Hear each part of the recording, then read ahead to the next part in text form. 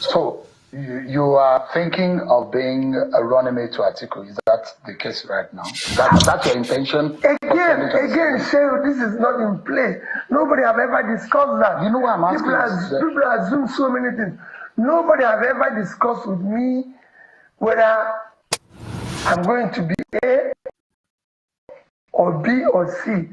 Shehu going to contest for the president of the Federal Republic of Nigeria, and I believe I'm qualified for it. You know the reason why I'm asking this?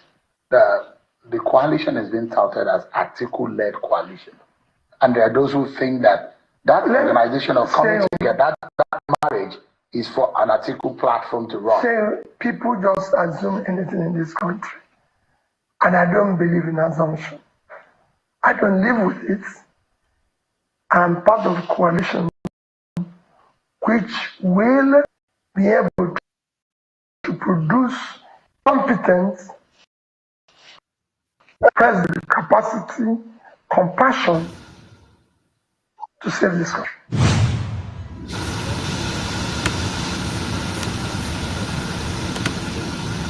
There are two questions, and I have a third issue that I think, Ruben, you need to address. But let me start with the questions we have raised.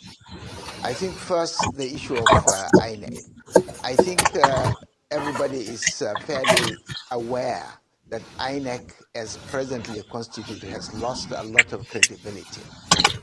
And it is very important that the institution gains this credibility. Otherwise, the stability of the country is going to be threatened, because when we have institutions that are not delivering, and especially a key institution like INEC, and if this failure continues, then it will erode not only, confidence in INEC, but confidence in democracy itself. And when that happens, you know the consequences. So let me come back to INEC. I think there are amendments that the whole country is waiting for. For example, that amendment, which I think late President Buhari refused to give assent to, which mandates INEC to use electronic electronic tools and to use technology in delivering the result, is still pending. But more importantly, why should the president, whoever is the president of the country, who is an interested party in the election, be the one to propose the head of INEC? I think late Uwais committee has made very good recommendations, which have been blocked by those who are interested in manipulating INEC. I think we have to rescue INEC by making sure that the head of INEC is not appointed by a sitting president who is going to be interested in election. So there are a number of things that needs to be done. I'm not sure there is sufficient time for us to raise that, but I think the key issues are two. One, that INEC's credibility is at stake, and two, we have got to insulate INEC from political interference. If that doesn't happen, then it is the democracy that is holding the country that's being actually run down. And when that happens, there are consequences. The second question, if I remember correctly, which you raised, is where do we go from here? I mean, considering what former President Jonathan said. And I think it ties down with the issue that I really think you should be raising, because the whole gathering in Accra is around the crisis of democracy, that democracy is not delivering the expectations of the people. And in Nigeria, if you take the statistics from 1999 to date, that's about 25 years. If you take the indices of development, whether you are taking the paternal and maternal mortality rates, or if you are taking the GDP, the growth in the economy, if you are taking all the indices of development that you take, you will see that from 1999 to date, we've been going down the drain.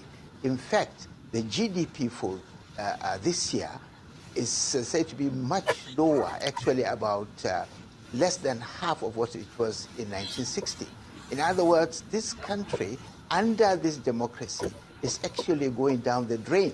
And it is time to really ask. There are two questions, and I have a third issue that I think, Ruben, for this year is said to be much lower, actually about less than half of what it was in 1960. In other words, this country, under this democracy, is actually going down the drain. And it is time to really ask, of what use, of what benefit is democracy if it cannot really deliver?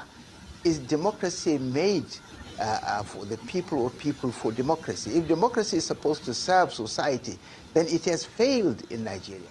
And it is time to start thinking of how do we really bring about a system that can work for us. I watched the debate from beginning to the end, and I was saddened by the fact that the elite that gathered there could not think out of the a box of Western frame of thinking.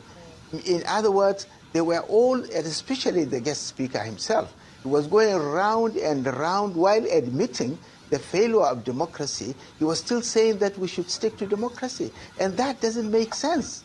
I mean, you have admitted that this system has failed to deliver. And you are saying that we should still hang on to it.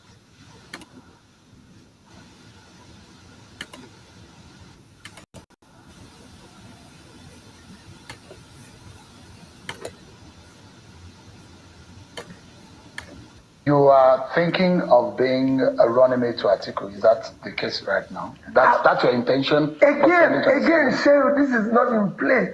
Nobody have ever discussed that. You know why I'm asking? People assume so many things. Nobody have ever discussed with me whether I'm going to be A or B or C. Shehu, I'm going to contest for the President of the Federal Republic of Nigeria. And I believe I'm qualified for it. You know the reason why I'm asking this?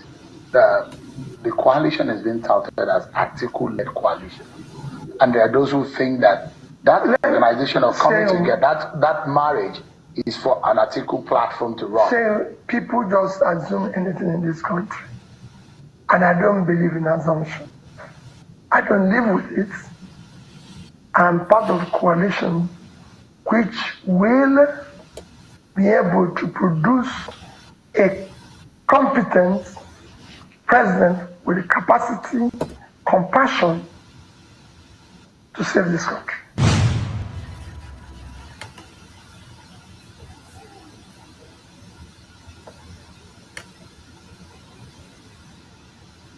Your Excellency, Mr. Peter Obi, thank you so much for joining. So, you are thinking of being a running mate to Atiku. Is that the case right now? That's your intention? Again, Shehu, this is not in play. Nobody have ever discussed that. You know why I'm asking? People assume so many things. Nobody have ever discussed with me whether I'm going to be A or B or C. Shehu, I'm going to contest for the President of the Federal Republic of Nigeria. And I believe I'm qualified for it. You know the reason why I'm asking? The coalition has been Atiku-led coalition. And there are those who think that organization of coming together, that marriage is for an Atiku platform to run. People just assume anything in this country. And I don't believe in assumption. I don't live with it.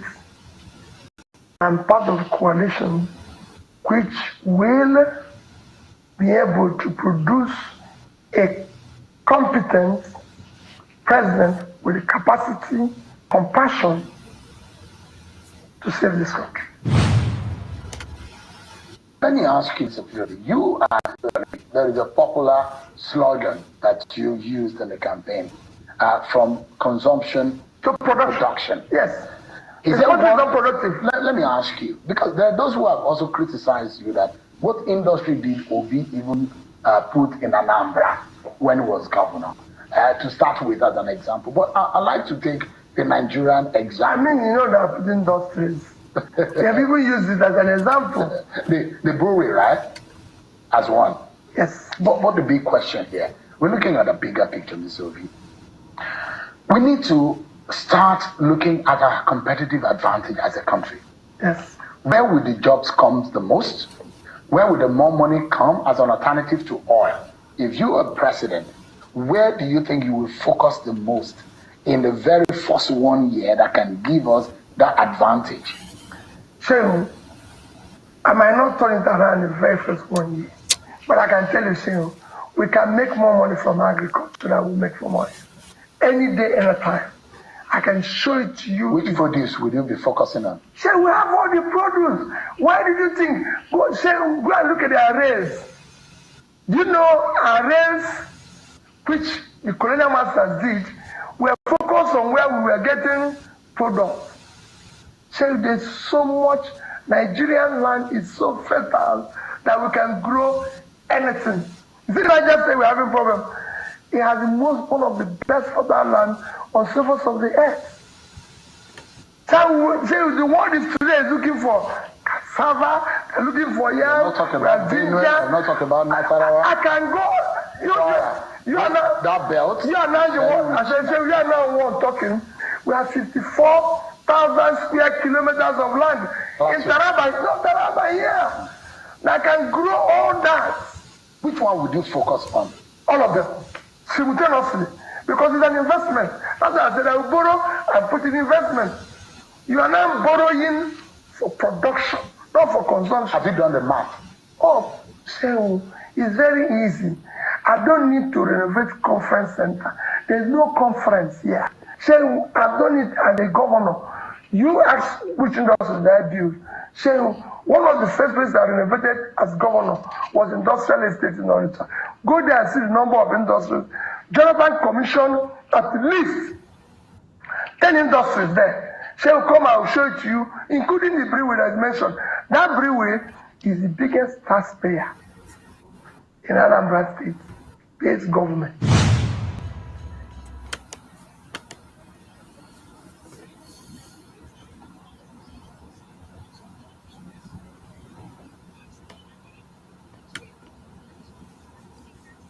The man and the woman who are trying to eke out a living, if they don't work every day, they cannot feed their families. What promise do you have for them? For them to think that Peter Obi has an idea that can alleviate their poverty, give them some hope. How soon do you think, should you be elected president, that you can help them out of this poverty and this hopelessness? So it's not going to be overnight. But let me tell you. But you will do it in 4 years. From day one, I will tackle the issue of security. You can't tell me that non-state actors can be stronger than state. How would you do that? We declare war. We've lost more people than countries at war. So let's go to war. Let's do whatever it is. Even this borrowing you're talking, borrow money to put into security, into equipment. Get the manpower. But you will not get those equipments in real time. You have to wait until they manufacture. Let me tell you. It's frustrating. There's nothing you cannot do if you want to do it. It's frustrating. So this government doesn't have the willpower or what? I just told you. People are being killed. They are not even there. They are commissioning bus station. So you cannot tell me that I, Peter, will be sitting where we have 10 soldiers die, which I'm not sure are police die and everything, which I'm not sure they're being killed. And my job is to sit for 2-3 hours where they're commissioning bus station. Say, well, I will not do it. I will shut it down and go out there. You declare state of emergency on security. No, if there's war, we declare war. We can be at war. There's nothing wrong in saying our country is at war. You by yourself as a commander-in-chief go to the war front. I can tell you, Shane, I might not go physically, but I'll go.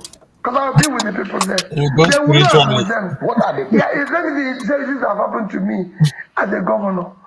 I wish you can go and meet my police commissioner when we have problem. One is Lena John Haruna. The other one is alive, Bello from Kwara. I told them we are at war. You must see me 24 hours. Ask them, or ask my commander of the army when I was there, Jayanenche, is in Abuja here. Ask him, I told him we're at war. And then you can see me anytime. I must stop this criminality. And I'm happy.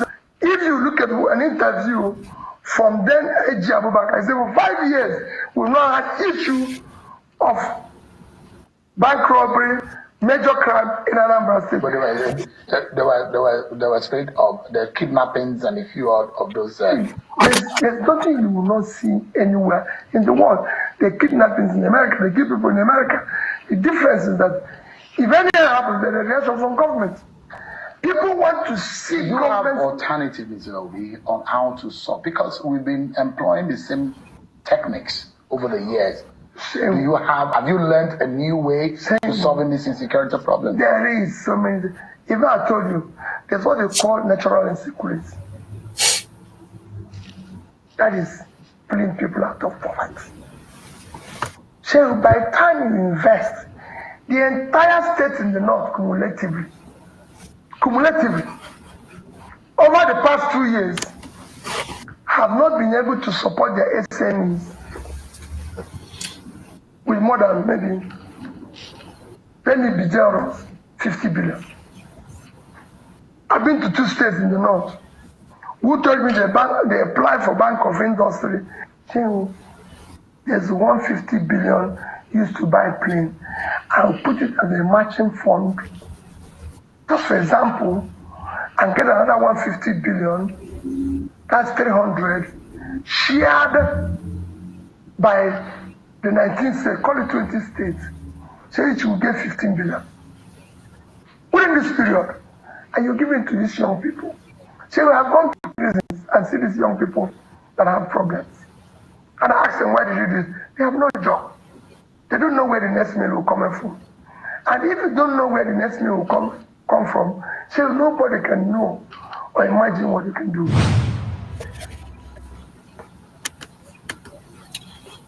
I said, make a refresh our memory for a minute, because as we wind down 2025, as the year round up, we'll begin to refresh where we are going, not where we are coming from. Where we are coming from is full of noise and propaganda and what have you. But where we are going is most important, because our people say who they cry they see road, right? And the platform name now on our politics. So at the end of all this ha ho he ha ha ha ha ho he, here comes the real deal. The competition for who takes the next 4 years. So it don't start already. So yes, people will say, this guy, what's wrong with you? Obi has not we even though we have a political party. Come on, man. This is 2025. It matters not. Who cares? It doesn't matter. Okay.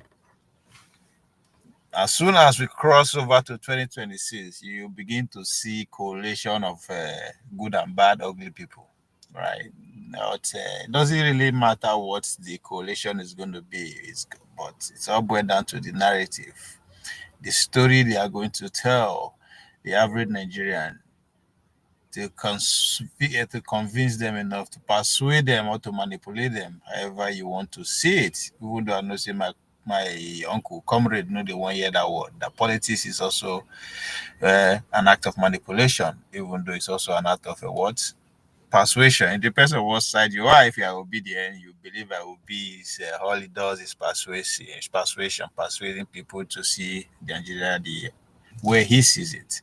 But if you are not obedient, you know that you will see it as a manipulator. But either way you view him, that's how the game is played. So as we inch forwards to 2027, we will begin to narrow in what will likely dominate the campaign train. And so far, whether you like it or not, the Christian genocide is here to stay for as long as they can ride on that wave. You understand the narrative, the Christian genocide narrative. Let's put context to it. Let's see how it evolved up to this level, right? It gained traction from what? 2023, post 2023 election. portraying attack by groups like Boko Haram, Egiswa, and Fulani Esat as systematic exterminator.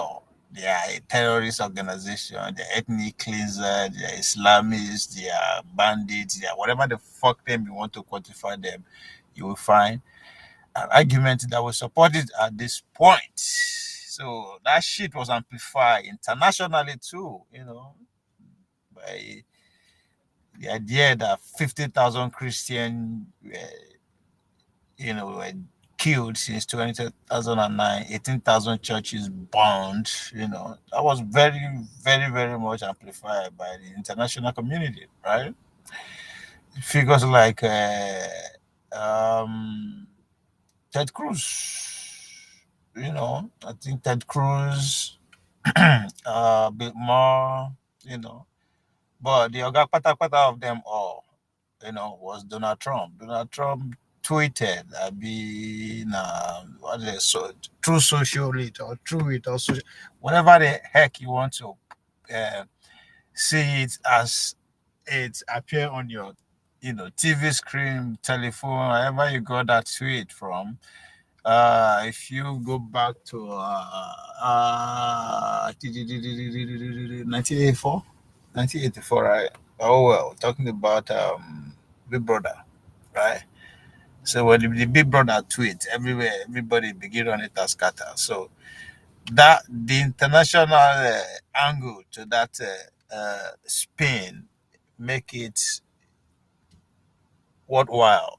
And I believe that it will be stupid of the opposition not to capitalize on that going to 2027. But again, it's a double-edged sword, right? There's implication on that, depends on how you play it. That's why I said at the end of the day, it all boils down to the story you tell the ordinary people to get a vote.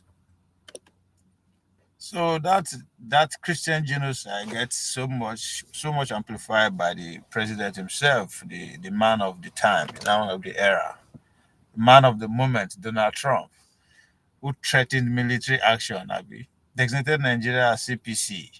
That sounds like a Buhari of those days, CPC. Abi. Country of particular concern. CPC. Abi, what is Buhari party of those days now? Don't be CPC. Eh? Uh, the CPC, if I'm not mistaken. What's the full meaning of that CPC? We'll get to that later. So and that was supported by the Senate committee. Every fucking body that is interested in cashing in whichever way or she then fit or capable hatch on that. And domestically, it links to Obi advocacy, which criticized accusing him of being a what desperate politician. So when Obi supported the coming of Big Brother, and the first time where I know say the presidency actually took everything Obi said verbally serious. So that tells you how that is going to pan out going forward. And again, to frame the Muslim ticket, which Tinubu Shetima ticket as an antichrist, thanks to the star of the moment, the pastor. What be that pastor? They might not destroy him, but who is now championing anti Muslim tickets. So Basenjo came out and, as usual, give you the booster. And so I expect that to have a very well play going into 2027. But most importantly, how you play it is important. So the obedient 2023 campaign, they use faith. They are playing the religious card on that G before. So I think this is an opportunity to come out fully to say faith-based appeal to Southern Christian, and the obedient have pushed. The narrative on X also, in support what I'm, pointing out here. Mr. James, good morning. Be good afternoon from Hello, where. good afternoon. Can you hear Yes. me? Yes, sir.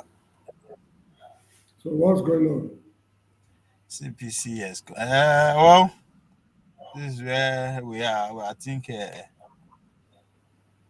the governance. Well, I don't know where governance been there before. I think governance is taking the wind down, so they are going all out for what you don't want to happen anyway.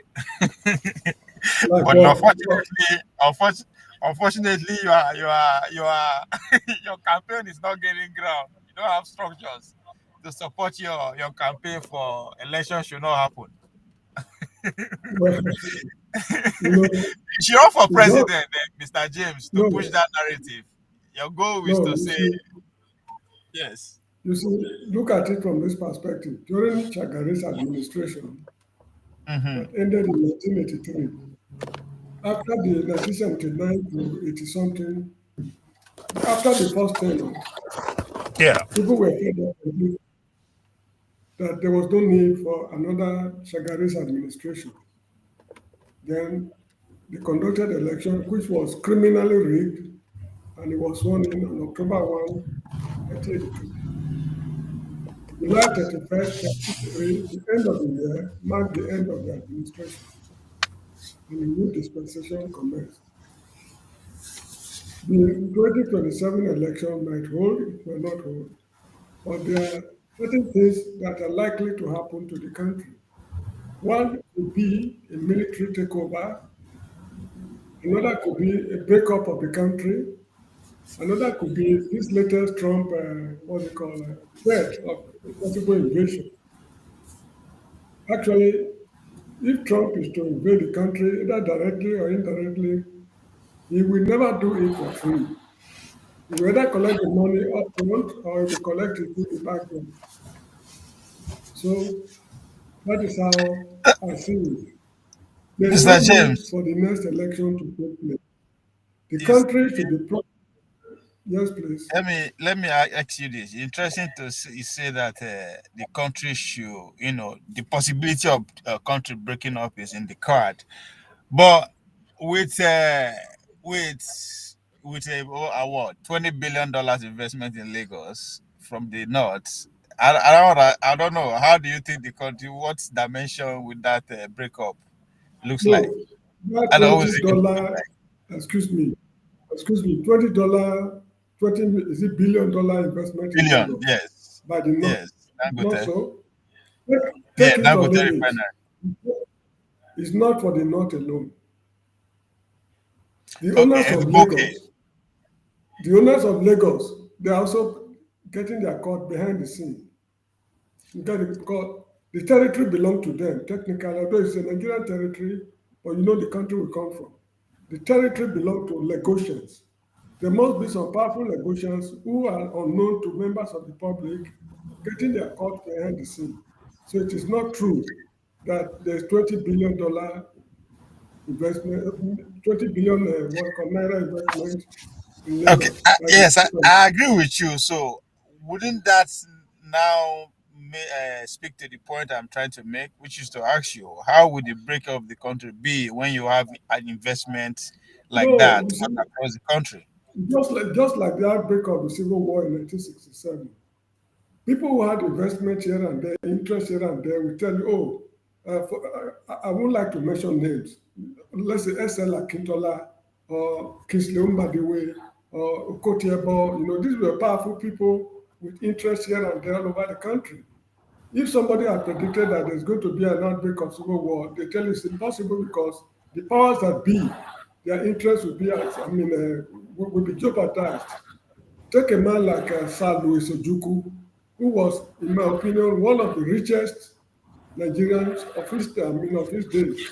If they had told you that Ojukwu's son will be the one championing the breakup of the country, you will not believe. So what will lead to the breakup of Nigeria, nobody can predict. Just like June 12th. On June 11th, if a prophet had prophesied that this is what I'm seeing, Babangida will step aside. They will call him a prophet of doom. It will never happen. Mr. But James, Mr. James, yeah, on the Ojukus, one will argue that he's putting his wealth forward for a greater, as a businessman, he's investing his wealth for a greater gain, which is power. So, with the hope of succeeding, if it has succeeded, that investment would have been worth it. I mean, one will say argue that he want it. So this is what I'm trying to say. This is a man who decided to say, okay, I have skin in the game. I'm going for it. I am interested in that. What about those people who are not at the front of championing either against it or for it? Who are just purely people who are living their best life. Look at it from this perspective. Look at it from this perspective. When the decision was taken years ago to build a refinery in Lagos, nobody foresaw this farmers' header crisis, Fulani cattle herdsmen problem. Nobody was able to foresee it when they took this decision behind the scene. They've taken the decision, they've implemented it, and this problem erupted. Maybe it's not the present problems that will lead to the breakup of Nigeria, if Nigeria will break up. But one thing is certain, what will lead to the breakup of the country, nobody can predict it. Just like the recent military coup, attempted or conspiracy to commit a treason, soldiers were arrested.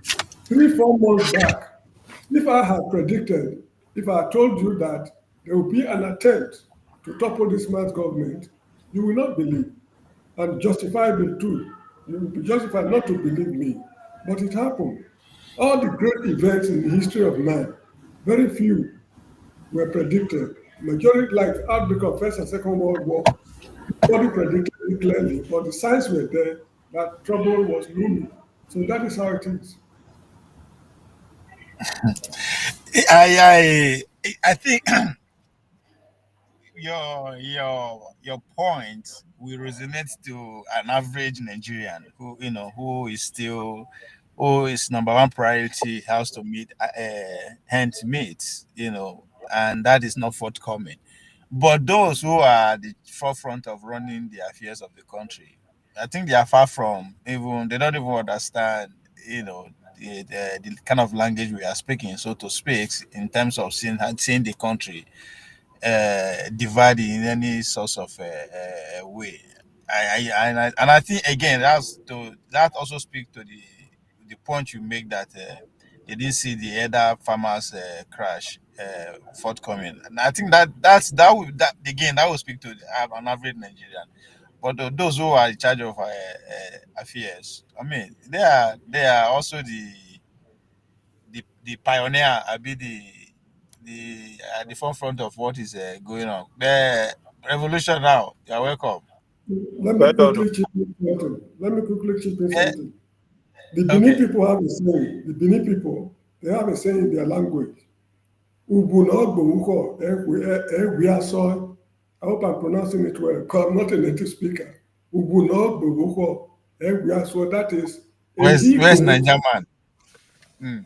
a he-goat cannot perceive, a he-goat cannot perceive the odor of what will kill him. Does it make sense? Yeah, it does. A he-goat Maybe. cannot perceive the odor of what will kill him. That is the case with Nigeria. What will lead, I'm not saying the countries will break up, get me right. We will gain more, Africa will gain more, if Nigeria is settled. We're able to overcome this tribulation. But that does not mean that I should be, should I say, foolishly optimistic when there's no hope for optimism.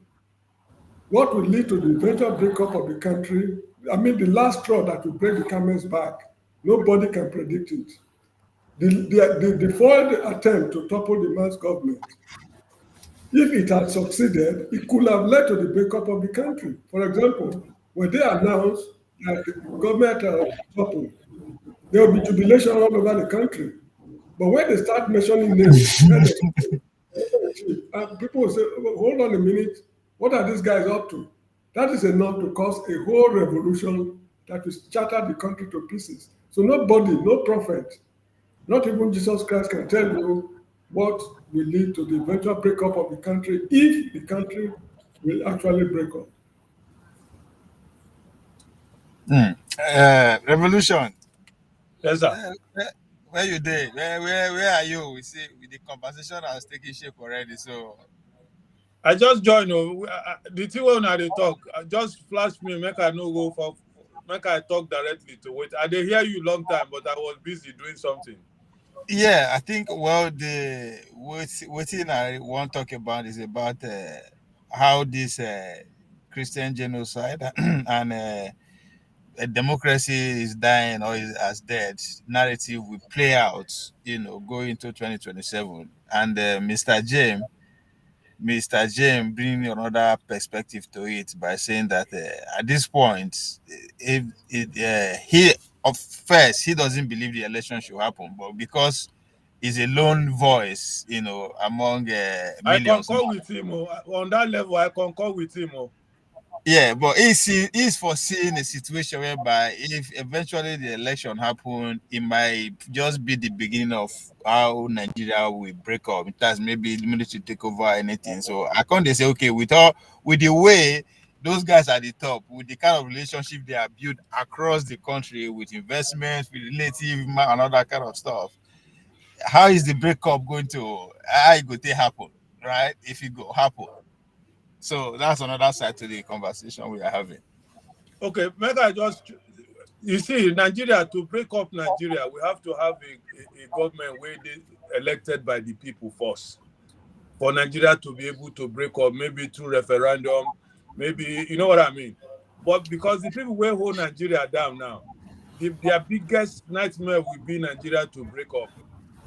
You understand me? Because if Nigeria break up, they no go feel they no go chop as they chop now. You understand me now? And they keeping Nigeria together too. They are making a mistake because the software way there for Nigeria now and the way Nigerians' eyes don't open. Okay, for example, now you say Mr. James, they talk about the election. The election of last time, say what they do us for that election now, why you now? The more you look, the less you see. They go tell us say they don't bring new system, everything go work, spend I don't know where na 300 billion. They take full so many nights. I get two friends wake up from London, go vote now, thinking say things go change. And that's why no happen. So if you tell somebody like me or a normal street boy for Nigeria now, say 2027 election, he go just look you, say, look at this man. So you still think say you go fool me again. The one way we now tell us say things go change, wetin happen? They give us election by midnight where people they sleep. They tell us say glitches. Up to today, till that idiot come out. You know, tell us waiting glitches happen. And these are the things wey make me hate Peter Obi. The thing wey make me hate am be say, say dem openly tell you say dem rig the election. How person go tell you say there are glitches? Glitches is another way of telling you say we rig the election in Nigerian terms. You understand me, Obi? I don't know whether you don't understand the level where they go. Because somebody No, I come tell you say there is glitches, that means he already confirm say dem do wayo for the show. And you, as Peter Obi too, you no do anything, you no react. People they even tell you say let us react. Your vice, the guy wey second Peter Party. Obi for that if Party. you remember, if you listen to his last utterance, you hear say he talk and say he was about to stop the inauguration of Tinubu to tell you how he pain am. Say but how you go agree this kind of thing? But later he can't tell us say well him be second in command. If he say make him move now, the fit think say, at you understand, all of us know wetin him talk now. So now, if you say this, wetin dey happen at this moment with Christian genocide, because I hear say you talk plenty on those levels. That one, we know say the people wey get power, they no will ever admit say something dey happen. And then, if they no agree say that thing dey happen, all this way they talk, be say they fear say Donald Trump fit come, you know what I mean, as him don voice and they know say the man they know they talk and fail. You understand me? So all those one way they do now, wayo, say make Donald Trump for back out. That is their game of play. And then when you say they want divide Nigeria, they know if you divide Nigeria with the people where they there now. It's not possible because if Nigeria divide, they go, all of them go prison. Because there won't be any juju again or any wayo again for them to play. Because that time every region now will get maybe government or they go spring up a leader in the regions. And those ones, when they spring up, it come from the people themselves. And that's what I feel talk for now. Yeah, but in terms of that, Mr. James, they believe that it's not up to the men on top; it's up to the people. But if they say you talking about Obi not showing up when it matters, so you don't believe that the guy go physically gather. Which kind of story do you think he need to sell to the people again to get that kind of momentum, or that's the end for him? Obi don't finish for my own level. No, Ah, they tell you there's a thing where Rasta people they talk. They say strike the hammer while the iron is hot, because it go dey easy to bend when it's hot because of the pressure. Because when the pressure don't dey, the iron go come red. When it red now, it's like in a liquid form or some kind of thing. People will be blacksmith. Now that time they go fit mold them to something where they want. You understand me? Because the iron is hot. You understand me? But Obi came iron wey don cold.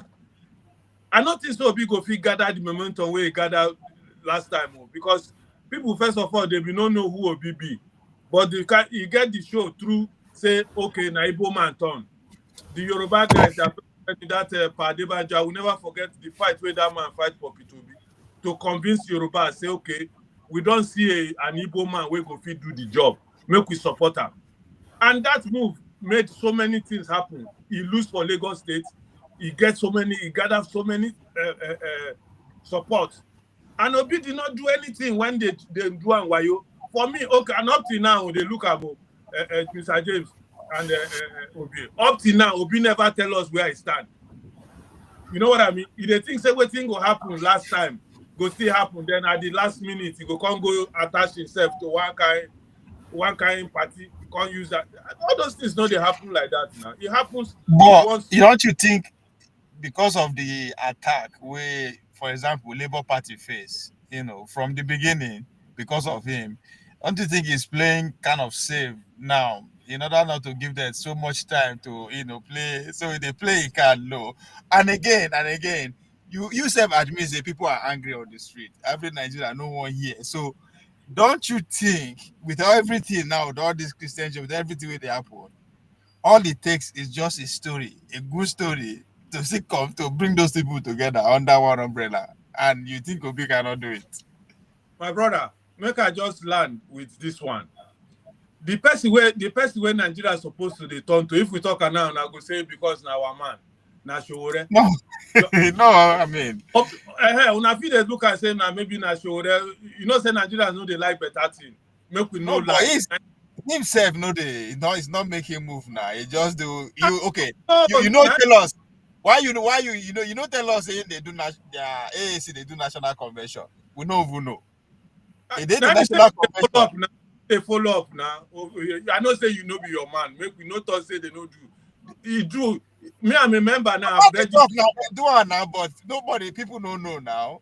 Now because people no one know now, because people no like good thing for Nigeria. Nigerians know they like if na PDP do national convention now, all the Nigerian radio station and the television go carry them because they go pay money where they steal from the people, they go take and go buy them. Those where no they steal, they go do their own. Nigerians go say, we no see them. You go they hear when he want to campaign for, when he want to do protest for Nnamdi Kanu, we no go around from radio station to platform. They market them. Say so. Now they talk now. Why no market? Why no tell? Why no go from platform and tell people say okay, there's a national convention. So they. Okay, how me I take no now? How I take no? Now you not a member. That number. You not one of the top member. So we're talking about ordinary people. You see, they accuse ordinary Nigerians of not caring enough, but you not care to tell them this is what is coming. Okay, now that's the why they tell you now. Now the point why they make where you self no one agree. Because of, let me tell you what happened. Used to buy plane and put it as a matching fund. Sorry, go ahead. Yeah. All these things where they say, they go to national, they go everywhere. But because of Nigerian level, where me and you know, say, Nigerians, and that is the thing where they pay me sometimes with educated people. Where 85% of Nigerian education people who read university upwards, 85% of them. Saying if you remember the other day with the argument with that bros where they call Tony, he take offense. Yeah. Because the offense when take be say, why me I go they talk because in the believe say we no go school reaching level. And that be that problem where they for Nigeria. How many Nigerians be university graduate out of our 200 million people? How many Nigerians get that opportunity or get the brain to qualify as a graduate? If you calculate them, and also say we can reach 15% of Nigerians, we go fit tell you say them be university graduate and upward. What of the remaining 85 people wey no reach that level? Wey be the people wey hold Nigeria? Now those people be drivers. Now those people be cleaners. Now those people be market women. Now those people be all those kind of things where we say if they come up for our system, Nigerian go big man now. You want tell me say big man will be professor. He reach in office, the cleaner no come. It could be like say them put juju for your office now.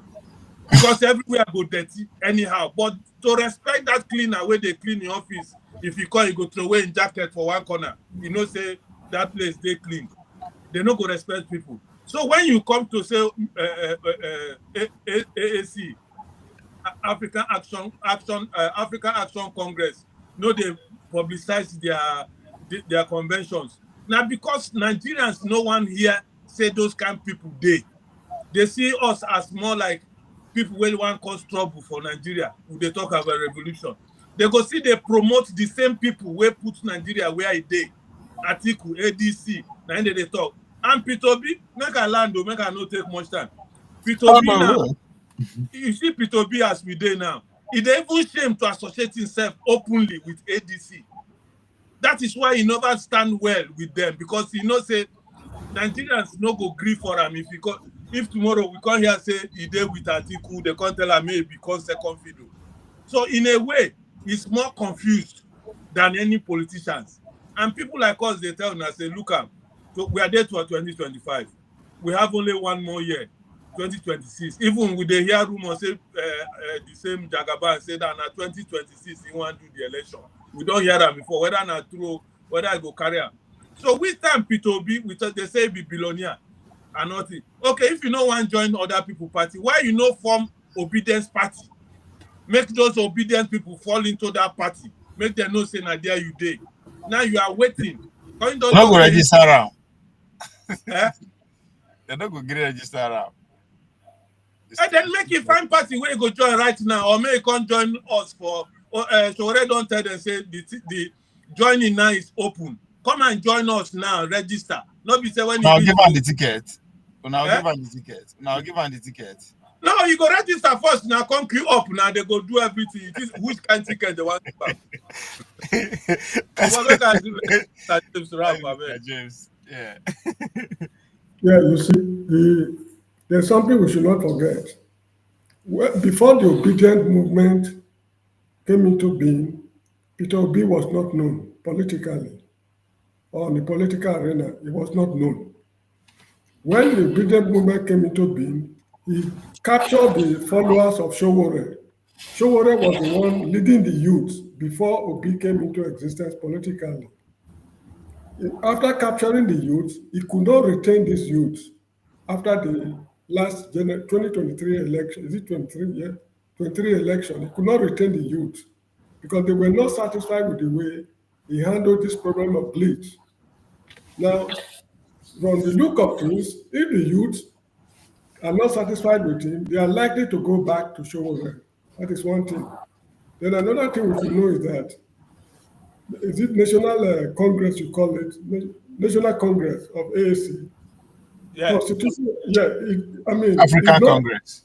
It's not open to all members of the public. It's members of the political party that should organize that Congress. It's not what they invite every market woman or every business executive or financier to come and attend. No, they've done it the way it should be constitutionally done among themselves. They've elected the offices and done. They've done what they expected to do.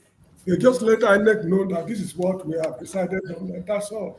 And INEC was present too. Good. So there's no need disturbing members of the public that we want to hold a Congress. It's not necessary. They've done what they expected to do.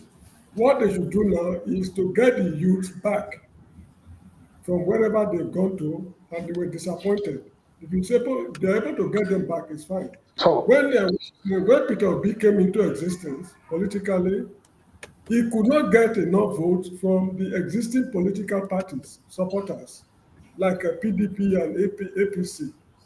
And the Kwankwaso, most of them did not go to Peter Obi. It is Showore's followers who switched over to Peter Obi, thinking that he would deliver the goods should anything go wrong. But unfortunately for them, this guy could not live to their expectations. So I'm sure this is what we should also take into account. So let's hear what he says. You are thinking of being a enemy to Atiku. Is that the case right now? That's your intention? Again, Cheryl, this is not in play. Nobody have ever discussed that. You know why I'm asking? People assume so many things. Nobody have ever discussed with me whether I'm going to be A or B or C. Cheryl, I'm going to contest for the President of the Federal Republic of Nigeria. And I believe I'm qualified for it. You know the reason why I'm asking? The coalition is being touted as Atiku-led coalition. And there are those who think that organization of coming together, that marriage is for an Atiku platform to run. Say, people just assume anything in this country. And I don't believe in assumption. I don't live with it. I'm part of a coalition which will be able to produce a competent president with the capacity, compassion to save this country. So the guy is not giving up. No, you see, the issue is this. Look at it critically. What is the difference between this man and APC and PDP? He has moved from one party to the other. That is a characteristic of the members of these two political parties. He was a vice presidential candidate of, I think, Atiku. As I always tell people, the position of vice president is just a heartbeat from the presidency. Just a heartbeat. It's as good as being a president. You get the point? So what is he having in common with these people that they have so much confidence in him as to pull him closer to themselves? This is what people should look at. And most of the questions he's answering, he's not giving us a clear-cut, or let me say, definitive answer.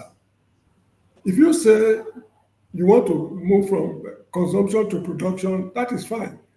Give us a clear-cut roadmap, the way Awolowo gave a clear-cut roadmap to his free education policy.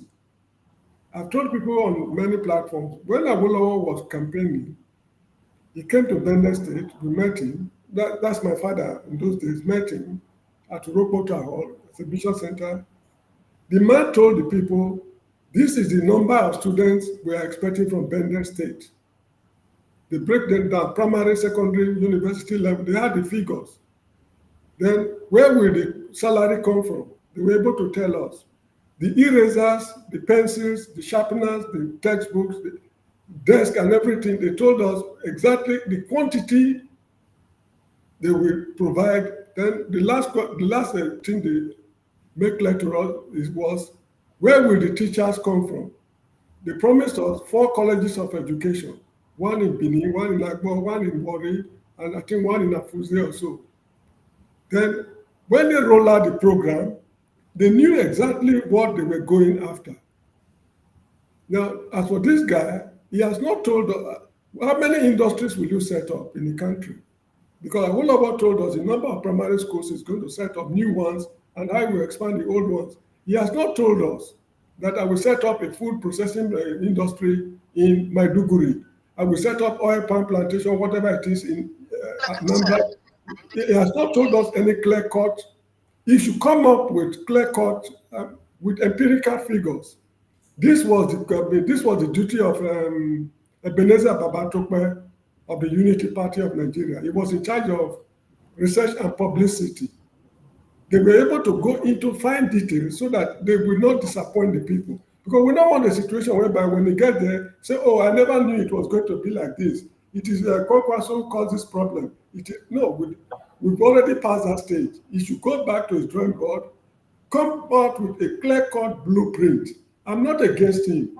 If he's the one to take us to the promised land, it's fine. We are ready to follow him. But if you show us a clear-cut blueprint, we don't want a situation whereby it will be like Moses, who stood on Mount Nebo in modern-day Jordan. He saw the promised land, but he could not enter. So this is the situation we are likely to face. The man should do his homework properly. Okay, look at it again this way. Assuming he's running as president, may nothing bad happen to him. If he should drop dead, let's say plane crash or whatever it is, it means for the next 4 years, we're already in another limbo. We are neither here nor there. Because he has no number two man. He has nobody in charge of publicity. No. This guy, I think he should go back and do his homework properly. You see, let me just continue from you. You see this situation. Alaji Danti, I don't know whether on a day current for where you see I'm the other day with Abure. Then do something, they do, so I know what thing they go do there. Even Tanko, where they been spokesman, all of them now, nobody they hear from them again, because most of the time when they come out, people would always ask them, where is your principal? Where is he standing? They don't talk, so they don't even know. They go say, but they're saying for ADC. And you people are still saying he's still a member of Labour Party. You know, this is, I don't know, it's very confusing. A leader should know where he stands at all times. That is the Naimed Tinubu where you see, so they be like, say, get some people where they respect and small. Because no matter how we know like Amo, still, but people where know where they follow in game, they know say, now just go this guy they dance. Nobody say after he dance just go small, he dance break dance. After he dance break dance, he dance at Ilogo. They know say now just go Tinubu they dance. Obi, small time he go dance just go. Small time he go add break dance joiner. Small time he go jump up. Small time he go here, yes daddy. He go follow church people. So all these type of things, even in spokesmen today, Obi, they're not even, they're ashamed to even appear again to stand for Peter Obi. Because election is too far. Now let this next year remain, and this year is finished. Now next month be next year. Obi never gets stand. Which time you go content prepare? If they still they believe in that drama or being a magic way pull for Labour Party the other time. Now still they link up on people still. You know, Nigeria like to talk. They do that the way I know they like. Maybe they play strategy. You know what make them infiltrate them. Instead of make them come out straight, tell them, say, bros, take a stand. Make we know where you stand. So that people will go queue behind you, make them begin queue quick. Not be that, but he still believes, say, like I still believe, say, no, say, so you take go court where they take finish them. They just chop him money. You think, say, because court give him that the time they impeach him for Anambra, he said, no, he will always win in the court. He have the same, his lawyer is the best. He have a senior advocate. Nobody saw them tell Selam when he reach court, what did happen for court? Nobody sleeping gas, then spray everywhere, all of them doze off. When bros they announce the same way, then go sleep. So this is the problem why I get with Peter Obi. Peter Obi, for me, I don't even like her. I don't even they like those type of personality. And they like personality where we say, this is who I am. If you like me, take me. If you don't like me, how long can you take it for? So that's how it's supposed to be. My own view.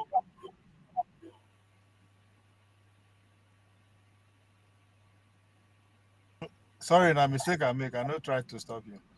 No, me I don't learn. Now you know say we no get much to say. We don't already tell you now. We don't tell you now waiting supposed to happen. Obi, for me, if you know say you want get any support, for if you want do anything by now, Obi, by now, a serious person supposed to don't take a stand. Thank you. You don't take a stand now, saying go run for next year. For which side, you know? For it was, you know, say Dele Momodu yesterday where you get this thing, you know, say they see Obi as a independent candidate. An independent candidate doesn't work in Nigerian system because you have to tell us where you stand. Other people they queue up. Atiku now don't make himself officially available as ADC. He don't already make him official. Even this stupid guy, I don't know. In fact, Obi self now. Make I no lie, I don't want to talk anything. Make they say Ayaba. Obi no be strong guy. How can you be following people like El Rufai? People wey kill Christians. I mean, No, make this we is face. see the reason here. Does it mean that you are an ADC member or a Labour Party member? Today, I'm a Labour Party member, and I remain in Labour Party. But we have all agreed to work in coalition for 2027 election. And for that, we've just adopted ADC. Going on, other parties, other individuals are going to still come in. But it's just like an unveiling, like you used it before, an adoption, which will still go into bringing other people together under the same umbrella and saying, we want better governance for this country. We want to see more competent government with the capacity and character to do the right thing. So at some point you are going to leave Labour Party. Is that it? Well, where we are, the coalition, this coalition might have other parties that will come together, like it's happened in the past, and change the name of the party, anything. But right now, we've adopted one party. The other ones are going to come in. So we can't say whether we're going to leave this or we're going to come into this. What is constant now is that we've all agreed to work together. Implication is a legal one. Whether or not, as someone who is intending to run for office, you have the ability to participate or be in two political parties, it then means that will affect your ability. So there's a difference in between intention and being this. I said I'm a member of this, and I'm going to work with this group. So it's like, oh, well, I want to invest in this company, where they say, oh, you cannot be in two companies at the same time. But I have indicated my intention. I want to go into this. That is not. Well, you don't see it as anti-party. No. There's not an anti-party. No, because I don't think Labour Party has agreed to remember, we said for 2027. Say we're not in 2027, we're in 2025. It's clear. We've adopted this for 2027. So if I say I'm going to this, that doesn't say, oh, well, listen, I want to be sharing, I want to be able to be part of your dinner in the evening. That doesn't mean I should abandon my breakfast and lunch because I intended to come and eat your dinner. No, we're going there. So we're going to go together. We are not abandoning where we are.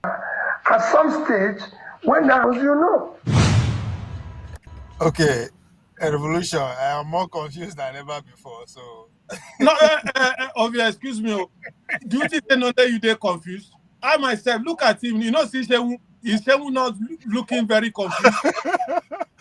No, let's look at the expression of Sheu's face. He's more confused than even me and you. I mean, these are people where we say, when I know they like people where they behave like Peter Obi. I don't hate him. I don't dislike him.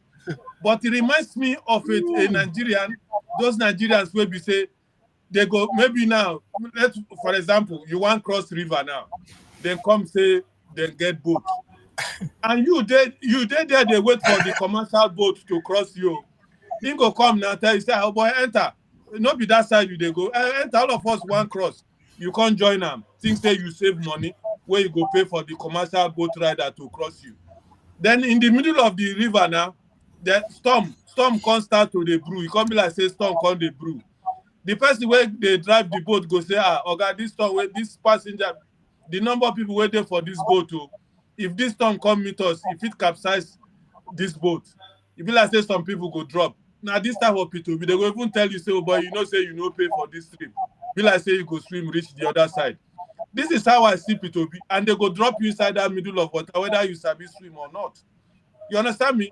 So if Peter Obi is where call himself leader, or say he want rule Nigeria, and 25, we there for 25, Nigerian system of politics. Now, people like Peter Atiku them, Tinubu them, they have already started.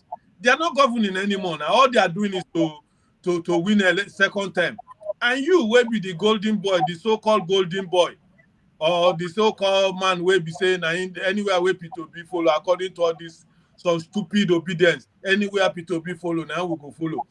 2025, 2027. That is, and 2027 at the election date. No be saying at that time election go start. Now the date of the election be 2027, which mostly is in March. So that 27 where we dey talk now, within 2 months, now they could do election. And 2025, you have never told us where you stand. Eh? So if you are talking like that, just tell me, let us be sincere with ourselves. Eh? You want to do exam, jam exam, and you never start to dey read for 2025. You understand me? And you know say jam na January 2027 and 2025 December. You never begin to prepare for your exam. Tell me how you want pass. Even though say your head anything where you see you go cram at one time. It's not possible for you to pass easily, except by chance. And this chance will be get for 2023. My brother, except say na God's destiny according to Mr. James say, if na go carry us reach the Eldorado. Me, I no think say that thing will happen for 2023 go happen again easily for this one, because he have confused a lot of people. You have to have a stand. You can't be in Labour Party, one leg there, one Labour Party, and another leg there for ADC. It's not possible, my brother. Thank you.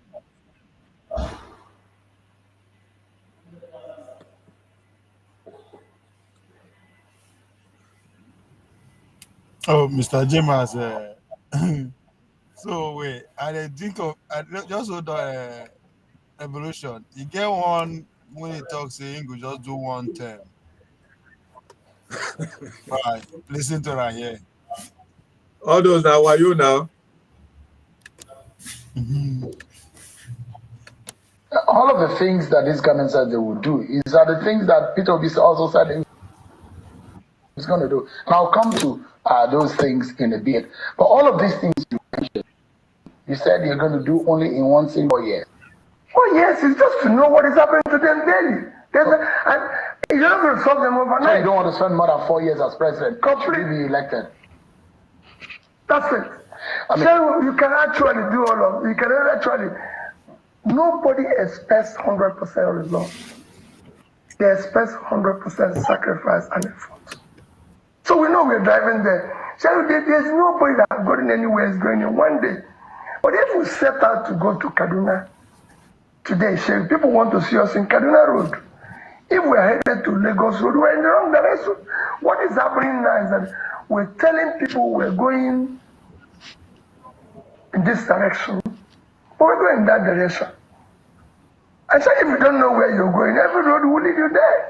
That's the confusion. Can Nigerians trust that commitment of a single term from you?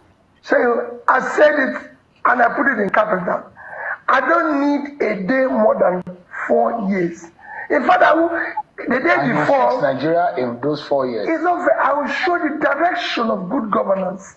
That's why I said. To what end is this one single? Why do you want to spend? The Constitution allows you. You've been a two-term governor. Why do you want to? In 2 years, there are the maximum damage. That shows 3 years can change it in good direction. No. Mr. Obi. Yes. You see, the Benin people again, you see, I like quoting their proverbs because it's a truly African society. They have a proverb that that is, let me just try to explain it. People who are going to the overseas with very cool, calculated minds, they find it extremely difficult, let alone those who are going through boxing or fighting. You get it? If you're able to organize yourself properly, get your visa, your flight ticket, and everything with cool and well calculated, you still find it almost impossible to go to the white man's country, let alone somebody who says, I want to go through fighting, boxing. So this is how I see these people.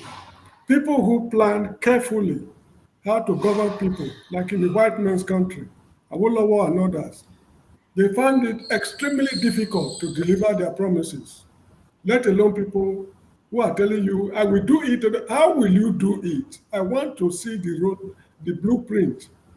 show us how. I mean, I don't know how to explain this thing. We understand you, Mr. James. We understand how you want to explain it. It's just that Peter Obi, when people say Peter Obi is desperate, this is the art of desperation. Oh, I will do one term. We not all say one term no go fit do anything for Ramo. But we don't. For some, the only problem I have with Mr. Peter Obi is that the way Nigeria is, for example, the people who hold us down now, not be someone like Peter Obi go fit rattle them or remove them or imprison them. If you remember last election, he told us, "I'm not going to probe anybody." I don't know whether I stand to be corrected, but I remember I had something like that from him, that when he comes to power, he's not going to probe anybody. In my own time, he said, those who steal our money, where would they complain about? He go say, make them carry the money, they go. You understand me? This is the thing where they tell you, say, people like Showore them. Now, they know, say, and that is why many Nigerians know one Showore. And that is why Nigerians go still suffer a lot. Because Nigerians know the real Nigerians, which they reach up to 85. Thank God I know they're among those real Nigerians. 85%. They prefer every time those people where they destroy them. Okay, for example, make I digress a little bit. Look at say Nigerians, they like religion. Say I be not know what they have for Nigeria until 2 days ago, where they show this Winners Chapel criminal. If you see the convoy where that guy they take waka, I even say na Tinubu they show. The convoy where religious leader they take move, I fear. Small time they say, look at it, oh, this is the man of God. Up to waiting I count that day, if I know the mistake and I know one exaggerate or to say I hate the man. He reached up to 6 to 7 cars in Conde for middle with the white, I don't know when a Lamborghini where they dash up. In Conde for the middle. 4 cars there for back, 2 there for front. You understand me? And these are the people where Nigeria like. They go believe, say, oh, we don't want trouble. It go better. And that is the thing where Peter Obi they preach to Nigeria. Take it easy. We are going to solve the problem in one term. How can you solve Nigeria problem in one term? How? It's not possible now. All this waiting for our money, we don't spoil our, we hold our everything down. You want to tell me, say now one term, you want to take arrest all of them? No, he said nobody expect 100% in one time. 80%, 75% performance is okay. Then when you leave now, that 70% where you don't secure, one kind idiot go enter, come destroy the 70%, will come go back to the same, even deeper in the hole. Like I wasn't I want to say, let Nigerians wake up. Now people like Showore, even this if they don't like Showore, make them carry this bros where they come for this our platform sometime. You remember that bros? SPD, that Prince Adeba, or what do they call that guy? If Nigerians if Nigerians think say Showore too hard for them, we go rescue Nigeria. If they think say Showore too hard for them, make them take the other guy. People will go fit, anyway, for me, I don't really do revolution for myself of leaving that country. My eyes see pepper before I pack my load. Nobody say we dey here now. People go they think say this guy don't make up. My eyes see pepper for Nigeria. Obi. Even shoe. No, I talk here, make people laugh. They think say they laugh. Even to wear shoe for Nigeria. My brother, it's not easy. Now flip-flop with the wear, they take nail, they tire, they manage. The first shoe I buy for myself, now when I reach Europe, now I come, and that shoe I drink my beer. I celebrate them. People they look me that time. I tell them this is the first time where I get money buy shoe for my own self. So if Nigeria want good, let them see the people where they talk the good of Nigeria. Revolution now. Showore them. Or at least all these Peter Obi them, when they came to power, they were even younger than Showore. For those where they say Showore a small boy, make it grow up. Yakubu go one day. They came to power at the age of 29. Shagari them, how many years Shagari them be when they rule Nigeria? Even Awolowo them, how many years them be? Showore is in 50-something years. They still they call a small boy because they thief, because they take budget, because he straight, they talk the truth. they go say na small boy, they don't want that kind of people. Well, me, I don't do my own revolution. I pack my load. Say, Come on for Nigeria. you say they should vote for who is talking for good for the people. So this is a bit tweet a couple of hours ago. He said distribution of campaign vehicle, profound, insensitive, and abuse of power. So let's see.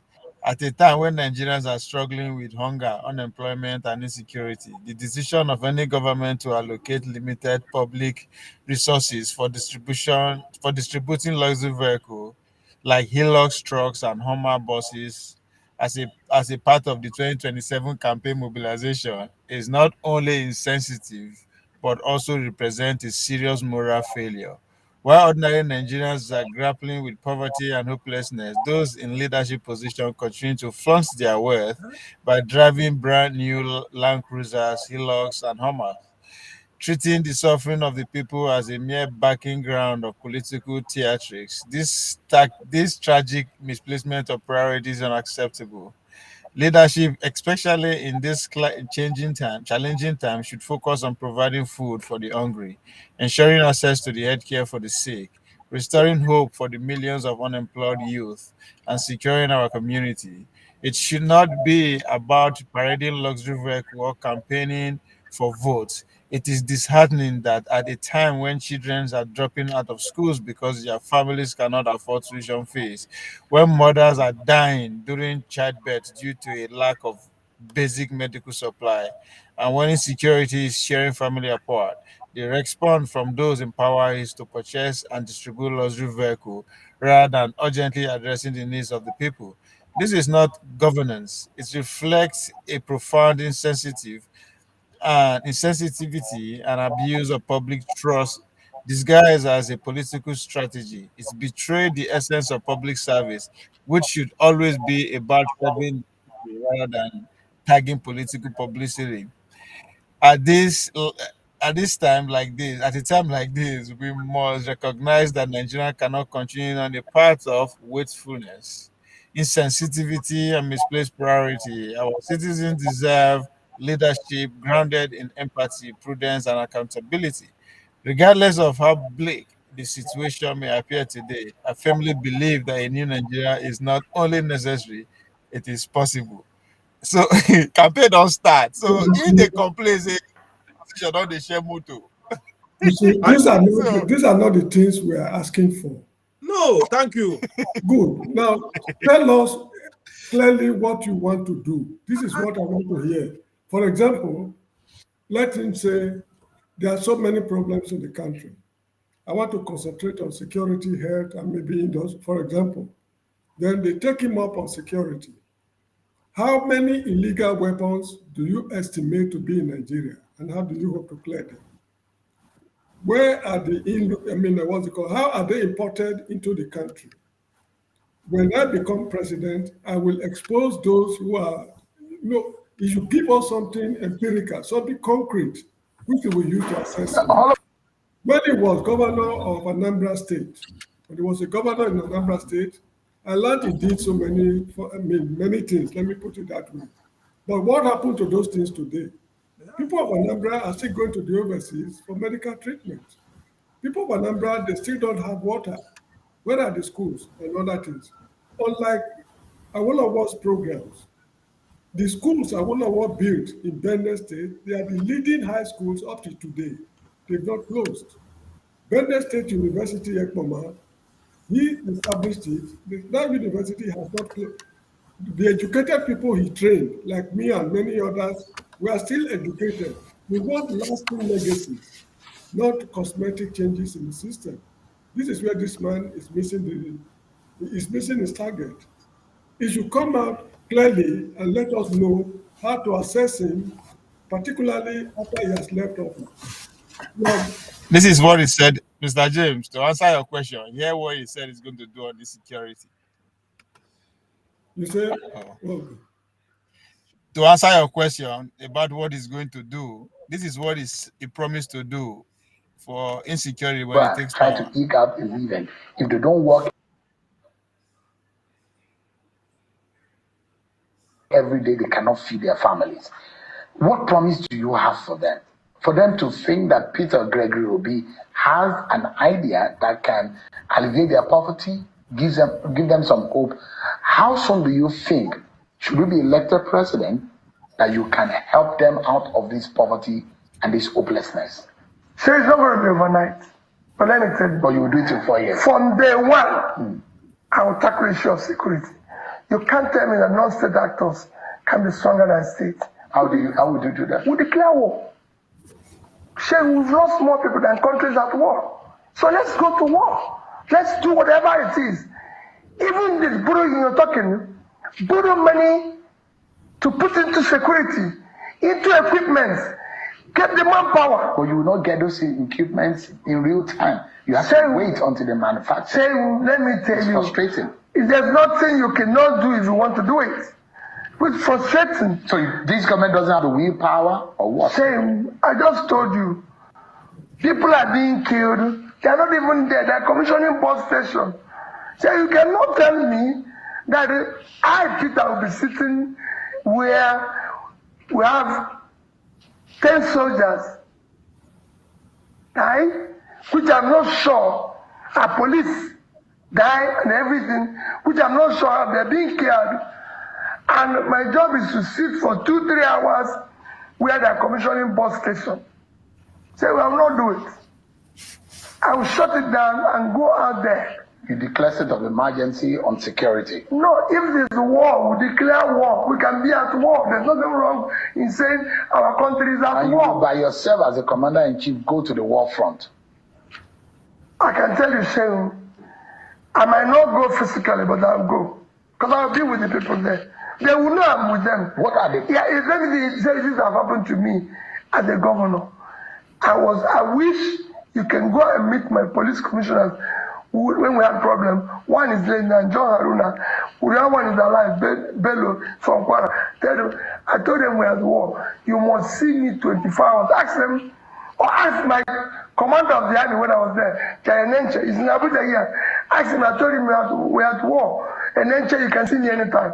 I must stop this criminality. And I'm happy that if you look at an interview from then A.G. Abubakar, I said for 5 years, we've not had issue of bank robbery, major crime in Anambra State. But there was spate of the kidnappings and a few of those. There's nothing you will not see anywhere in the world. The kidnappings in America, they kill people in America. The difference is that if anything happens, there's a reaction from government. People want to see you have alternatives, Obi, on how to solve, because we've been employing the same techniques over the years. Have you learned a new way to solving this insecurity problem? There is so many. Even I told you, there's what they call natural insecurity. That is pulling people out of poverty. So by the time you invest, the entire state in the north cumulatively, over the past 2 years, have not been able to support their SMEs with more than maybe, let me be generous, 50 billion. I've been to 2 states in the north who told me they applied for Bank of Industry. There's 150 billion used to buy a plane. I'll put it as a matching fund, just for example, and get another 150 billion, that's 300, shared by the 19 states, call it 20 states, so each will get 15 billion. Within this period, and you give it to these young people. So we have gone to prisons and see these young people that have problems. And I ask them, why did you do this? They have no job. They don't know where the next meal will come from. And if you don't know where the next meal will come from, so nobody can know or imagine what you can do. You see, Mr. James, did he answer your question? What you should know is this. We will go to war. There's nothing you can do with, look, America went to Afghanistan over Taliban crisis. What was the outcome? They could not win the war. They only ravaged the country. They went to North Korea in the 50s. They could not solve the problem comprehensively. They went to Vietnam, the same thing. They went to Iraq. the same thing. They went to Libya, the same thing. They went to Syria, the same thing. So what was not the issue? When the Civil War ended in 1970, there were guns all over the place. Yakubu Gowon sat down with his country. I think Awolowo was among. Yes, Awolowo was a member of the cabinet then. They came up with the Arms Robbery and Firearms Decree. That was when they started public execution by firing squad across the country. And when this happened, it reduced the amount of the incidents of robbery considerably, to the extent that even George Yamu in Benin State, Deputy Superintendent of Police, faced a firing squad. Irrespective of who you are. That was a technique the man used to curtail the excesses of armed robbers. This guy is not telling us his blueprint, the roadmap.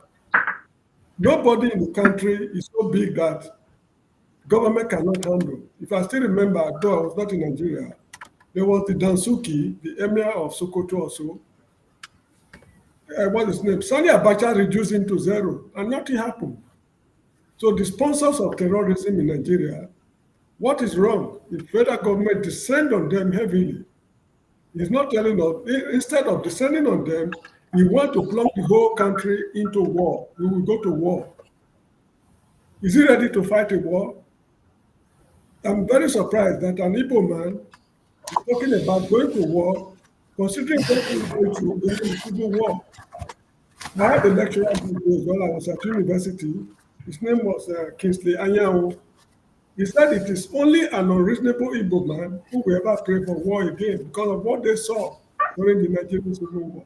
That was what the man told us in my university. So for this man to say, it's very easy to go to war, but what are the consequences, the social effect the war will have on the country, you don't know. Those who declared war on the country through terrorism, they are already prepared. So if you want them to take the pace, I don't think you'll be able to win that war. I do not know of any Islamic war in this country, in this world, that has ended within a year or two. Once you engage these people in a battle, be rest assured that it's a generational problem you are creating. This man should not be allowed to go near the State House. I'm sorry, I have to go. I want to go to my second office. When I get there, if you are still online, I will join you. Okay. Thank you. That's right, Mr. James. Okay, thank you so much. Thank you. Thank you. Revolution, let me play this video to the concern that you are having.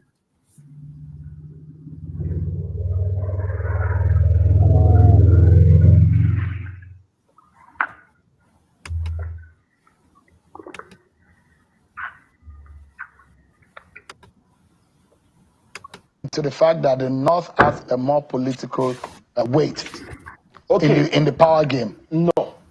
Let's look at it this way. Somebody from your zone, if you listen to Olufalaye said his election was rigged. But immediately the people rigged him out. They prevailed on him that he is a fellow Yoruba person that he contested with. Why not let him leave it? We have not had a good electoral system. This election is going to be written, like I've told you, in 2027. They have already prepared it. Have they done electoral? Yes, have they done Do you have evidence to that? No, I told you 2023 there was technical glitch, and they have not given us the excuse till today. Technical glitch, by my own definition, is the process of suspending an election so that you can write it instead of transmitting it. And there is no assurance that it will not have in 2027. If you say so that if they they plan write to rig the the 2027 and is a fellow Southerner that you're competing with, they will prevail on you. Please leave him. He's your fellow Southerner. And then that is how they will steal the election. So if you bring some, even if you win, they will steal it from him. Let me tell you the strategy that will make the Southeast man to be president. Do you know the Southwest has never contested election against an incumbent? Strategy. Because they know in Nigeria, if you don't have the establishment supporting you, even if you win, they will steal it from you. Olufalaye said it was stolen from him. If you ask me, I would say we won the election in 2023. It was stolen from us because we didn't have. Peter Obi won the election. That's my belief. In 2023, I believe it. But they stole it from us. Let me ask you. And if you do it again, they will steal it again from you because there is no incumbent to back you. But if you bring somebody from the north, nobody will prevail on him to leave his victory quickly. Because, yes, because he's not from the same side with you.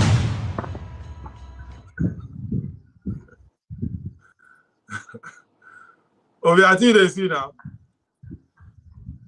I think you hear now the people wait. You know, say before Kenneth Okonkwo begin talk this thing. If you remember, now I don't first holler and went for our program there. Say Peter Obi mess up. Now maybe the first guy for that our platform where they tell them say strike the hammer while the iron is hot. Now Bob Marley Matt I felt hear that thing. For one is some way they sing about love.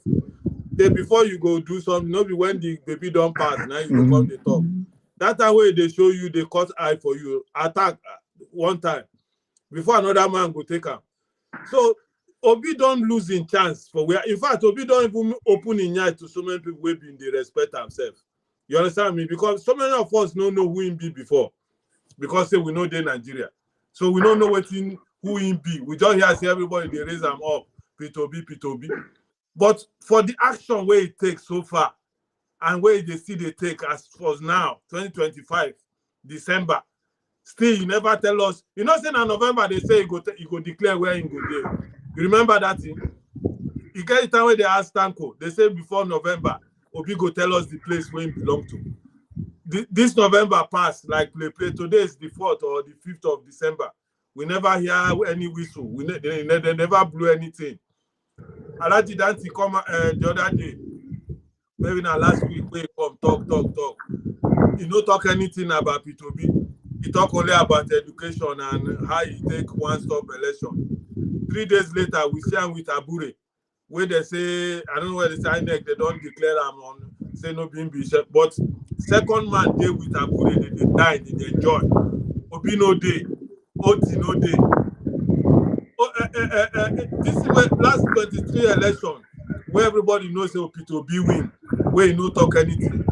Tell me now, if you want to talk of Peter Obi, well, for me, I know they take worried. The other thing where they pay me say, Nigerians, the system of Nigeria, now make Nigeria this suffer. For Nigerians, if they see who go help them, they go say maybe the person say he go make Igbo legal. You know, say, no let that negative one where they know one here, now they go they put for front. So what I say if he enter, Igbo go de legal. Not waiting he tell them, he said we go benefit from the benefit where marijuana plants they give. You understand me? Even say we go they sell them for the world, we go benefit the more. And you know, say for Nigeria, whether you like it or not, Igbo is already legal. Anyway, except say you know one take. If you want take, you go stake. You understand me? But just because they Showore talk am, say you go reap from the fruit of the plant of marijuana. Even say because we get the best quality of that plant, we will export it. You know, say for one thing where then I see for YouTube, you know, say not only that thing them pick out to say somebody say one rule Nigeria, I say go legalize, I say you know see you now. Not only that one I remove, come out just to change Nigerians populace their mind. All these church people. Me, I know too much there for Muslim side. I don't know how they think.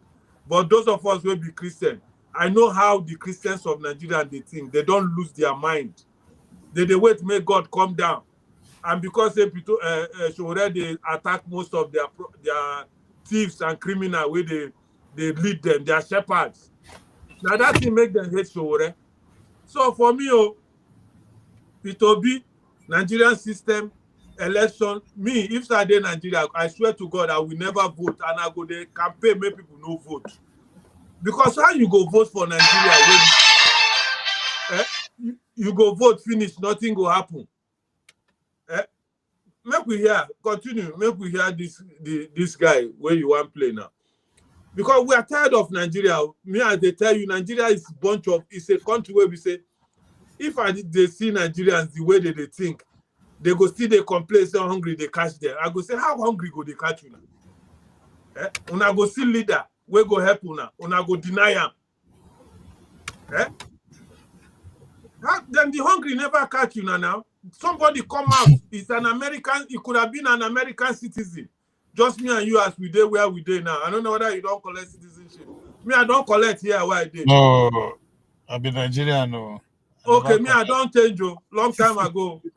Bros, I for change now. Make I for enjoy my life. How many more? How many remain again? So, as I did so, somebody, a job like as you did now, nobody say you no go want to be American if you want. You understand me? But you decide to hold your nationality, say Nigeria. The same thing like Shore. You nobody say you no go fit. The dream, the spirit where they get for Nigeria. Say no, let us see whether we can help Nigeria. He come. People that I see one kind crazy guy for TVC. Say Shore say supposed to don't be American citizen. He's doing well. What thing they can't do for Nigeria? They cause confusion up and down. I say, now this is where would they talk about? And now this is would they sell that narrative to Nigerians. Say, Shore for no do anything. For leave out to these thieves. Make I conclude because me say I go soon go prepare for work. The thing where Obi they do, where they really they pay me, be say he has a lot of big chance. I wish say I should ready for the position where Obi dey. This Nigerians for no be as he dey. Obi has a good chance to change Nigeria, but his attitude, you understand me, the way in they compose, they pull himself, say, nine they pay me pass. How I wish our man 9 day for be position. All these criminals will hold Nigeria, how many them be of it? How many? Make we face the truth. How many are they? We hold us down. Obi no go fit call for protest. Now to just they give us that thing where you read it for us now. Now only they do. When he come, he write, oh, people they buy lizards, what do you call ourselves? Hammer boss and all those kinds of things. We Nigerians don't see her now. All this way you talk, I don't hear them 2-3 days ago now. We say now they say now who puts Odima, now they control all those things. We don't hear them long time ago. Now they come tell us now. Like say we Nigerians, like you, Bob Marley said, they say all we know is all what they tell us. I remember I tell them, say we are not ignorant. We know it. We know all these things. What thing we they talk? We say if you want to rule Nigeria, by now, that thing where he write for us, Ovie, is supposed to call for protest. Yes, people like him call him Shangarai for Zimbabwe. Then call protest. If I did very correct, say I sure the time they fight Mugabe, they were calling protest. They beat the man up and down till they beat and so they quench. These are leaders. You don't have to lead. You have to protest. Obi no they protest now just to they give us story every time. If I come, I go turn night vigil to what do you call them again to night shift. Like say we Rasta people long time now we don't they talk and say if we get power, all these churches we go condemn them. Me, obviously, if I become a president for my dream, I dream sometimes I'll be president of Nigeria. All the churches where they Nigeria for that dream, I close all of them down. The ones where big where you no go win be that too. You no go vote. You no go win be that. They don't go vote for you. I know now. That be the thing where we did. But I tell you, say if Peter Obi they give that type of message to Nigerians, they go vote out. Because all these churches where they build like stadium, now factory is supposed to be. But those you know how many millions people be there. You want we go vote against them. No, obviously. To tell you, say now why all those people they do. Why are they building auditoriums where go take up to 10,000 worshippers? Calculator now, they don't already calculate them. When 10,000 people enter for that church, for example, and everybody they pay, they drop for that plate 5 naira or 10 naira. Calculate how much they go make for that session. You remember when Obi come out, they made a turn night vigil to factories, something like that. And, night shift. Yeah, shift to fire, and all of them went crazy. Yeah. No, but this is what the people want here now. This is the thing where Nigerians they suffer of you. People they suffer. Not this one where we just they talk like this. People they Yeah, but they go suffer tell you well. church. They go say na church, now they keep them going. Na church they keep them poor. I don't just Yes. think you win that argument. Oh boy, we don't need to win the argument. But Mali talker, I feel like Gomine Church when I know that the preacher man is lying. You want me to sing you another one? Stealing, stealing, stealing, stealing, stealing, stealing the name of the Lord. At my father's house of worship have turned to the den of thieves. These are songs where Rasta people don't take to well open the eyes of these Christians. But Now, those thief people does no with go the vote thief. for you if you Eh? if you they no go vote for you if you they preach like that because they're plenty and their vote counts. My brother, that is why they tell you say, as you see me like this, so now maybe now you go first hear am from my mouth. Let me tell you, Ovie, if anybody call me for Nigeria now, whether it be my papa, whether it be my mama, you be my brother, you be my friend, you ask me for Naira, you know what I tell them? I go just block your number straight. Because why they tell you so? This now people will be say, as since where we dey here, they pray. Since why I join you so, they still they pray. Say, may God come down. When they pray finish, they will carry telephone, bros. How far? And they know say, bros, no, they go church. Oh. No let money they need you for. I can ask them one day, say, this I want you, oh, bros, we have been praying for you. I can't tell my sister one day, I hope you know the I tell her, say, for yourself, oh, because this one where you say they pray for me now, if I do me, you go charge me. Say I put me for that prayer. So if then they pray, you know, when they pray, finish, God bless you, I go keep quiet. They will come, they ask me, why you know they put me? I say, make I put me so that you go charge me. I mean a signature. Say you don't already receive the prayer. The next thing we say, bro, so money. So if they pray, I know they put me for their prayer again, because immediate way you say me like this, the story go change. You for pay because they don't pray for you. May they continue to pray for Nigeria now. Bros, whether you win election, you don't have to be a president. That is why I like Showore. You know, they tell them, make you beg them. If una like, una vote for me. If una like, make una no vote for me. But if una do mistake, vote for me and enter power, una go there join. And all the people who punish us for that country, all of them na prison, all of them go die put. If they tell them for their face. So make I no disturb you much. I say I see you for the platform. I say make I come. I know say na Nigerian matter, you always hammer. Now me I dey put my mouth inside. You try, you too much, man. I appreciate your time. Thank you, man. Yeah. Thanks. Okay, bye. All right. That's our Mr. Revolution. With General Christopher Musa, I'll be with you. Call your name again.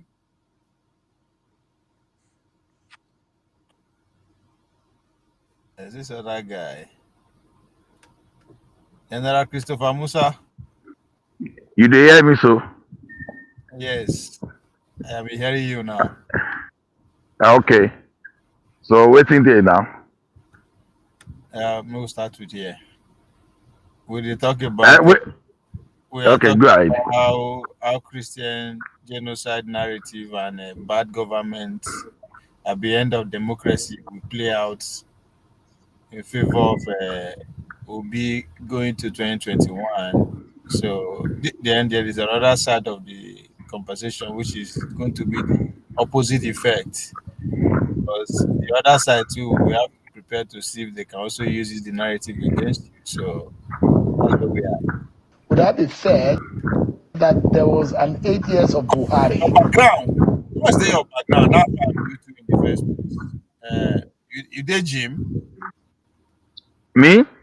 Yeah, no, I dey waka for road just to keep fit. Because the way they breathe and they walk, Really, my breathing dey heavy like that. Now, wow. I say me I say me I do 10,000 steps if it's possible in the morning, so that before I go back to my desk. For inside snow. What am I gonna do now? You know, say for inside store sometimes, if you know take care of yourself, by the time the snow go finish, you don't become unhealthy. So it's always better not to use snow as excuse. So if I Yeah. know, So when I play this video, I'll mute you while I play the video, then I'll mute you. okay, It's about okay. 2 minutes, I think. Good. 4 years, if the case is the way you have put it, of Bola Tinubu, and then now the South has not had a share of 8 years in a rotation understanding of Nigeria, politically speaking, would that be a fair game? Good. Thank you for this question. Let me use this opportunity to clarify. The term of the president is 4 years, not 8 years. According to Alex Ekweme, what they agreed initially is that this post will be rotated amongst the geopolitical zones for 4-year term. And it will, in 24 years, it will have completed. But when Obasanjo came in, that was why Ekweme contested for 2203 election. That was when he said it. When Obasanjo came in, he took 8 years. But what happened? When Yaradua came in, before he finished one term, he died in office. Did they not insist that he must finish his 8 years? The answer is no. You know why? It is one term for the president, and the 8 years is for the incumbent. If the incumbent is doing well, if there is a supervening event that stops an incumbent halfway, the other half is there for every Nigerian to contest. And if it goes to the other side will now spend 4 years. That was what happened between Yaradua and Goodluck Jonathan. Yaradua spent 4 years. Just take it 4 years. Of course, you know he died before the 3rd year. And then it was a supervening event that did not allow the incumbent to finish the 8 years. What happened? Goodluck Jonathan came. The North said, please, let us finish our 8 years. They said, no, it's a joint ticket. Something has happened. And this is the vice president. Treat it as a joint ticket. Let them divide the position now into half. 4 years for the North, 4 years to the South. And after, it will come back to the North to finish its 8 years. And that was what happened. Even when Jonathan wanted to now continue to do 8 years, the North said no. That will now be injustice. And they fought, and they took it back to the North. And the North finished 8 years. Now it is back to the South. And Tinubu has become incurably bad. And now you want to terminate his incumbency. Anybody telling you that it's injustice, if the North comes in, if the South comes in, and whoever wins in a primary election will take it for 4 years. Where is the injustice? It has happened before. And anybody telling you to bring a fresh Southerner to compete against Tinubu, a Southerner, is trying to tell you zone the ticket to Tinubu, and Tinubu will win.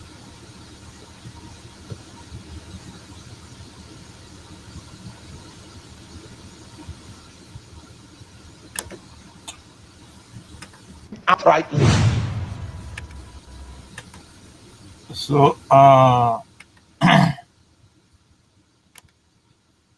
Ayo, so basically, what they try to explore here is the narrative, the conversation that will dominate the campaign trail as we enter next year. So, some of those things that will dominate the campaign trail is the Christian genocide, bad governance, and this turn by turn bullshit. So, that's where we are right now. Okay. No, if you see what is going on, actually, uh, some people might want to say, okay, we are in the election cycle again, so those people that were using insecurity as to against whosoever the incumbent is, maybe they are stepping up, right? So again, if you want to look at that thing critically, is it just all about election only, or people just slow down? So now, let me come to this idea of Christian genocide. Okay, you see, the situation is so complex that someone cannot just put it and say, "Oh, this is a Christian genocide." Yeah, do we have a situation where some people with their mind, with their jihadist tendency, using the security situation just to carry out their persecution against Christians? Now, maybe yes, maybe yes. You understand because it's a multifaceted situation, so we can we can't rule things out. But when you now look at the complexity, you understand. Now, the kidnapping, for example, assuming the victim is unable to. Okay, no, that doesn't make sense anyway. Don't let me use that as an example. Now, let's look at this situation. If you go to Katsina or you go to Kano and you chase people out of their essential land and you occupy the place for the purpose of mining, so can we still categorize that one as Christian genocide, for example? Can you hear me? I can hear you. I Hello? can hear Okay. So can we still call that one Christian genocide? So definitely that is not that is not genocide. But then, okay, if you go to the middle belt, say Benue, Plateau, where majority are Christians.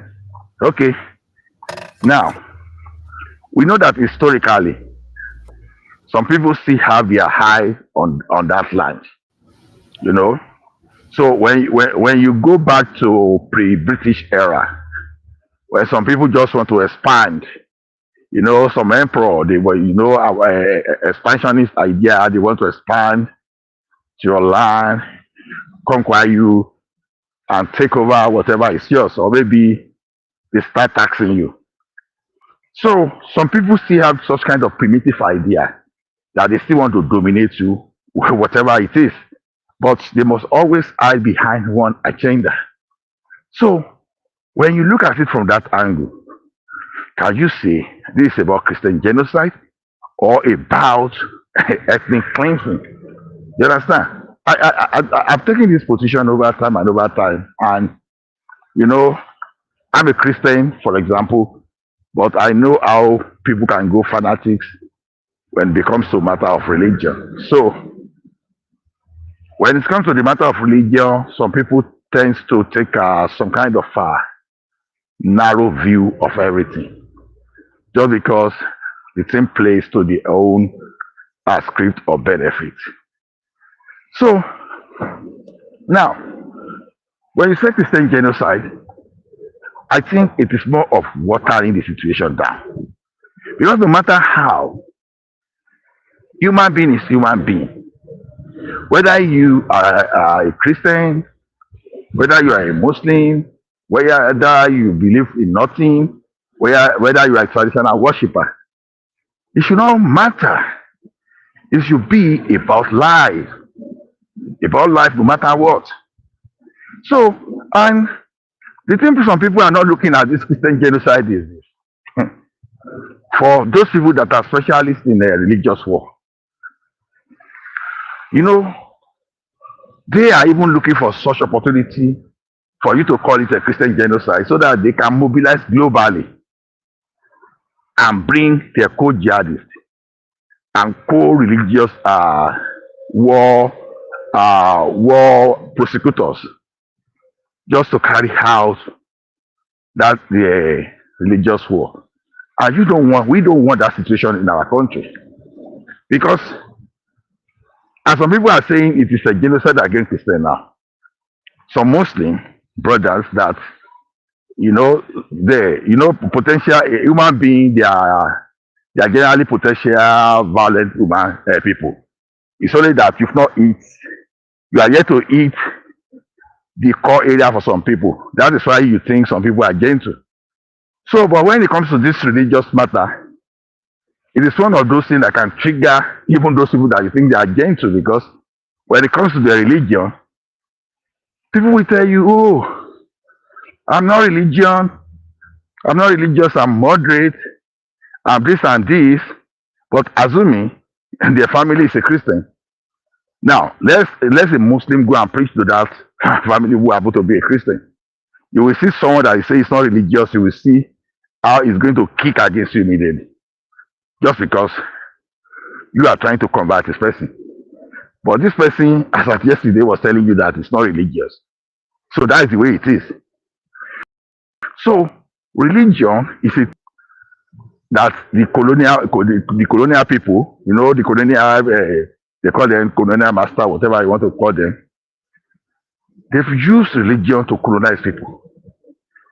At least the Fulani jihadists, they use religion to colonize and conquer the northern part of that country. So what am I saying in essence is that when you bring out this religion matter, even those people behind this kind of narrative, they have another motive entirely. Those people that want to drag you into religious war, they have another motive entirely. So the first thing they first of all look at, okay, maybe the entire people that are creating this problem, maybe they are less than 500,000. But they now look at the population of Nigeria of 250 million. Maybe it's about 50%. Okay, let me say maybe we have like 50%, 42% Christian, 42% Muslim, and the remaining 18%, they don't believe in anything. Or maybe let's us just call them others. Do you know what it means to get the emotional attachment of about 42% Muslim? This is just the kind of ideology. When you push the country into religious sentiment, you have potential 42% Christian and 42% Muslim facing themselves in the name of religious war. And I don't think that is okay for a country like Nigeria. And this is why Nigeria, everybody must make sure you don't let anybody downplay this or streamline it to a religious thing, because you are just saying that your so-called in quotation now, because whosoever that is giving you that tag to call people pagan, I don't understand. So those people that do not believe either in Christianity or Islam. Now, so where do you put them? So if they find them, so to you, your life don't matter. So it has to be you. So the question I keep telling people is this: whenever this criminal element, whenever they go and chase people out of their ancestral land, do they leave a Muslim there? If the answer is no, okay, then what are you talking about? So if they don't leave anybody there, if they don't even take time to even relocate their so-called fellow Muslim, that okay, we are taking over this land just because you are Muslim, you stay there, or we are going to relocate you. If they are not doing that, then their intention should be known to you. So you don't need to keep hammering it on religious something. So, as we are speaking now, some politicians in there, can you hear me? Yes, I can hear you. Yeah. Okay. Round So, up, because we have 2 people more joining us now. okay. Combine Okay. So some politicians, the usual way, they will not key in now, and they want to take the opportunity just because the narrative favor them. But the question Nigerians should be asking themselves is this: are these politicians really competent? Do they really understand the complexity of the situation? Can they really command the support of people from every state, every community in that country, or can they move majority to their own side? You understand? I was listening to Showore's story. I was listening to Obi's story that say, okay, he's going to do one time and was, you understand? All those things, they are promissory. Very easy to say. You understand? Now, when you look at the history of that country, when was the time that you could say, okay, the president of that country command the attention of the National Assembly? Probably under Tinubu. Even when Buhari was there, we know that, what's the name of this guy? Bukola Saraki stopped many of his moves that he was unable to do all those things that he wanted to do. Otherwise, Nigeria will have had Ruga in every state in Nigeria today, in every state of that country. So to me, one thing I just want our people to do is this: you have to let your antenna, you understand, raise your antenna to the most sensitive level. Politicians can sometimes, or maybe most of the time, they feed on people's unfortunate situation to drive their own selfish agenda. Please don't fall for that. So Okay. let me stop there. Yeah, mute so that your background don't interrupt. Yeah, okay. Before comparable, welcome. Meanwhile, welcome. Let me play this video. 2-3 minutes, then you will go from there. This is pretty much the continuation of our conversation yesterday. So, how is the Christian narrative, genocide narrative, and bad governance will play out going to 2027? So, of course, the narrative will energize the obedience, especially the core, the southern Christian, the middle belt Christian. But at the same time, it could backfire, by deepening ethnic religious divides and others. If we make a correlation, they move more harder. But at the same time, Obi is also fond of repeatedly warn Nigerians about Nigerian democracy, how it's dying and collapsing, not that and citing that the elite has been captured, vote manipulation and all that kind of a thing. So, how will this play as going to 27? Then to bring in yesterday conversation to into it. Let's hear this one. Then we'll go. With Alwan Hassan. Yeah. So you look at it, the president is never lost an election, either as a senator or as a governor. And you will never lose an election. Well, you are not God, so you cannot tell. But I'm predicting. I can predict. Okay. With the facts on ground, he won't lose an election. What makes you think so? Because of course he is going to win. Who else do you think would defeat Ashwaju in 2027? Who? Peter Obi? That was on your program, saying he wants the North to support him and trust him. In the same program, he is celebrating building breweries in Anambra State and being the biggest importer of alcohol. And he wants the North to vote for him. We will vote for a president that will import alcohol in the North. Or is it those ones that are saying their wives are taking care of them? We cannot hand over this country to people, to men that are being fed by their wives. Joe, who is being fed by his wife? Do you know that? Somebody was here and said his wife is an entrepreneur and Is it a crime to have a but we want a man that is a man of his house. We want a man that is in charge of his house. We don't want a man that a woman is feeding. You don't want a man we will not give a country, that has a successful wife. We will not. No. We will not give a country, hand over a country that has to a man that is being fed by a wife. That the wife is successful. No, to a man that is being fed by his wife. That's what I'm saying.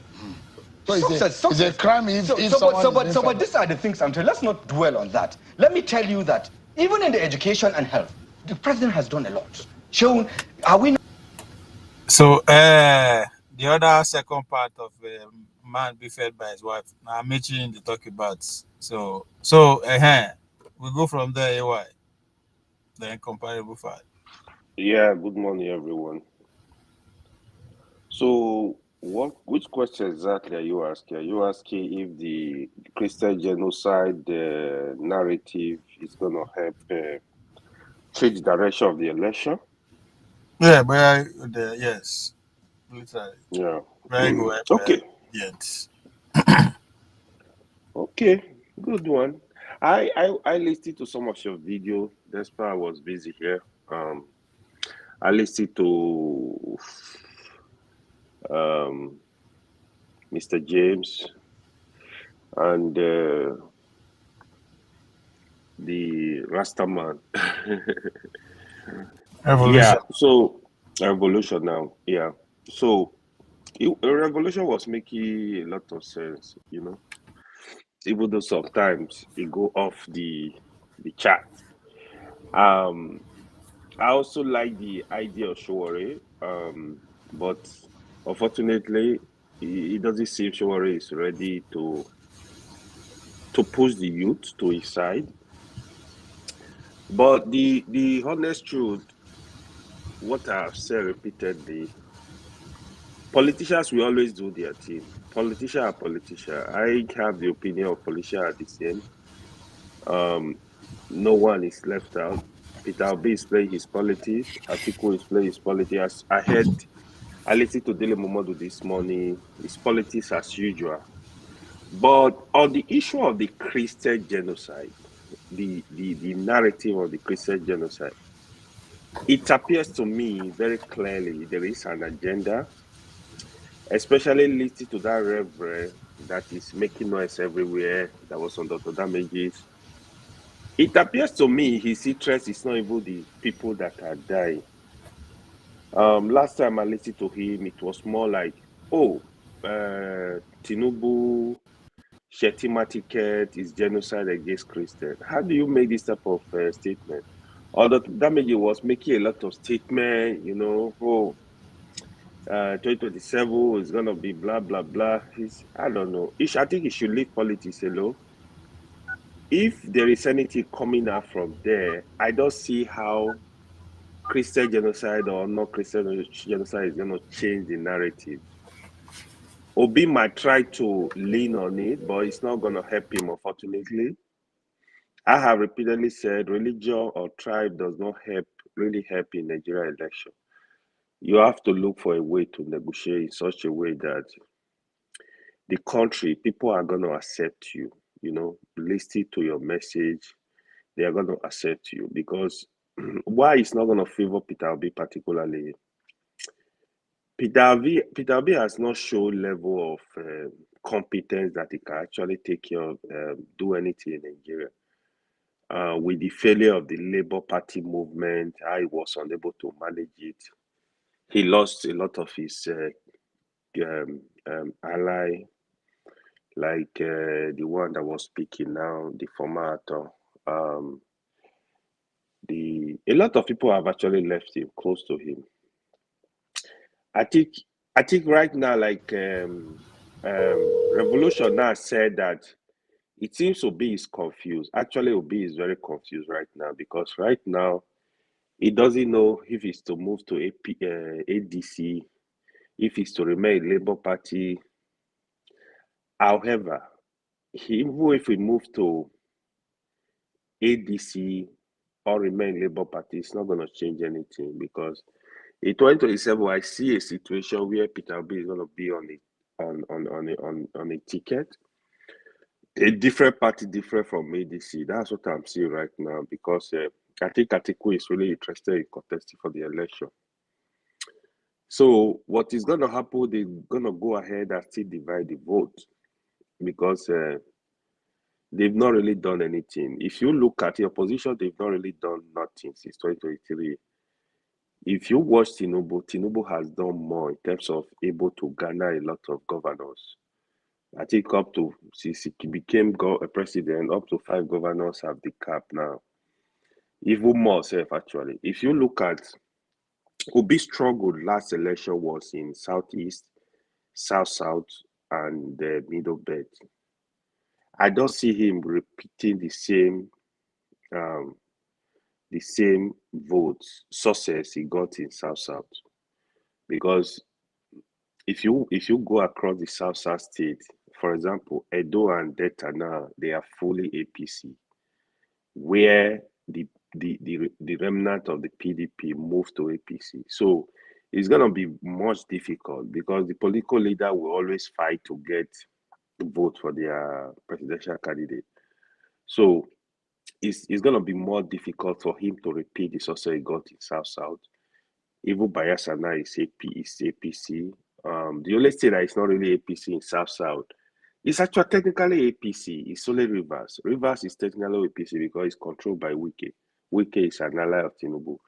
So in the Southeast, yes, it can repeat the same thing. Even the Southeast now, you have almost all the governor in APC apart from Soludo and Abia. And Abia, I don't trust him. I repeatedly said he might move to APC. Soludo might move to APC. So one of them will move. Abia might wait for after election. Soludo is going to move. So even if they are losing those states, they are going to look for that 25% for the president. That's what is going to happen. So it's going to be, it's not really, I don't see how it's going to really favor Peter Obi. The only way I feel this election can favor any opposition, the whole opposition need to form a unit. They need to come together.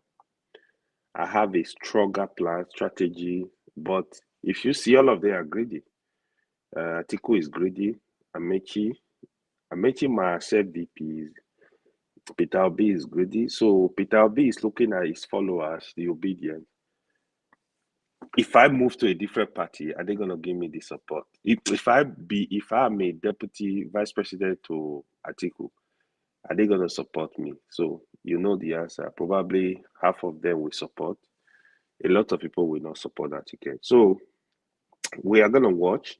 2026 is here. I think from at least from February, we are gonna see all the movement, all the alignment of politicians. So that's going to happen. But recently, yesterday, I was having a discussion with somebody. Zamfara State and Taraba, they are also preparing to move to APC. So Zamfara, the case of Zamfara, it was similar to Oshu, where they did allow a delegate to move because APC feel they can win the state. That's what is also going on in Zamfara, you know. So the governor is just waiting, like if they give him the structure of the party, he is willing to move. So Taraba is ready to move already. So governors moving to party is always like a difficult thing to win that state. Yeah, so I don't the Christian genocide is just noise. It's not gonna help in the politics. Because if you take it along religious cycle, like Christian, Muslim, genocide, kini, then you are gonna have more disaster because you are gonna push the other religion to say, okay, you want to do Christian ticket or you want to support your fellow Christian, then you divide the country across religious line in the election. Then it's gonna be more difficult to help it out. That's the way me I All see right. it. So thank you. Okay. Yeah. Comparable fact. Hear this before you There are come two in. questions, and I have a third issue that I think, Ruben, you need to address. But let me start with the questions you have raised. I think first the issue of INEC. I think everybody is fairly aware that INEC, as presently constituted, has lost a lot of credibility. And it is very important that the institution gains this credibility. Otherwise, the stability of the country is going to be threatened. Because when you have institutions that are not delivering, and especially a key institution like INEC, and if this failure continues, then it will erode not only, confidence in INEC, but confidence in democracy itself. And when that happens, you know the consequences. So let me come back to INEC. I think there are amendments that the whole country is waiting for. For example, that amendment, which I think late President Buhari refused to give assent to, which mandates INEC to use electronic electronic tools and to use technology in delivering the result is still pending.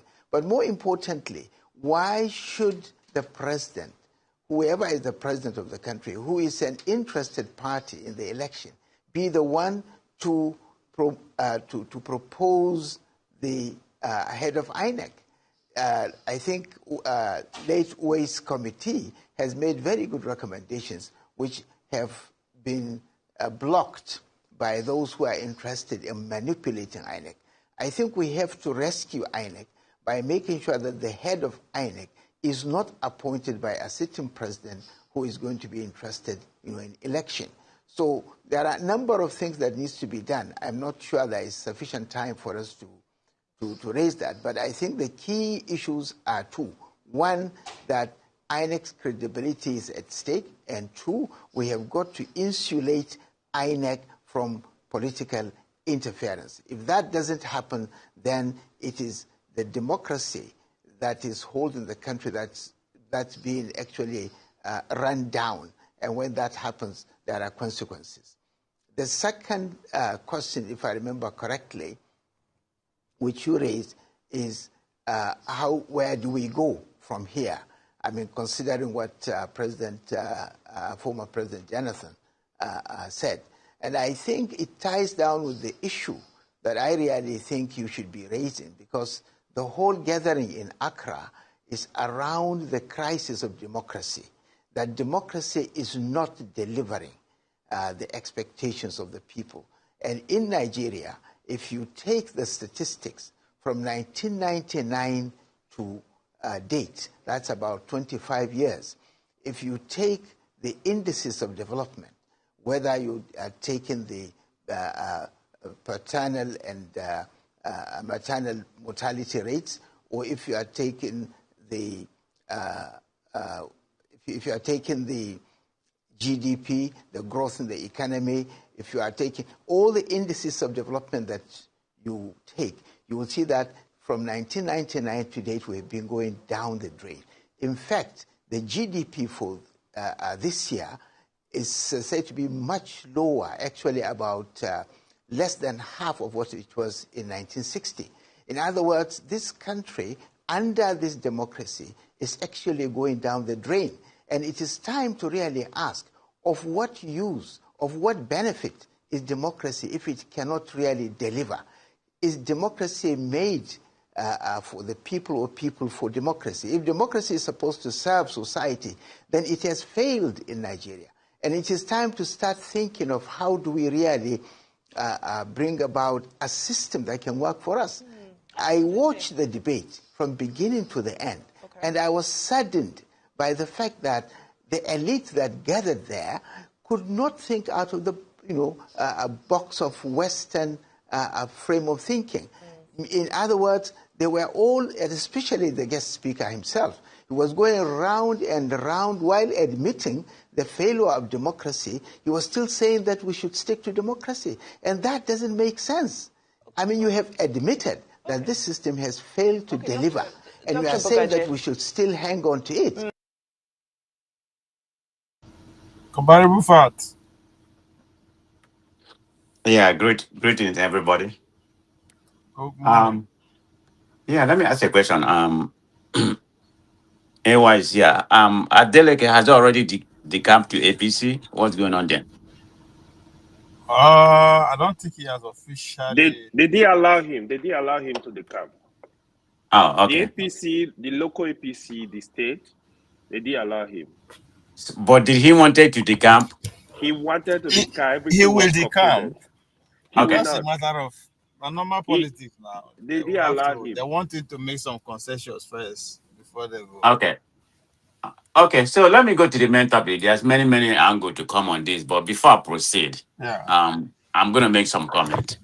And it's in reference to the Christian genocide, which we have been commenting all along. I think people like AY and Ola, I think it's about time you call it what it is and stop sugarcoating.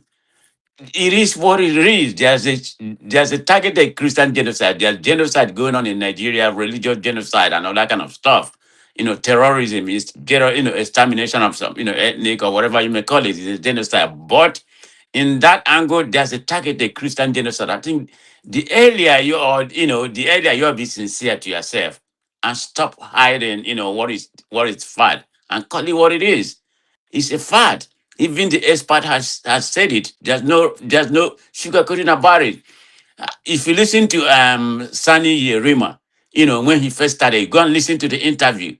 And he said it, the ideology, the Sharia law. Any Muslim who doesn't believe in Sharia law, the Sharia law is enshrined with every Muslim. So they asked him a question. Is it your intention to have this country, governed by Sharia law? He said, yeah, I'm going to do everything possible to have it governed by Sharia law. Even at all, it's a secular country. So this go to the genesis of the jihadists, Usman Dan Fodio, what their mission is. Anywhere they go, they want to Islamize that country if the opportunity is given. And I've given an example, uh, uh, Turkey is an example, used to be a Christian country. We know what happened, how the Muslim came there, and overtake everything. Have you ever asked, does Christian do this? I think you Muslims have problem. You're embedded, your mindset is to rule, establish your Islamization, to a particular country and dominate. That is the only thing that is feasible to you. Even this guy, what's his name? Kunle Olawale, I think he's a professor of global security right now. He has worked in the security for 35 years. You had heard what he said about that ideology. This is a guy who has worked for 35 years, you know, and he's telling you that this is the ideology, this is what they want. Going back to that Kaduna, you know, that Kaduna event that happened a long time ago. It's a fact. I don't know why. I think when you call it what it is, then we can start finding some solution.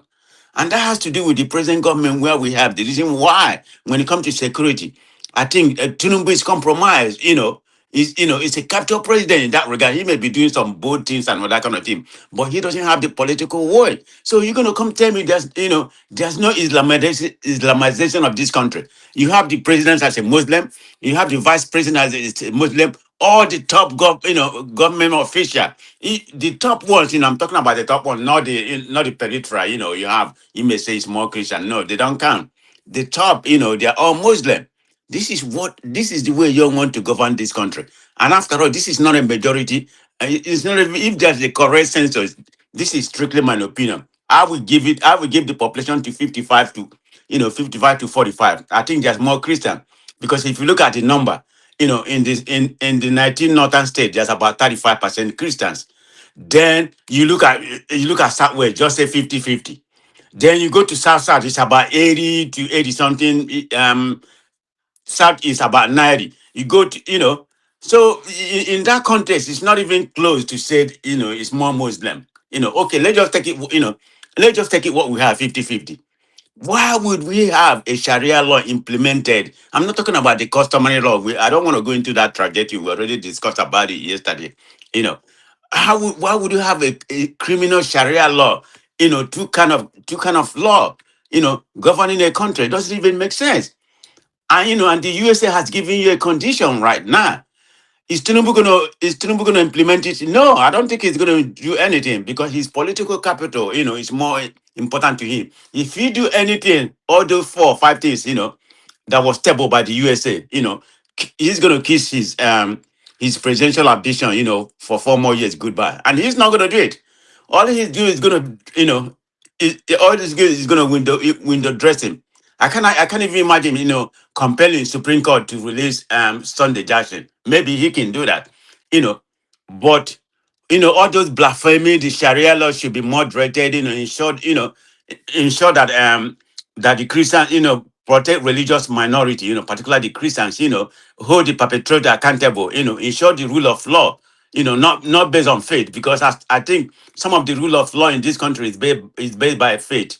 That's the problem we're having. But anyway, that's the angle I'm coming. So this is particular. I don't know how many people here. It's particular to Ola. I know that spoke earlier, and of course my Muslim brother AY, who always come here.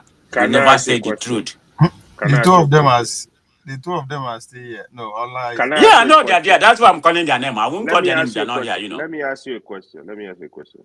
You said that the top government officials are all Muslim. Can you name those government officials that are Muslim? Yeah, your president is a Muslim. Yes. Yeah, vice president is a Muslim to begin with. Yes. So Yes. I mean, where What do you want about me the to go? government? Huh? You said the government that they are all Muslim. Most of the top government, Matalawe, Name who's the them, apart from president and vice president, name it for people to listen. Matalawe is a Muslim. That one is a terrorist benefactor. You know that. So Matawale. Matawale is a top government official? He's up there. I'm not talking about the people making policy. I'm not talking about the people making the policy. I'm talking about the people ruling. Those are policy makers. So you can see that one, it was not true, right? I'm talking about the people making Let me say the other thing, right? So just like you said that the population of Christians is more than Muslim in Nigeria. I say maybe, yeah. I will lean towards that, but you can't tell me that Muslim is more than Christian. By no means. If that is actually correct, with Peter Obi, Christian Cape, he would have won the election with landslide. Well, I'm coming to that area, so we're not there yet. Stick with the topic. No, 2027, I would love to see Peter Obi pick a Christian candidate, so they test. I want Muslim and Christian to test the popularity in Nigeria. That won't give you the census. What are you talking about? You're not even making any sense. Go ahead. So if Obi with Christian or the other one, Tinubu Muslim, that doesn't make any sense because it doesn't go like that. Obi may win more Christian. Let's assume he contests, which I don't even know if I'm not too much into. That was one thing that is disadvantaging Obi now because Obi. Whatever that was done before. That's not the present topic. No. Stick with the present topic. That's the topic now. So you don't come with religion agenda in Nigeria, you will not win the election. Buhari tried it, he failed. Peter Obi tried it, he failed. For the tribe, Olufalaye tried it, he failed in Yoruba. So it's not new. You can't win. It's not going to happen. That's Nigeria for you. That's why I said I caution people when they do this. When you listen to that Peter Obi, Yes Daddy tape, that was come on now. Hold on now. How can a presidential candidate make such statement? It's a problem. That tape is going to resurface in 2027. You so don't know what? That? Yeah, that's why he's going to fail again. It's not going to be. Okay, let him fail. That's his problem. Let him fail. Who cares? If it be fair, it should be the only strategy. I don't care about that. Yeah, what we have a candidate that is not religious. He does not care dividing Nigeria into religious tribal angle. Is Tinubu didn't divide Nigeria when he nominated Shetima? I'm not a supporter of Tinubu. It doesn't matter, but what I'm saying, they did Muslim ticket. So mostly, I know you've actually agreed. You don't understand Nigeria politics. Or you understand Nigeria politics. You understand Nigeria politics. Muslim ticket is pure political. Okay. Are we not talking about politics? Explaining to you. Are we not talking about politics? Yeah. When you say it's more political, are we not talking about politics? What are you talking about? This is not the first time we had Muslim ticket. Abiola ticket was Muslim ticket. Nigeria voted for him massively. Forget about those dispensations. This is the present dispensation. Nigeria has polarized. Nigeria has gone to different trajectory since that time. Nigeria has gotten worse when it comes to ethnicity, tribalism. Nigeria is not what they used to be before. So let's not use that comparison. I don't like complaint, Joe. It's politics. Leave politics for politicians. Politics is not for everybody. What's your point? Say it the way you want to say it. Don't sugarcoat what you want to say. You don't understand this politics. So you understand politics because you don't like what I'm saying. That's why I don't understand politics. You're the only one that you are the student of politics, right? Me, I for even there's somebody else with us. Oh, there's somebody else, yeah? Okay, sorry. So let him go. Let him continue. There's some Comrade Omori is with us. So man of press is continue. Yeah. So, but anyway, that's just my opinion. I just want to let AY and Ola. I had Ola speak earlier. I just want to let them know about where I'm coming from. Like they should stop lying to themselves about there's no targeted Christian genocide. It has well established, and the number justify that. So it's not even something close for us to be discussed. When you want to do something, go and get out the empirical data. Not stay here and run your mouth without what you don't know. Like you are a student of the politics. When you are not, you're probably naive in many areas just because of your sentiment. You just come here, blah, blah, blah, what is not fact. You need to go with fact to justify any kind of narrative, you want to paint here. Then we'll be on the same page. So having said that, so the question is that how do I think the Christian is going to play, whether it's, what we're having right now is going to play a role. I don't know. It depends on it depends on who is running, how they use that.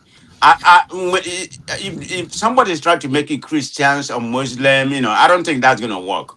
That's that's the way I'm going to do it. They only have to say, How of you proceed? are. Obi is going to run. Obi said, "Let me play it a bit for you." Obi said he's going to run. Continue. I'll look Okay, for no, I'm not saying he's going to run. I was just kind of not in tune the way I was. Obi I didn't should think go he and has been control able to Labour Party manage first, the Joe. post. I don't think he has been able to manage the post-election, variable the way I would have liked to see. So I have doubt the way he navigate his politics. So that's where I'm from. That's where I'm coming from. So Okay, whether he's okay, going to run, he's not going to run. It's not my business. okay. But anyway, let me speak about the INEC stuff. I think the last guy, the person that was speaking, say something about INEC. Like I have been saying so many times, in Nigerian politics, it's not good for the president to be nominating the INEC chairman because they're going to do the bidding. The president, whatever they make, they're not going to go out there, and say, let me search for the right person, that's going to do the right thing. No, they don't do that. We know how Nigerian politics is. I mean, in my own opinion, I would have liked for them to set up a committee, with many, many people. I don't know, maybe 5, 6, 7, 8, maybe people like the Chief Justice, as the chairman, the president of Nigerian Bar Association, maybe the chairman of National Human Rights. Yeah. I mean, you have some people represented from the civil society, like maybe some credible elected NGO. Maybe that will be part of it. Have some maybe some religious group. This is just my opinion. The religious group may be comprised of some Christians and Muslim council, some academician, like institution, some labor union. Let them nominate the person, not the president. That's not going to work. This is just strictly my own, maybe about 10 body. I think I just named like about 7, which I think that will work.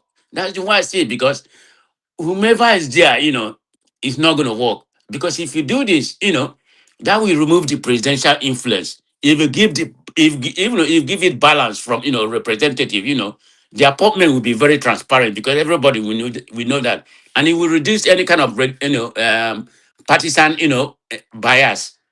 This is the only way that I've been saying it so many, many, many, many years since I started getting into politics.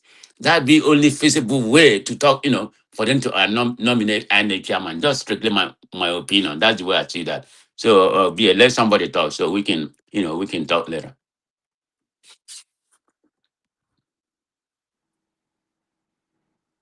Hello? Yeah, we can hear we you. are here. Yeah, let somebody. Comrade, Let somebody. comrade. Yeah, my brother Ewa, beloved brother Ewa. Greet Good him, morning. Oga. Yeah, Now the comparable fan. Good morning. comparable fan, let the Greeting. politician talk. Omoruye will lecture you on this Ovie Diwala man. Good morning. You're still my brother. All the same. No matter.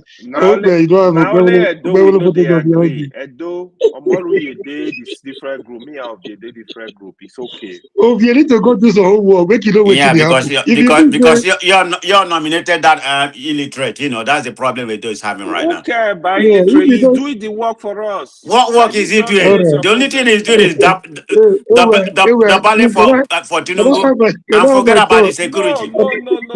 It's working. It's Anyway, working. can I have my thought, please? I don't Okay, want to talk about the let him people. talk There first. will I be will lecture you wahala. on what Okpebolo is doing. Let Moriye finish. He's not doing anything, Me brother. out. Let's not go there. See. He don't even know what he does. He doesn't even know where he is. He's more Don't confused worry, I will than explain. confusion I was in himself. Edo. I Let's was not in go Edo there. Let's last not go month. there. I will Oga, explain to you. Oga, a person that does not know the difference between democracy and monarchy, Omoruye. that does not even know his level. He doesn't even know his position as a government. Let's not go there. Let's not go there, Oga. We'll go to I want to Edo. quickly respond to Respond to somebody that was working yeah. at. I think that was Mr. Ola. That was what prompted my immediate attention. Number one, people speak when he favors them, when he's confident for them, they don't have any problem. When he's not confident for them, they feel it threatens their position. They come up with all manners of postulation as if people are people don't have brains. He's talking about people trying to take advantage of insecurity or whatever, or religious situation in the country, for political reasons. Was it not the same thing that worked for Tinubu and his APC? Was it not what they brought to the country? Even what they did, compared to what is happening right now, they have not even started. It's not something I'm happy about. Am I giving my credit to it? No. It's a wrong thing to do, but they started it, importing all manners of terrorism just to score some cheap political points. So he would say he was working and he's coming here to tell us how dangerous it is. When they were using it, when Tinubu and the co went to White House to tell them how Jonathan was not able to manage the situation, when they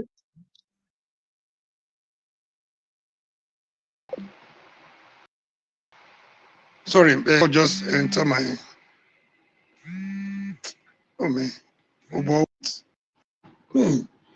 So when they went to White House to tell them how Jonathan was not able to manage the situation, why Chibok girls were abducted, people even said that had some political undertone. When you kidnap innocent children just for you to be able to win an election, when Buhari was coming out to say Boko Harams are their sons and they are his northern brothers, he didn't have a problem with that. So it's not something that is a good, it's a bad omen. It's going to spread doom for our political future. So I'm not trying to support either the APC or the ADC or what is happening right now. I hate when people try to, get into political offices out of the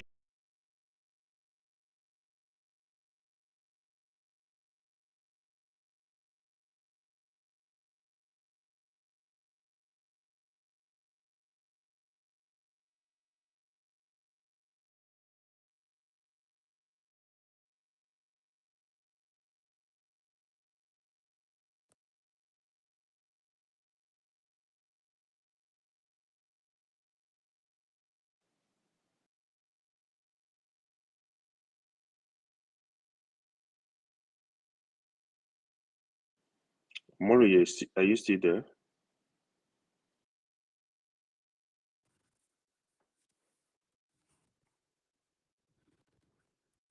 Well, AY, go on because you want to rebook what I said.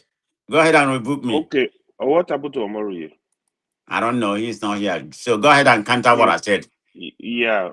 Because So you know I'm right. But you try to downplay, say I don't know no, politics. no. You are not right. Actually, you are not right. You see, I want Omori to comment on those political stuff. Omori understand politics. Wait, come on now. The Stop. You better stop insulting me, okay? I'm tired Okay, of you sir. insulting me. Okay, sir. Let me tell you, right? The way Nigeria is set up, I have repeatedly said it. Nobody can win election in Nigeria based on religion or based on tribe. It's waste of time. If you come with that agenda, you miss it all wrong already because you will never win. So, what I have seen in Nigeria, there are situations I'll give you an example. When Abiola was contesting, Tofa was contesting in Kano. Even in Kano, he lost the election. The Northerners refused to vote for him. When Obasanjo was contesting, Falaye was contesting, both of them from Ogun State. Yoruba supported Falaye. Yoruba refused to support Obasanjo, but Obasanjo won the election. So that's what I'm telling you. The president that will come out from the Southeast, it's not this one like Southeastern are doing like, oh, this is who we want. No, you're not going to tell Nigeria who you want. Nigeria are going to accept somebody. Nigeria are going to vote for the person. If it doesn't matter if you vote for him from the East or you don't, that's what is going to happen. That mark today, that is what is going to happen in the East. So you don't come to Nigeria election with religious agenda or tribal agenda. It doesn't make anybody survive. You gotta learn to negotiate, learn to work with other group. Nigeria is too complex for you to come with such agenda. It's scary. Nobody is gonna accept it. then what's your intention? What are you trying to achieve? That's what I was trying to talk to you about. The issue of today, we are not even talking about Christian genocide or no Christian genocide. You can hold your opinion that is Christian genocide, but I still stand on my right that there is no Christian genocide in Nigeria. There is killing of Nigerians from both religion in the north, both Muslim and Christian. Yeah, the cases of Nigeria, what is going on in Nigeria is complex. You can't just call it, oh, Christian genocide. So the question anybody is going to ask you, the Muslims that are dying, what do you call it? Do you also call it Muslim genocide? If you say, oh, there is Nigeria genocide, or there is Muslim and Christian genocide, yeah, I understand it. That's fine.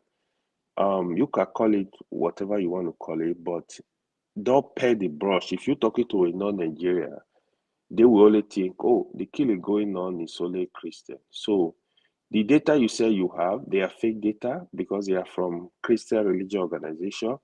There are actual data even from, I forgot the board. I can get you the link. I was not even interested in those, but what is going on in the north is a general security problem we have. So we have to look for a way to solve it. But if you still insist it's just Christian genocide, that's left for you. So I will let I will let you judge yourself on that. So I'm not going to argue with you. You were talking about the Edo State too. You see, there are thieves, a lot of people that are not from Edo. When I hear them talking of issue of Edo, they don't. It's just the same emotion and sentiment. What is going on in Edo? The former governor, he was a disaster. I can tell you as you speak today, Obaseki cannot go to Edo State and contest for a councillorship and win. I will buy form for him, I will sponsor him. He cannot contest for a councillor and win. I'm telling you this. Obaseki cannot go to Edo State and walk 1 kilometer in any road in Edo State because they are going to stone him. That's how bad it is. So when we are discussing this issue, let people that are from that area have discussion about that area. We are not. It's not issue of the man can speak English, the current governor can speak English or not English. After all, is Putin speaking English? Is he not ruling the world? Is Erdogan speaking English? Is Chinese president, does he speak English? No. So I don't even know why we Africa, we are so inferior. It's all about English. Okpebolo is working. By the time he starts failing, I will come online to castigate him too. I don't have any family member that is working with him. But it's not from my place. Let comrade go. Comrades, yeah? I wanted to lecture comrade to what Okpebolo is doing. Let me allow you go. We will lecture each other. Don't worry. We are not in a hurry right now. I'm not working today. I'm not going to work today. Me and you know the forest. We did. I try to avoid this issue with you. Even Ovie, they have to say one of us as illiterate don't come, which would have been a very good thing. One of us from the grassroots, one of us from the illiterate demography, but he's still getting it wrong. The illiterate they brought that the one on Ajano, the one we will let them use. They're already using him against us. That are the point that they try to make realize. Both the traditional institution, both the church, both the Christendom, both the evil politicians are already using him as a tool, a willing tool in their hand against us, the illiterate. That are where they get around. But there will be enough time for us to deliberate on this. I hope somebody kicked me out of the show earlier. I apologize for that. I mean, the reason why I came this morning, that should be Mr. Ola from One Man Show, or one of them from that echo chamber. He was talking about people, how dangerous it is to leverage on insecurity or religion to attain political power. It's very dangerous. It's not something I subscribe to anytime, any day. But then, when it worked good, when it was favorable to them, they didn't see it as a problem. He even ended by trying to fool us, by telling us who could have handled National Assembly better than Tinubu. Is that National Assembly in your calculation? Do you call that National Assembly where everything goes? Even if they're willing to sell Nigeria, they're ready to sign, they're ready to approve it. Is that what you call a harmonious relationship between executive and legislature? Is that the legislature you have to have under the lights of categories of this world, where issues were deliberately dealt with, where you could deliberate on issues and you have a positive result? You call this a master-slave relationship, a harmonious relationship between executive and the legislature. When people just sit down to talk, they think the rest of us are foolish. We are not. We are not. Apart from Tinubu's age, I used to know him as a very good strategist in the past, as a very smart guy in the past, criminally and otherwise in the past. As soon as he was elected, we couldn't stop him. He got elected. As soon as he nominated, he supported people like Akpabio in National Assembly. I knew what we're up against. I knew the kind of assembly we're going to have.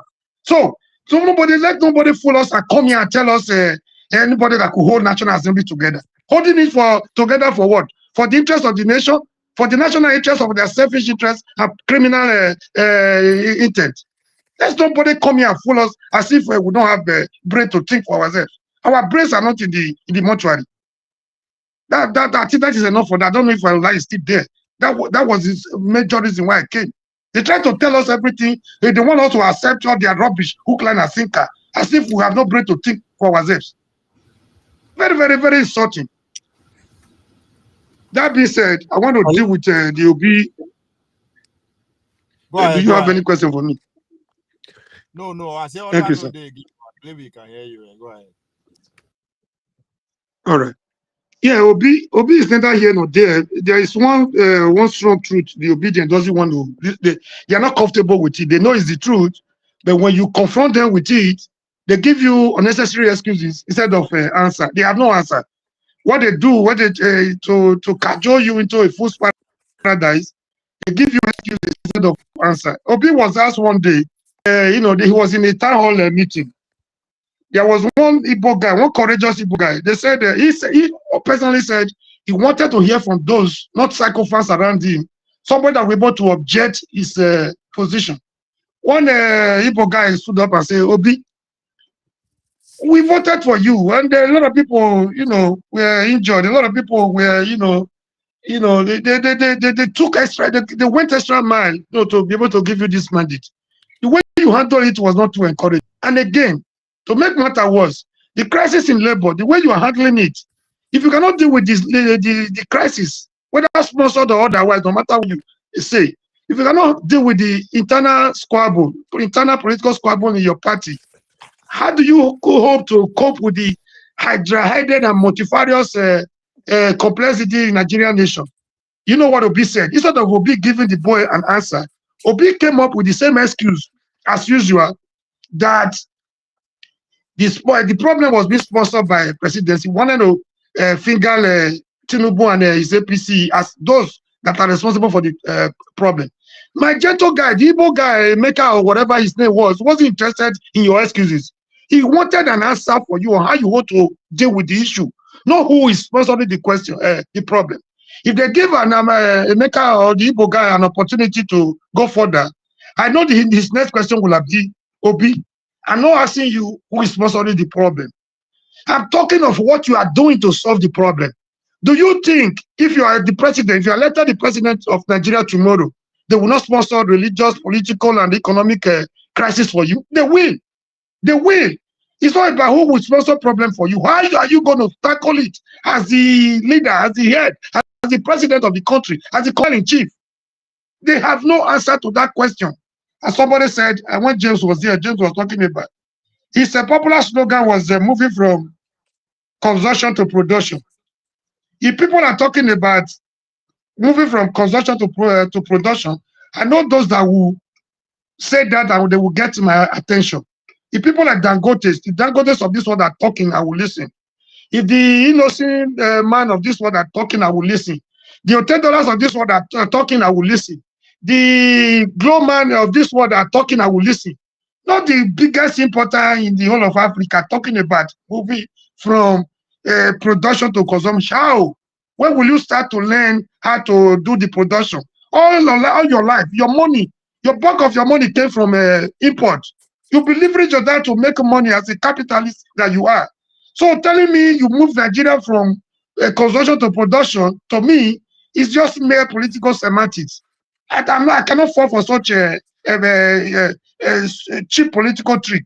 Another thing I didn't like about Obi, I supported him because if you look at Atiku and Buhari and Obi at the middle, I was always saying anytime, any day, if a Shogore message was not resonating with Nigerians, be who we are, I will still prefer him at the middle, because I have no choice, because we're not willing to support Shogore. They feel Shogore's message was too hard for them. We are not there yet. It cannot work. They believe it cannot work. So they will continue to fall for they will tell you it doesn't have experience. The experience they talk about is the political maneuvering of the Tinubus of this world. What have we seen now from Tinubu? From the appointment he has started making from day one till now, is it not obvious to everybody that Tinubu is oblivious of any political strategy? If he had one in the past, that he has lost it. Look at the it took you 2 years to appoint ambassadors. Now look at who you are appointing. Those that branded you political warlord, political lord. I mean, a drug lord.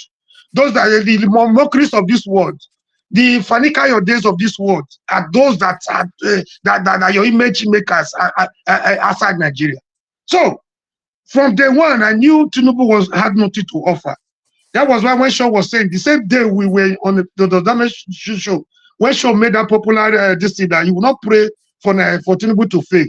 But he will not also pray that he doesn't expect anything from Tinubu. That if you deliberately go to a crooked surgeon for surgery and you lose your life, that you cannot blame anybody. You cannot tell him to pray for you that he doesn't kill you. The same day I made a submission that we should not expect anything. He is old. Like people around Buhari use Buhari to enrich themselves to become billionaires overnight. The attorney generals of this one, those that almost everybody that was around Tinubu merely used Tinubu as an opportunity to enrich themselves. So most of those files are coming out today. They are in public domain. The same way they are using the Tinubu right now to enrich themselves. So from the day one, when he started supporting Akpabio that was facing huge allegation, facing financial corruption with the EFCC and all that, you were sponsoring, spending money for people to put said Akpabio as the Senate president. I knew we were in for a long time. So it took you 2 years. Look at what we're getting. Look at your image makers across the world. Look at them, liars. Those that will tell you one thing in the morning, the afternoon they change their position. In the evening, it's a different ball game. Those are the people we have. For Obi, like I said, is neither here nor there. I'm not sure it's going to be on the ballot. He knew what he wanted to do, conveniently to be a vice to Atiku. But he's weighing the other option on how, because he has seen the reaction. Tactically, he has even agreed. But the last time I saw him speak, you could tell that tactically he was already dancing to that angle. But because of the reaction of the obedient, because he wasn't in charge, control, it was an organic movement that was supposed to give him a huge political mileage, but he wasted everything. Because of the reaction from the obedient angle, the militant angle of the obedient, he couldn't even stand there. He's still giving them the hope that he's going to be on the ballot. How are you going to be on the ballot? This is 2025 coming to an end, for Christ's sake. Now they will tell you it took him just 3 months to the last election for him to garner the 6-point-something million. The 6-point-something million were just waiting for anybody. Anybody would have taken advantage of that. I think that was even one of the reasons why Shogore got more angry. That he has been laboring for these people from nowhere. One of the establishment just came again and took advantage of that. That thing was waiting because a lot of people were tired of, they were neither willing to support the APC or the PDP because they didn't see any difference between the APC and the PDP. Obi came from nowhere, took advantage of that, they filtered it away, wasted it for, instead of standing up to defend his mandate, from daddy, started crying, thinking that they will pity him to give him political power. This is political power. Nobody gives it to you a la carte. You have to fight for it. You have to work for it. You have to earn it. You have to be there. You'll be willing to die. Apart from losing your businesses, you have to be willing to pay the utmost sacrifice. Not just willing to be incarcerated, arrested, and detained, not just be willing to be locked out or be locked up. You must be willing to sacrifice your life and everything to end political power. So if you tell the obedient this, they're not comfortable with you. They tell you, oh, Obi should not die for Nigeria. You cannot die for Nigeria. You're not willing to die for Nigeria, but you want to rule Nigeria. What does that tell you?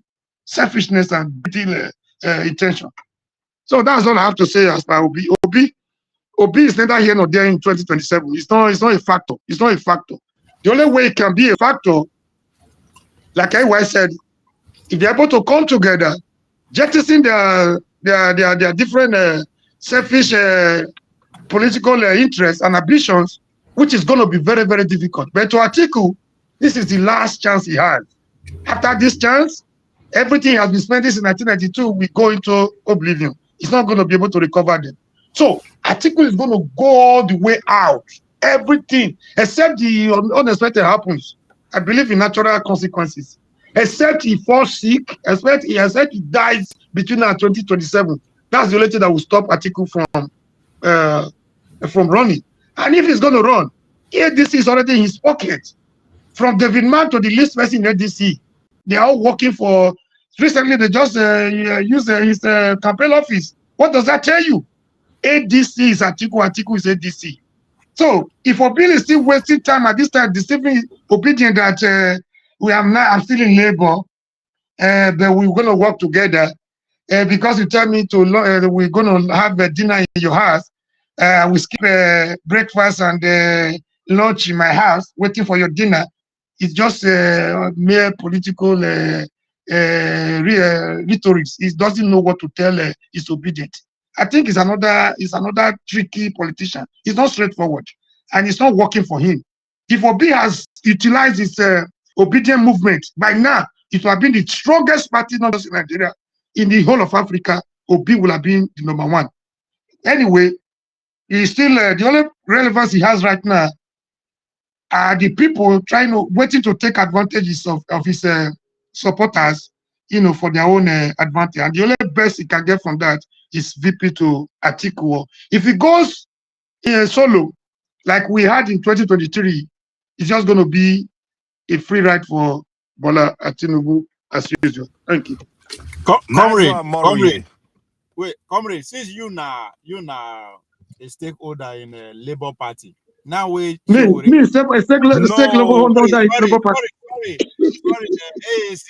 AAC, I mean. Now that show we don't reclaim the chairmanship of the party, why would I not join force with Obi? Maybe give Obi the ticket and see how it go work. Yeah, two cannot work together unless they agree.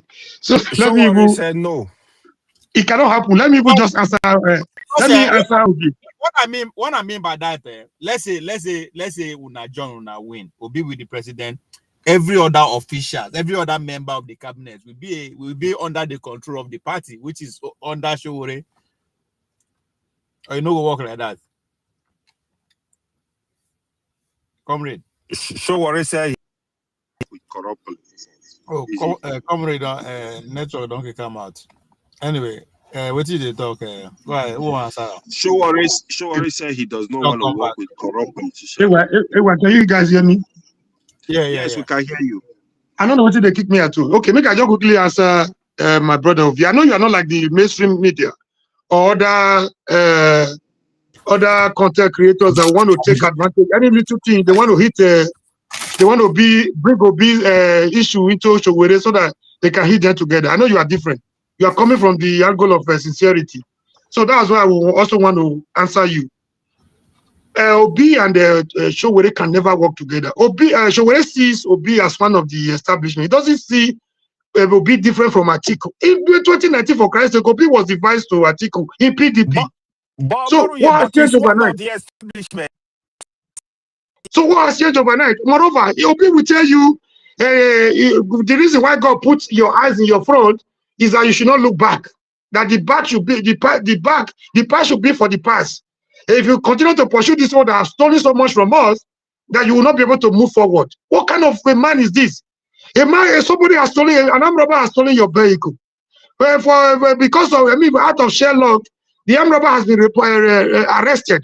They're telling you to come and reclaim your vehicle, saying there's no need to look at, you should leave the vehicle for the armed robber because he took good care of it. It's looking very good now. It has now become the property of the armed robber. So most of us do know we are not comfortable with such messages.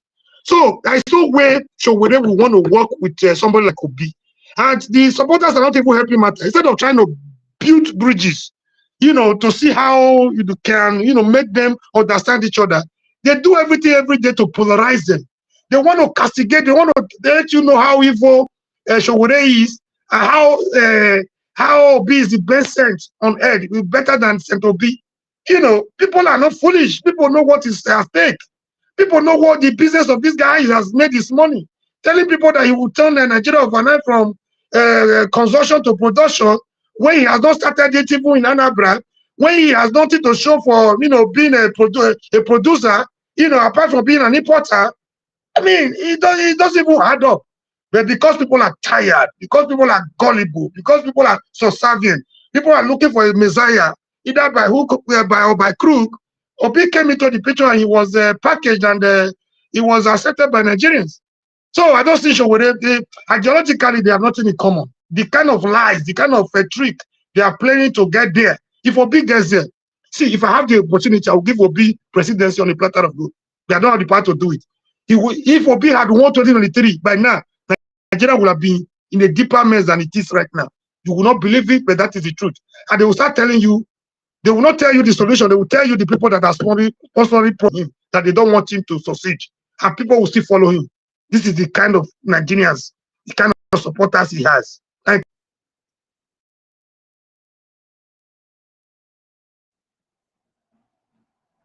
Thank you, Amore. Thank you, bro. Yeah. Why? You wanted to respond? You wanted to say something? Why? You don't kiss your second wife. Uzo, welcome.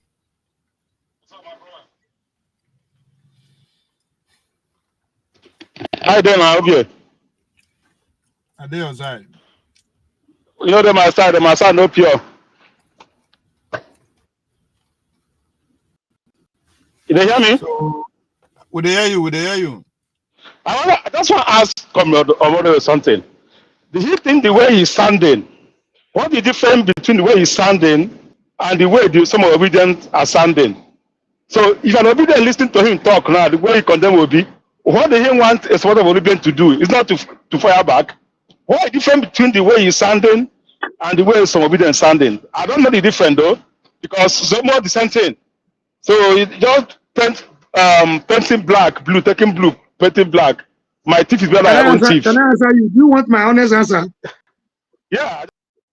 Okay, about the few things I said about Obi, did you hear when I said in 2023, Obi at the middle of Atiku and Tinubu, it was like Jesus Christ in the midst of two armed robbers, Barabbas and the other armed robber. Did you hear that? That when the message of Showore was not resonating with Nigerians, they supported Obi. Did you hear that? So for the things I said negative about Obi, did I lie? Did I lie? Is he the biggest importer, one of the biggest importer in Nigeria and Africa?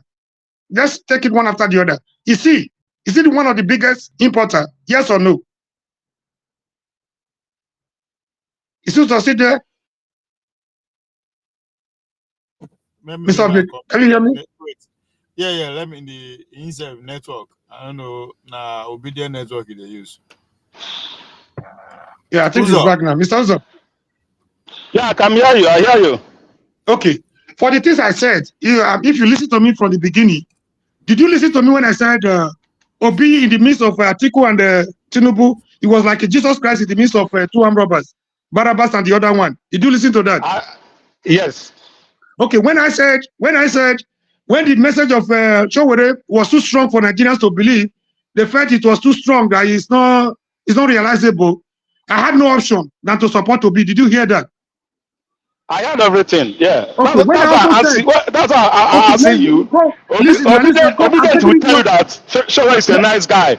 He's a nice guy. Obedient will tell you that Showore is a nice guy. No, it's not perfect. It's a human being. It's a human being. I mean, it's the same thing. The same thing. They also say the same thing. Let's decide. Let me dissect it one after the other. Did that lie against Obi? When I also said Obi is the biggest, one of the biggest importers, did I lie about that? Did that lie against him? Is he not one of the biggest importers? What has he produced? I think he's gone again, man. I wanted not to take it one after the other so that if you, I don't object him on the basis of lies or politics or political convenience, just because I want to score some cheap political goals. When we analyze it one after the other, you will know whether I'm campaigning or not. I'm saying the facts. How can you say we look forward when the last social world are looking for opportunity to put these criminals in jail, build more prisons for them, lock them up so that we can have another Nigeria? You cannot build another Nigeria with this crop of politicians around you. You can't. With the documents of this world, the articles of this world, the IBBs of this world, passengers of this world, you want to talk of another Nigeria? It's not possible. They call themselves the owners of Nigeria. They will not give you the opportunity. If Obi had won, if he doesn't listen to people like OBJ, you saw what OBJ did to Jonathan? Would have led to the tearing of his membership card of PDP. He planted Jonathan thinking that Jonathan would be an errand boy. Jonathan got there and wanted to do something differently. What happened to him? So Obi would be a willing tool in the hands of all those pastors. You like what's this man of is it regime on the not regime? The ones he was telling us, daddy, he will be a willing tool in the hand. He will be. See, I wish Obi could just win today. People will see what will happen. Other Jonathan, those people were not paying for their they were parking their jets in our hangar for free of charge. They were not anything. They're not paying anything to the federal government. So Obi will be worse than Jonathan. He's gentle. It's not a bad thing to be gentle. But the Nigeria situation, his kind of politician will not succeed. He want to satisfy everybody. He want to play sad to everybody. Oyedepo will call him. The other one will call him. He cannot even step on toes because he's afraid. Not to talk of bandits. He's telling you he will declare war. War between who and who? Between Nigeria and bandits. Talks are cheap, man. I wish you could just win and see. Yeah. What is the plan for 2027? But most importantly, what is the plan of Labour Party taking wait, may I not take it out of somebody else don't come. But what will be the plan for 2027? Because Showore Obi is part of the plan too. You know, all these protests and all that. Is it part of the plan too, or just yeah? If you ask me, let me just say this one so that another person can talk. Honestly, Obi, I'm not playing politics. I'm not campaigning. Sometimes I talk more like an activist than a politician. But I also understand politics very well because I was a grassroots mobilizer. I formed a party in my area. The APC they're talking about today, we brought it to my area when the fear of PDP was the beginning of wisdom to everybody. So if I was in Edo today, probably only Oyego will see me in APC. All the other ones say Yamuako. I was in APC because I didn't join this APC. I joined the former AD, from the AD to SCA to what we have today as APC. So I also know the politics very well. So I mix them up. So what if I were Showore? If I had my way to talk to Showore, Showore should have searched for a more formidable candidate as a party chairman, to handle political affairs. I know he's afraid of one thing. He's trying to avoid the repeat of what this guy did to him, the former secretary. You know, when he was barely 2 hours away from Nigeria, he was still on board in Nigeria. They were busy selling his party to Wiki and Co. They were paying for it. He received money and the AAC was almost gone. I wanted a situation whereby you could make it open to a lot of people, you know, let more people come into the, system. But he also tell you, two cannot work together unless they agree that they must abide by the ideology of the party. They wouldn't want to leave the party administration for strangers. I understand his point, but then he's scared. I wanted a situation whereby people, if I were everyone should wear it this time around, relax, play behind the scene, make it open for other presidential candidates to come in and see those that could bring their, no matter how you try to shy away from it, you need money to run election. Let's see how many billionaires and millionaires will be interested in the party, bring their money, bring everything, bring their support, and see why trying to protect the real vision and the vision of the party. If I were sure with it this time around, I would not contest and I would not be the chairman. Thank you. I like that. I appreciate that.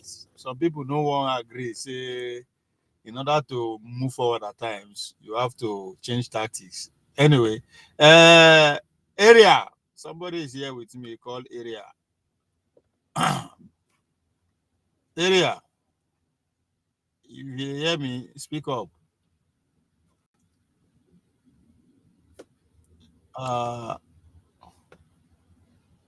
know they hear you, area. If you did 2 by 2, that's you don't come back. You want to respond to comrade. That's Uzo.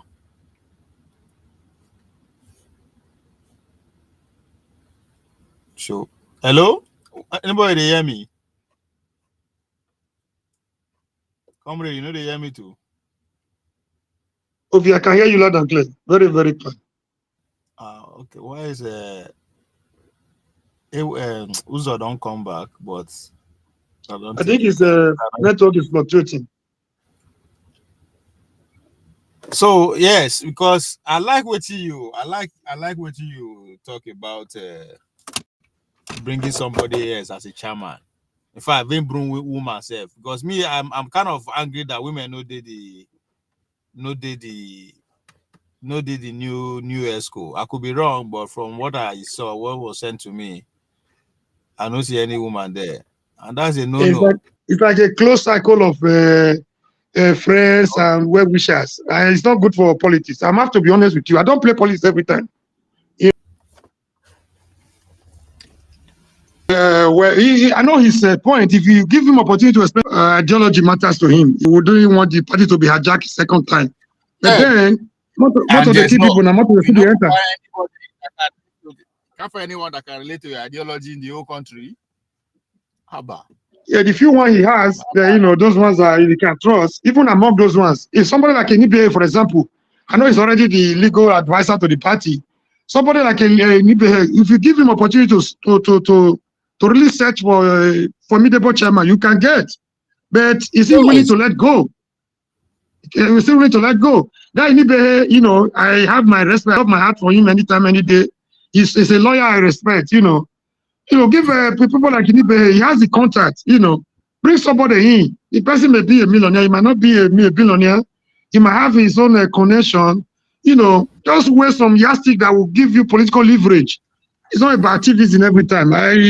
I salute Showore for his courage for activism. But politics is a different ball game compared to activism. I expect him to institute all the 36 states for their chairmanship to be young people under 30. That's not. There are some of them like that, but what political mileage? What political mileage do they have? What political relevance? Just to the spread. The idea is just to spread his ideology at that level, just for the young local people. Because is to grow. The goal is to, if you do that and just monitor them for like the first 4 years, you see how they go grow. You understand? Yeah. So anyway, area this come. If you call him, speak, I don't know. Yeah, that be Uzo. Okay. So because I think now the only thing where they miss for me that all the parties are selfish. Now what PDP need be that? PDP need to just go, sell to the young people.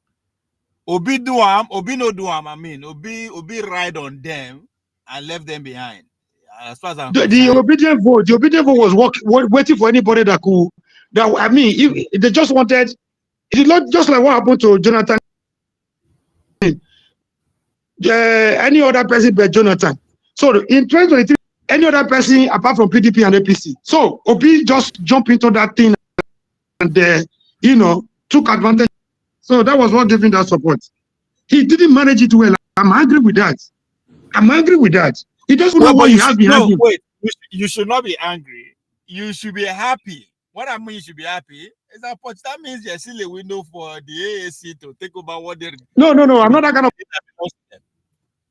to support my party because if he had managed that one very well, if you even tell him to go to street and protest, they tell you no, they will kill him. Even the mandate to defend the mandate, you know what the obedience are saying? That obedience needed not to wait for somebody to lead them. Who does that, Naturally, human beings do not perform anything except something pushes them to do something. So everybody likes comfort, right?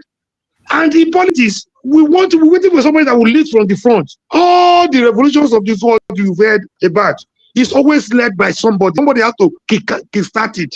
So that was the trigger, the little trigger they needed in 2023. The militant wing of Obedience were ready to do anything. And probably, my brother, maybe Buhari, being that he wasn't originally for Tinubu, maybe he would have capitalized on that to even look at the records very well. Maybe. See, but now, AAC is still there.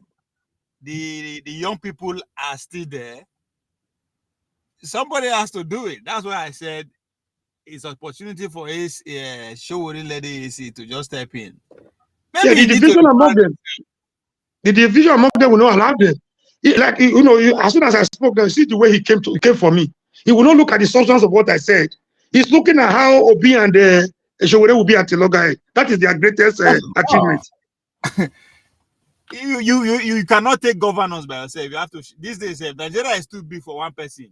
You have to share it. You have to kind of enter into some kind of alliance. Because you cannot come and say you want to take everything. If you are not ready to give, then you are not ready to win.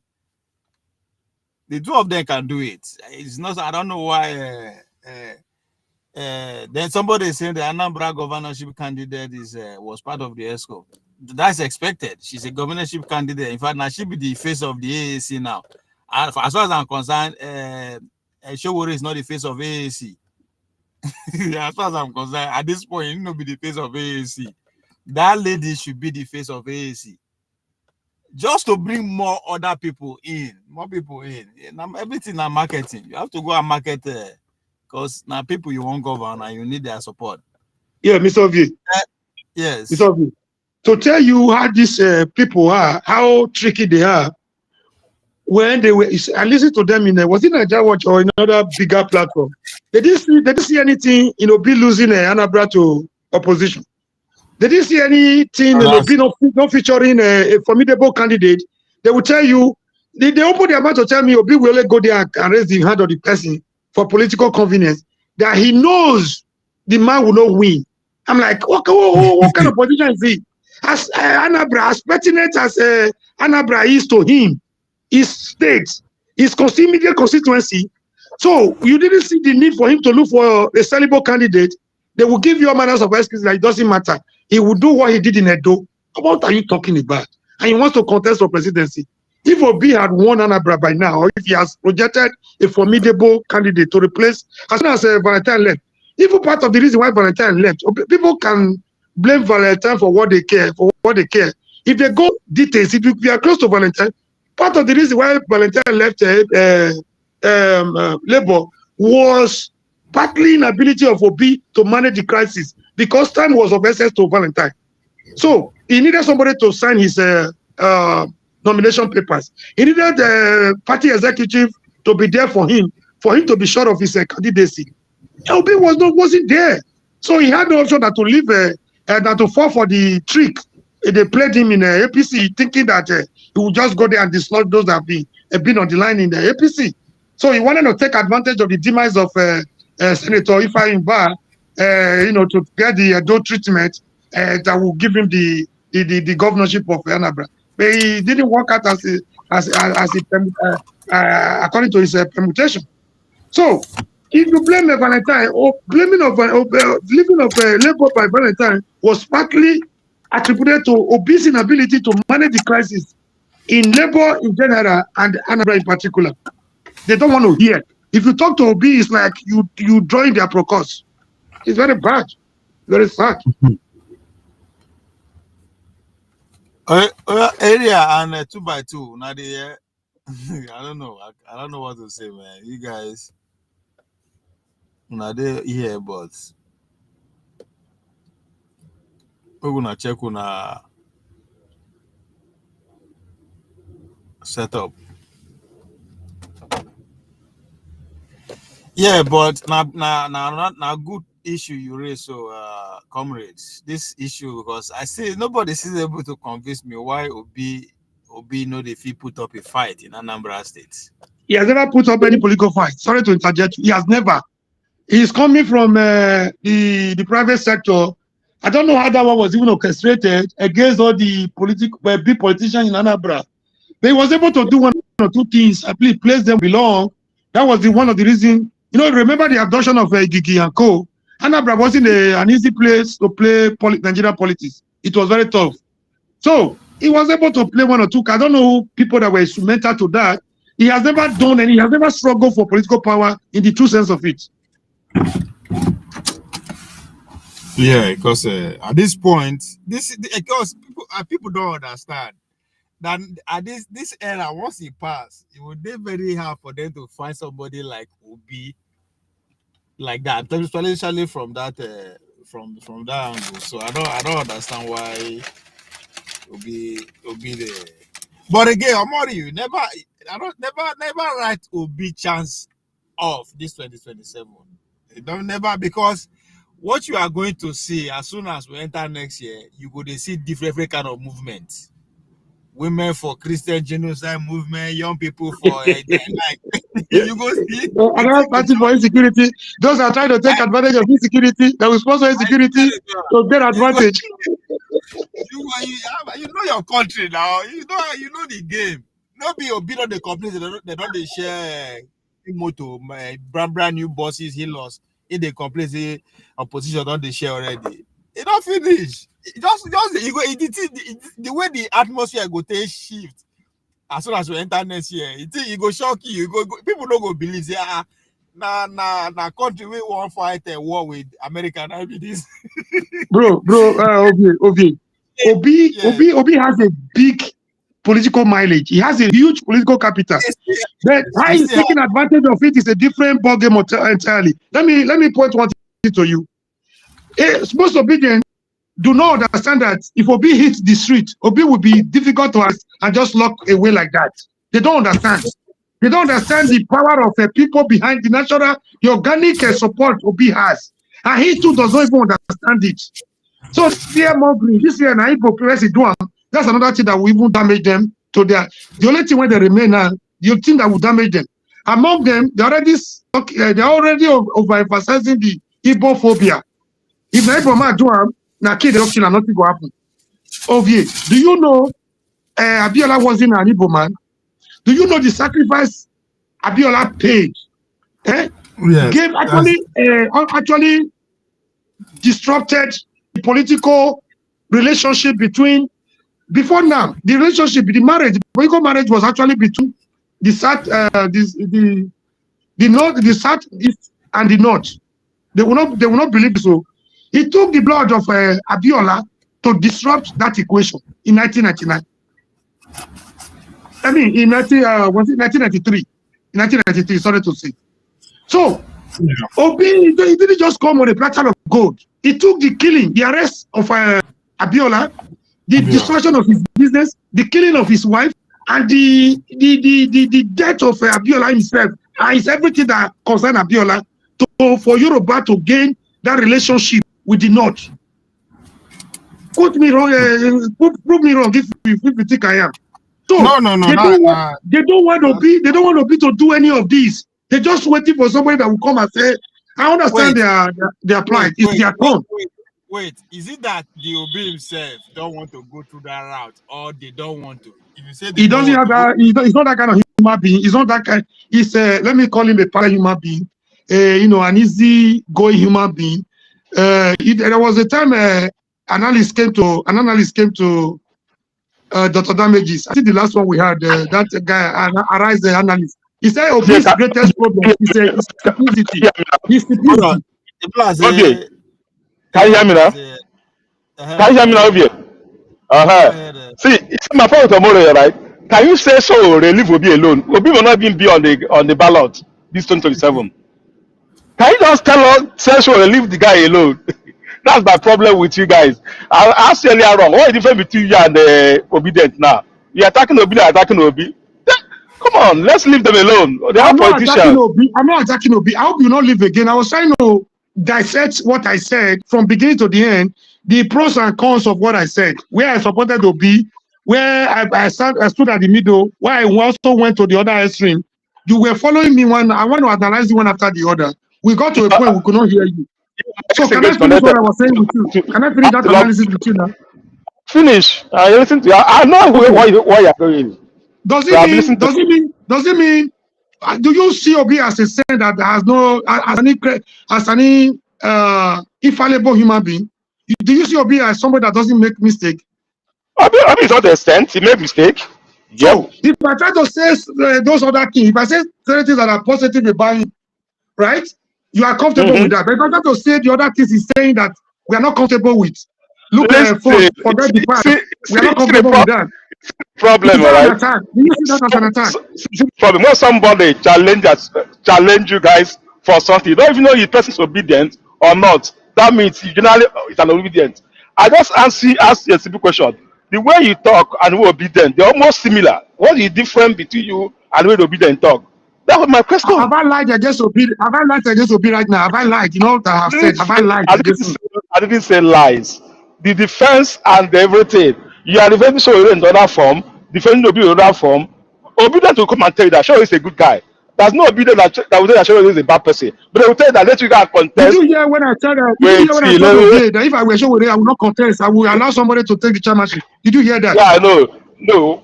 Obedient will come and tell you. It wasn't my time when I was saying that. Was I drunk? Was I drunk? Did I put water in my mouth to say that? Obedient will tell you Showore is a nice guy. I supported him 2019. I blame everybody. I don't have a Messiah. I don't have a Mayor among them. Okay. The same thing I'm saying. There's no difference between the way some of the obedient think and where you think. Almost like the same thing. Everybody is trying to defend their own candidate, try to talk good and bad against their own candidate. There's no obedient that will come tell Showore is a bad person. They only tell you he's not qualified to run as a president. That's their reason. Just like you have Obi is a bad person. Your idea is that he's not qualified. He doesn't have that guts to stand the government. That's he's overqualified. He's overqualified to be the president. But I'm telling you, we have a very complex nation. We have if I ask you a question now, why could you not resolve the crisis in labor? The first question, the first answer Obedient will give to me is not an answer. It will be an excuse. Oh, it's the presidency. It's the Tinubu that is sponsoring the crisis. Well, I already understand that. I'm not interested in who's sponsoring the crisis. I'm more interested in what is Obi doing to resolve the crisis, not who is sponsoring it. When it comes to Nigerian problem. You see, my problem with Nigerian politics are we will support all these candidates. Say, we know China energy repeating the person which is in charge. We channel energy to anybody that thought that I think that is good to that person that's in charge. If channel energy to Obi directly, it would be more easy. I don't know what he's thinking tomorrow. He's going to run. I don't know. So I'm not a supporter. Like, okay, we only key in 2023. All of us know. Only key in 2023. I take us to key him. So you know that you are supporter. But sometimes when you see somebody talk, you say, okay, it's an obedient. No, come on. Let's leave that story. Let's tell what's going to happen in 2027. He's already here. Obi is not going to be in Bala Africa. Not taking. I'll be saying this right from. It may be not going to yeah, Mr. Uzo, in my own submission, what was not okay with you? Where was it that I said that was not okay? That is a lie, or an attempt to denigrate or to dent the political image of Obi? Did I say anything like that? Not say anything like that. I've been listening to you from the Alamedi shows. You never say any bad against Obi, all right? So my thing is this, all right? As much as we are saying different, my thing is that the way you condemn the obedient a lot. You said obedient doesn't see Obi as an innocent. That's my problem. I said the way obedient also talks about Obi and Showore, that's the way you also talk Showore and Obi. As what is different? That's my point. Okay, let me tell you the difference. I tried to balance it. I don't know if you were listening to me when I was attacking Showore for making himself again the chairman. I just said that a few minutes ago. I also not too comfortable if you could open the political space, the AAC space, to try another aspirant this time around, why he plays from the behind the scene and give support to the person. Did you listen to that? I wasn't attacking Obi. I wasn't attacking Showore either. I was just stating my own opinion. I won't call it the obvious fact. I was just stating my own opinion. So if that was that okay? Was that no? Does that not make sense to you? Yeah, it makes sense. A lot of sense. When you say something like that, you can say, yeah. I don't play politics where some other people play it. So whatever remains in my mind anytime, any day. And I also gave you reason why I feel he's doing what he's doing to protect me to avoid what was this called? I forgot his name that hijacked his party to get it back. It wasn't easy for them, if not for the support of Inebe and Co that are not charging him money. Probably he would have lost his party. So what I'm saying is, I try to analyze I'm not perfect. I try to give you objective analysis, a little to the right, a little to the left, a little to the center, So I'm not against Obi. I've never. If you gave me, among Obi, Atiku, and Tinubu, I chose Obi among them, far ahead. I didn't see any difference between Tinubu and Atiku. I chose Obi when the message of Showore was not resonating with Nigerians for reasons best known to them. So I've stated all this. I have nothing personal against Obi. Then if he's telling me, look at your front, forget the past, I'm not comfortable with that because we suffered so much in the hands of these people.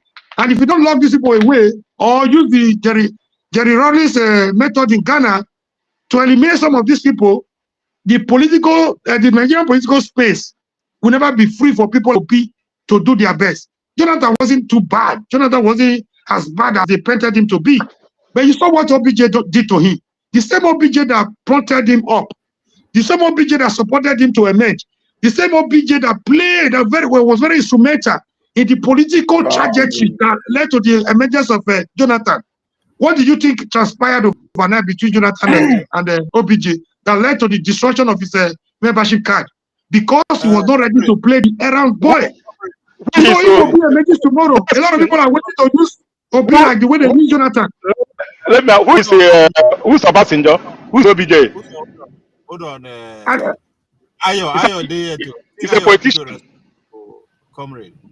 Okay, let's listen to him. I see why you are talking of. This is Ola now. Ola, what's it Ola was the reason why I came into the show. Ola was the reason why I came into the show. Yeah, that's Ola. Ola, go ahead. Okay, why did you come from Comrade?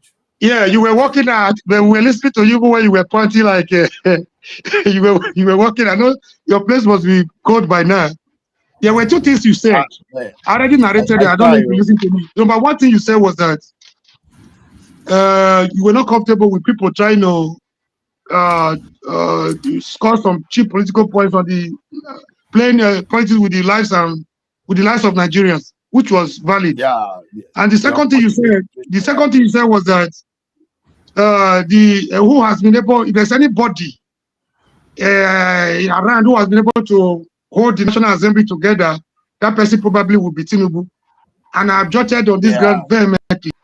Number one thing you said, it's not starting today. It's not something I'm comfortable with. Do I subscribe to it? No. But is it just starting today? No. The same thing Tinubu and Co. use against Jonathan is what is happening to him. It's going to happen. It's just people are going to play the same card. The same card they play against him. So you people should not complain. When it was convenient for you and Tinubu, you applauded it. And again, National Assembly, this is not the kind of National Assembly we want to have in Nigeria. Okay, hold on. See, that you have separation of power does not mean that cannot deliver the democracy to us. No, hold on. The fact that we call it separation of power does not mean that they should be at enmity. We should work together to achieve a common goal that supports democracy. Positive.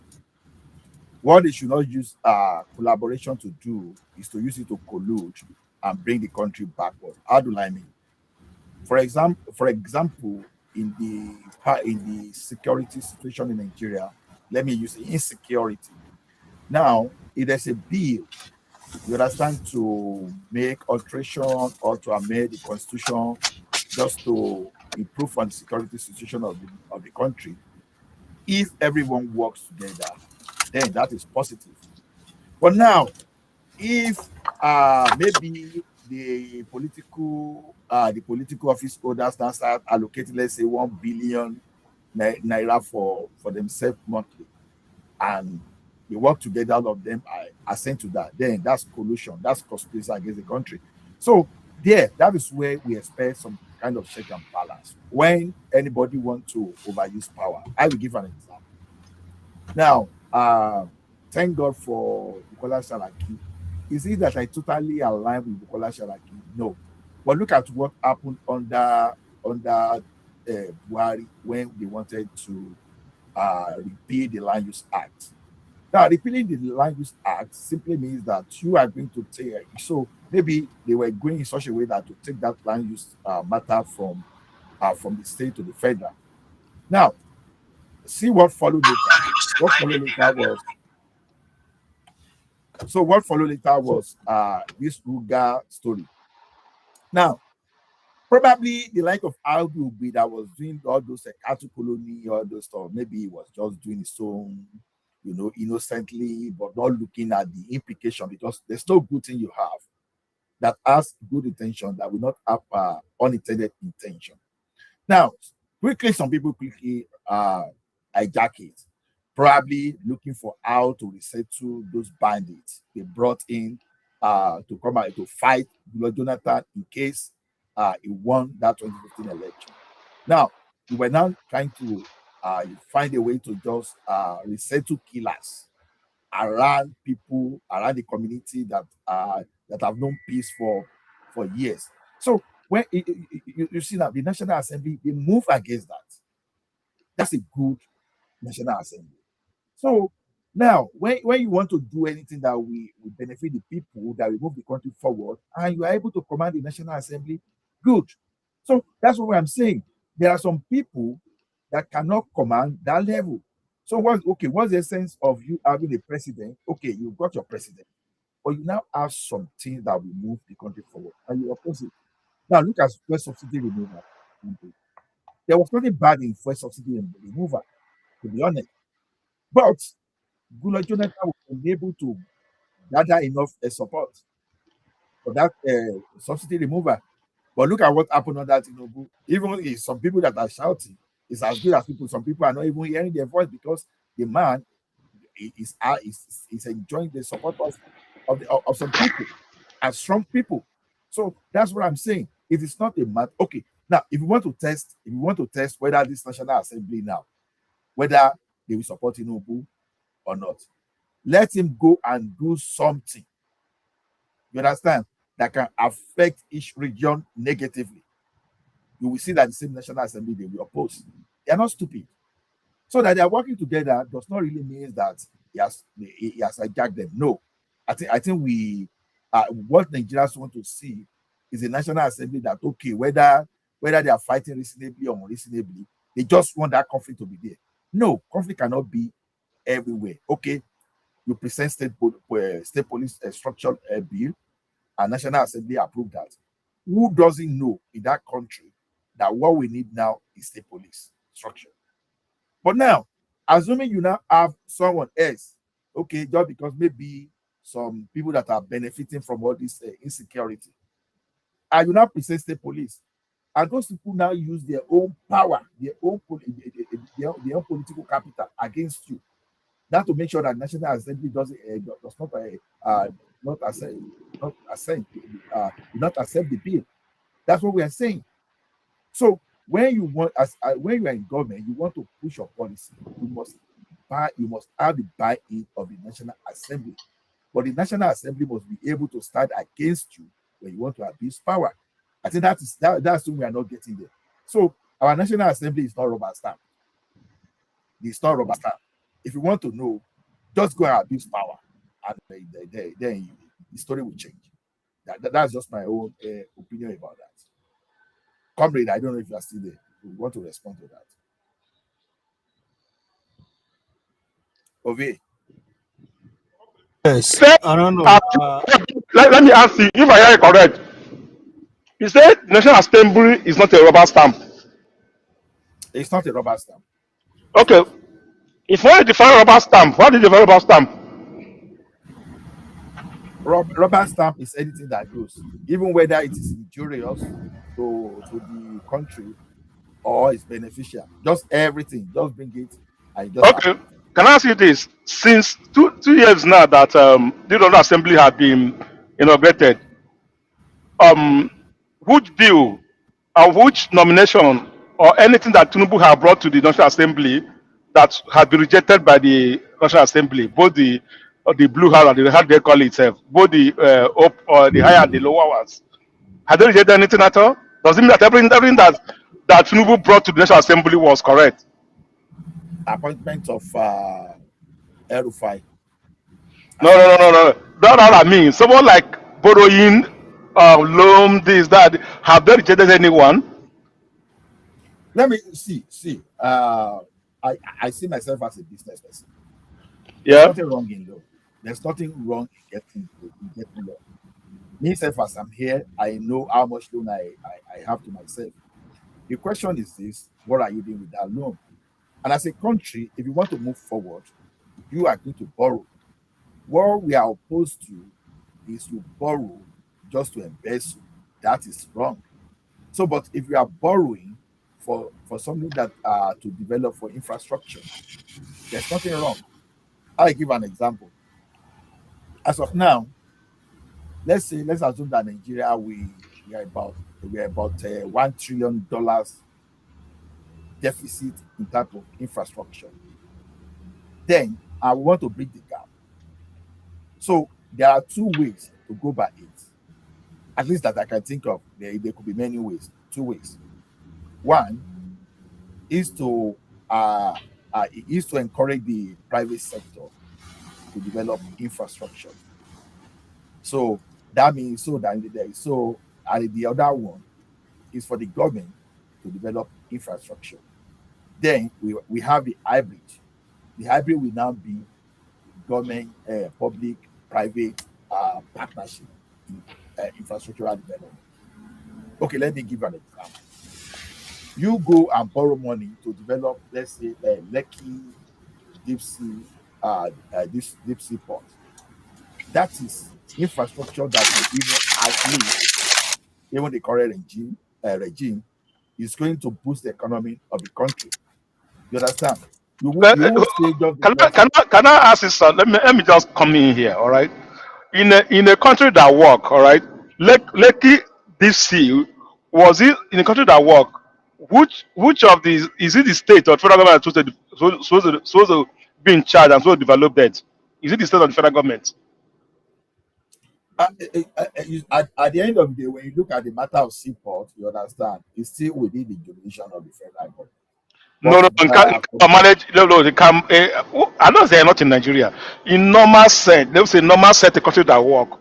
Lekki Seaport is still a national, like federal government project or a state project.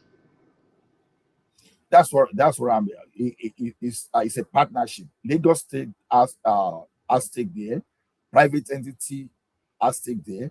Then if the Nigerian, I think is it Nigerian Port Authority of Nigeria federal government. Let me just use it that way. Nigeria government has stake there, so it's a multi stakeholder project In a country that work. But you see, the definition of a country that works, you understand? See, you can't just use a blanket statement to qualify things. Now, this is the way you look at it. Something may work for America, and in Nigeria, the same thing may not work, right? So, that's true. So in our situation, we have to look for what works for us. Over time, we know that anything that the federal government controls directly, it doesn't work. It doesn't work. Because of the way we are structured. You know, all things like quota system, like a federal character. When people get to that place, they just do the way they do. NNPC is an example. NNPC, to be honest, when you look at the net impact, it has never worked for us. You understand? So, okay. As we are discussing, I was giving like as NNPC for example now, right? In Buhari 8 years of office, who was the chairman of the NNPC? You know, so, I'm not good at memorizing or. Okay. If I remember, the Buhari regime came up to say the NSP is not working. He took charge of it. He was a chairman. He was everything, not everything of the NPC. It didn't still work. So are you going to blame the who are you going to blame on that? I'm not the current president now. If I'm not mistaken, I'm sure he's also in charge. So my why I ask you all this is this: our National Assembly from the appropriate, they are all rubber stamp. You mention see the way you speak, all right? You the good things you call it good thing, bad you call it bad thing. I see you speak, all right? Yeah, that's how can make our utterances make mistake in one with another. But the issue is this: the way they are running our executives, the National Assembly, the Senate, that's not the way it should be run. We all know that's how we call it rubber stamp. Not everything is yes or yes, sir. Not everything. You mentioned is Chubo Kadibo was there. Yesterday we were talking about Obasanjo change how many? 5 because they are not ready to listen to him. Buhari is Uswa Sarakidi to him. So kind of person and people praise these people. We should remember these people for the fight they put on to their own the fight they put on. But on this our current 2 years in office right now, we all know that Apobe cannot do anything. We all know that. Okay, You know that can't do anything. let, let me tell you something to start with. I see that it is easier to blame A, B, C. Let me tell you one thing. I'm not a moral police. Let's start with that. And I have this idea that every human being, you understand, they have their own corrupt parts. Yeah. But at the end of the day, I tend to look towards your net competence.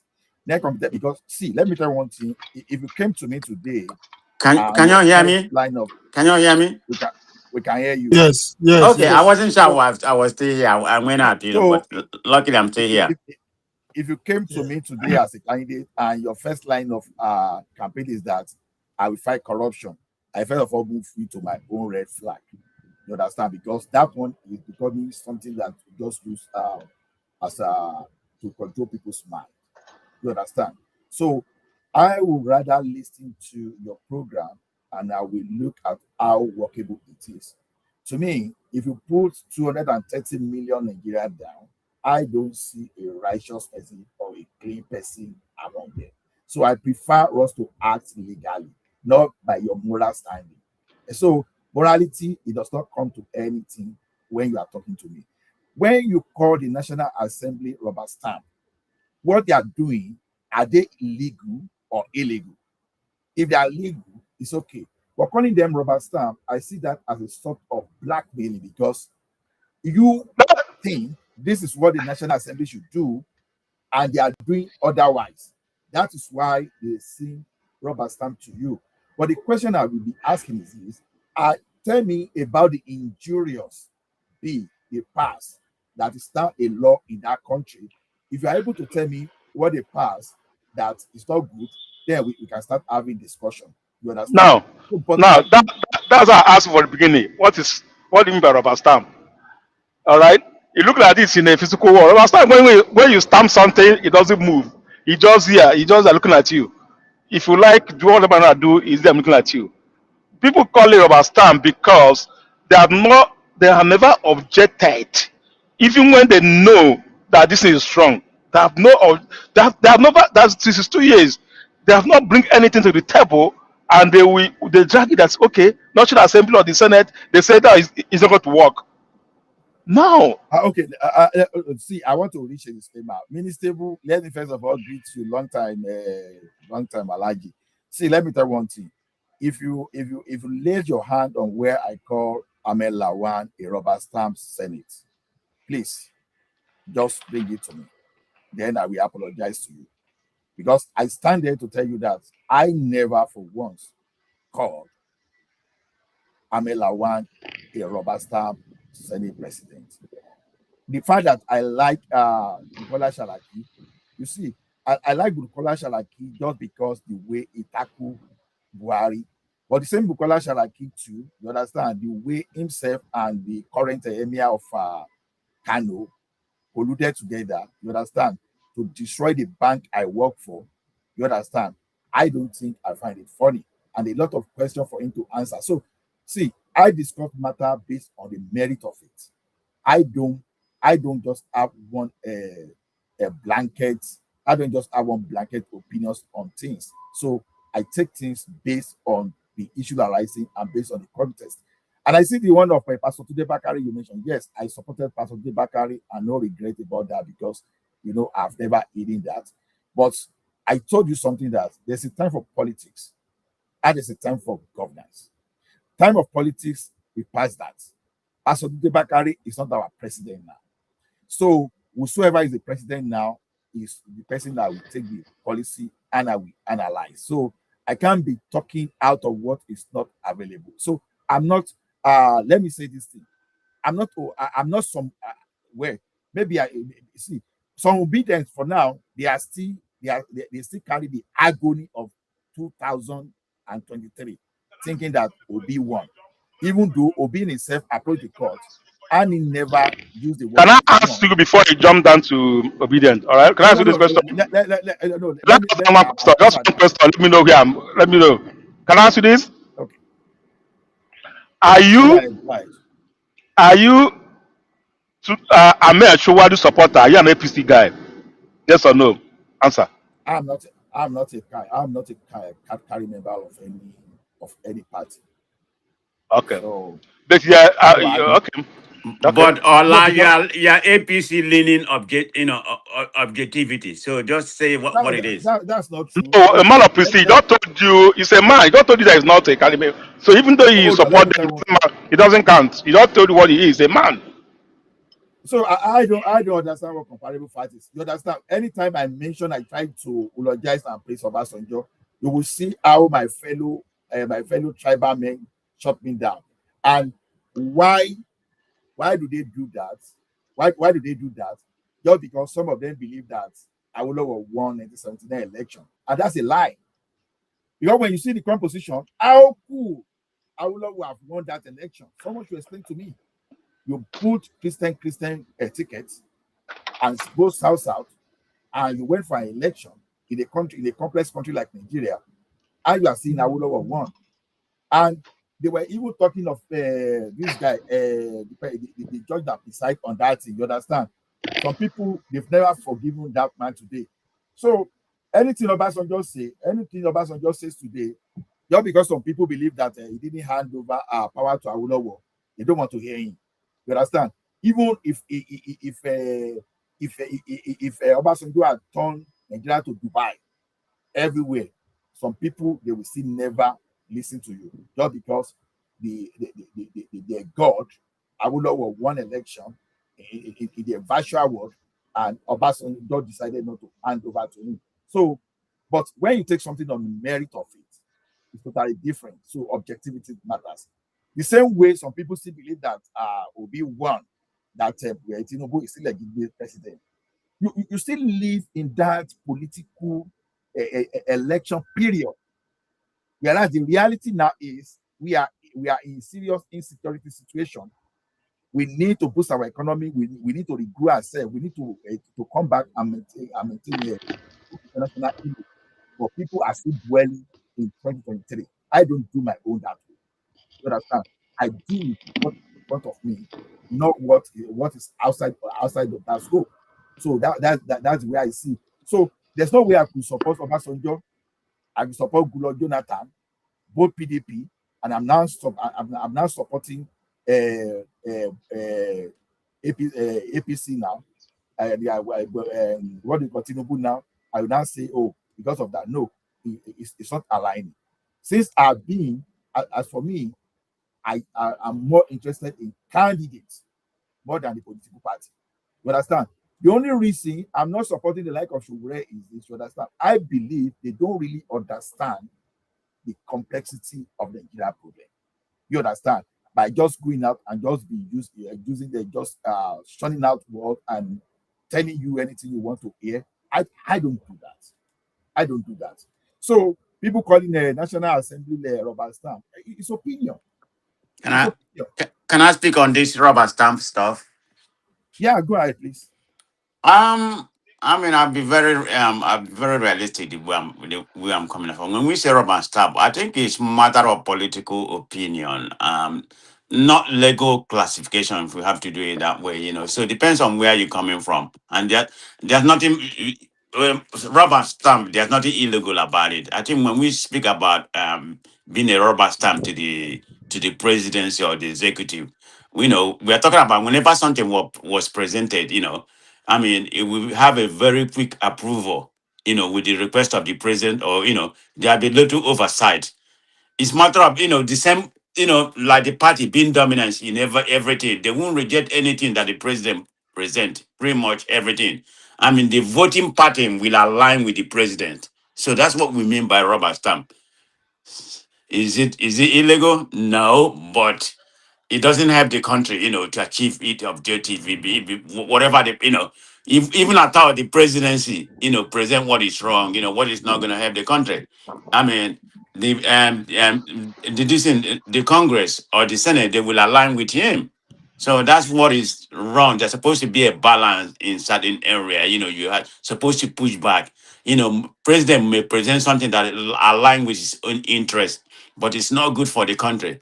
Then and the Congress will rubber stamp it. It's not good for the country. So that's why I see, based on political party, partisan and everything, some people will be complaining. Whereas, the partisan people that are aligned with whatever the presidency with the president will never do anything wrong. I'm not saying in just Nigeria. That's a lot of that's in many, many places, but particularly in Nigerian case, we are very partisan people. We the Congress, they don't have any kind of doctrine. They don't have what they believe. So that's what make it their own rubber stamp to be on a different level. If I'm not, if let me just use an America, to a certain degree. We know the conservative and the liberal. I'm not saying they don't rubber stamp what maybe our present government is doing right now. Trump, I mean the Republican don't try to rubber stamp, but you still have some people in there that have their own doctrine. They have different belief. This is not right. Just because he presented like what's going on in America, not to, pivot to a different narrative. We see even the present government we have in America, a lot of Republican opposing what's going on, even what is going on in Venezuela. Some people call it like it may be a war crime. So that's an example. But that will never happen in Nigerian case.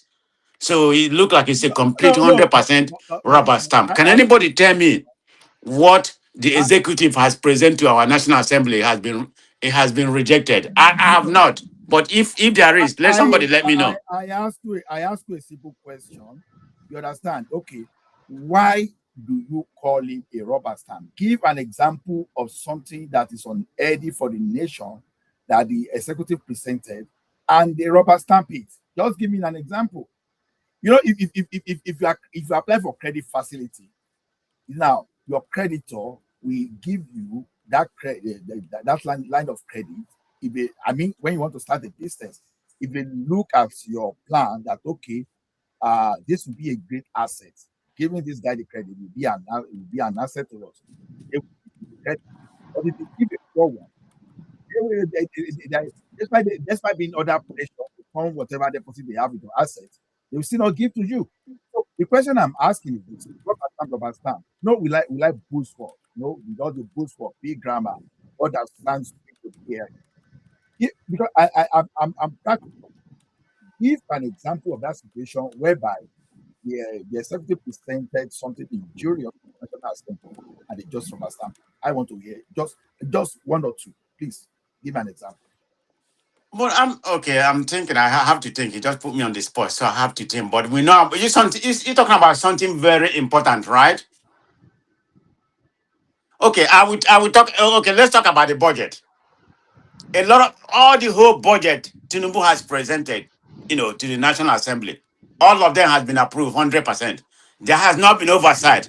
Is it useful for for what the money is going to be used? What is it going to be implemented properly? Has it been implemented properly? Everything, or let's say this Calabar Coastal Road, how feasible? What is the benefit we're going to get from it? It was a rubber stamp by the National Assembly because that was supposed to be. This is supposed to be the presidency legacy. They approved without no hesitation. The budget, in reference to that, that was approved. That just an example. That just one example. And I need to think about another example. I just mentioned the external borrowing, right? Okay, let me give you another one. The emergency decree. Are you listening to me? I'm listening to you. The emergency decree that that Tinubu pronounced, which a lot of constitutional lawyer has considered to be illegal, and look at the way they approve it through a voice vote, which is nonsense. I mean, something very critical like that, you have to use a voice vote. I mean, there's no transparent in the deliberate of that. So there's a lot. I think there's another one. That happened in 224. I think was it the NAS? Yeah, NAS approved an extension of that was it, which was a supplementary budget, right? I just give you 3 or 4 examples. Those are very critical in the Nigerian space, not just something very minor. So doesn't that give you something to equivocate? Ola, this is to you because you're arguing with me that they are not a rubber stamp.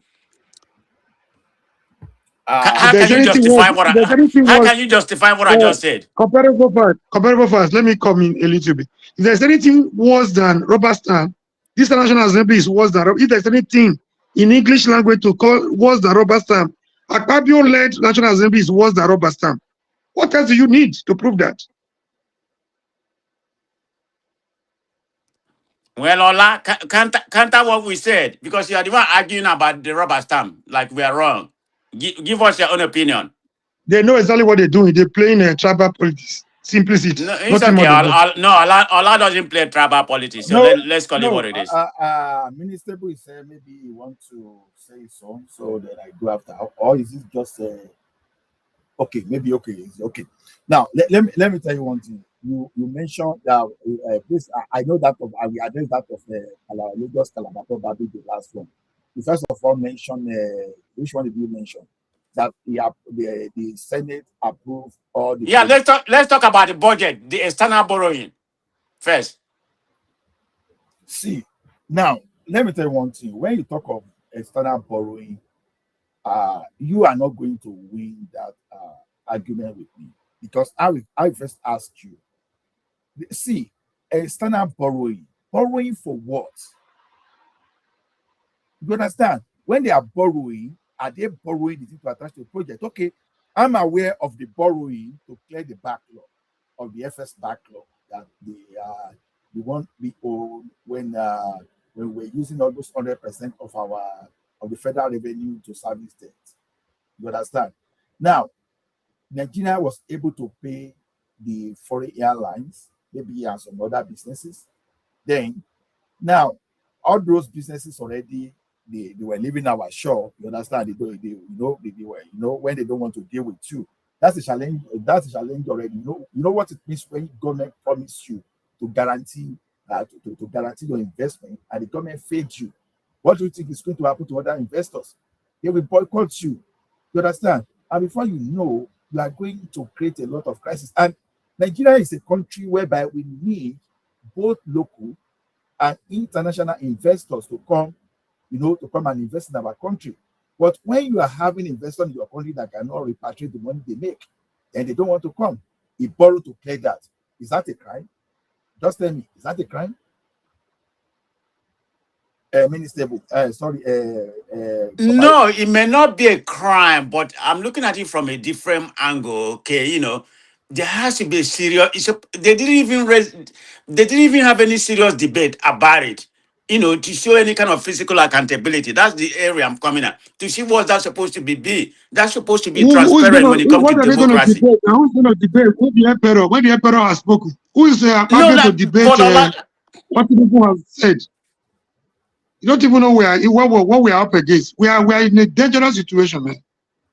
Where the National Assembly, judiciary, everything is captured under the pocket of one individual called a mafia, called Jagaban, they overrate the man as if he's infallible, as if the man is indispensable, as if the man is one mysterious human being that is not even a human being.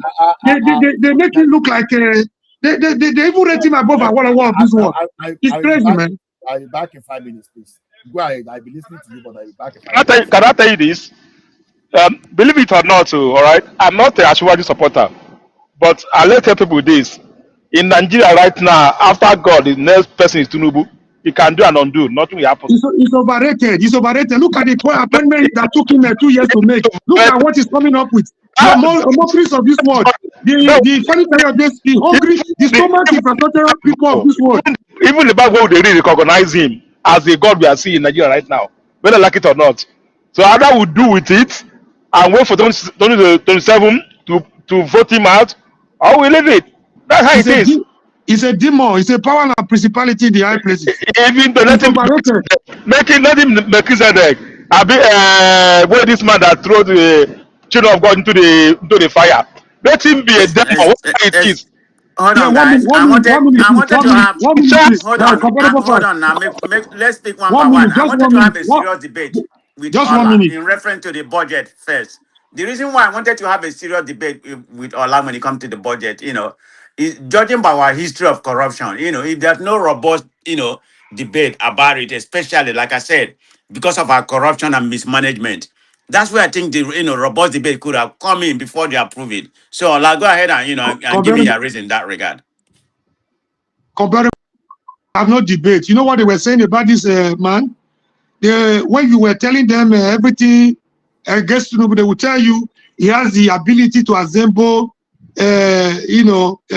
strategists. He's a strategist that has the ability to assemble credible hands. Look at what he has assembled now, from National Assembly leadership to his economic team, to his immediate cabinet, teaching cabinet, to what is the ambassadorial list that was just released. He has nothing to offer. You are still waiting for miracle to happen for this guy. Can I ask you this? Did he do wrong? He did what he wanted to do. He assembled people that are going to listen to him.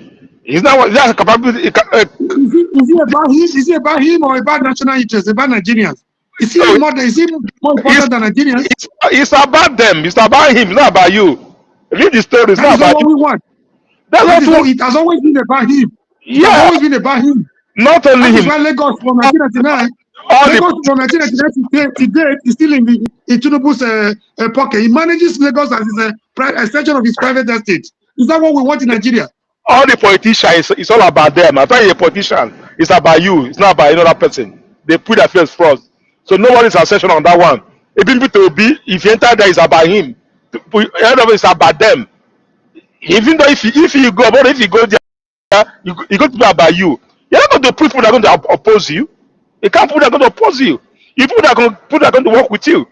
That's how it works. You work can't with put you person for that your are going to interest or for the national interest. If you have a conflict, it doesn't matter. If he goes there as a president, you people that are going to work with you. Yes. You're not going to people that are going to work with you. The national interest is in conflict with your personal interest. The national interest should override your personal interest. That's where leadership comes in. Mm-hmm. Did they tell you they are leaders? They are rulers, not leaders. Did they call themselves leaders? They are rulers. They rule you. They don't lead you. Why we applauding them? Why we applauding them for what they are doing is how they are establishing We are not applauding them. We are not applauding them in any way. Nobody's applauding them. But what we have in Nigeria, right from time, used to rulers. They are not leaders.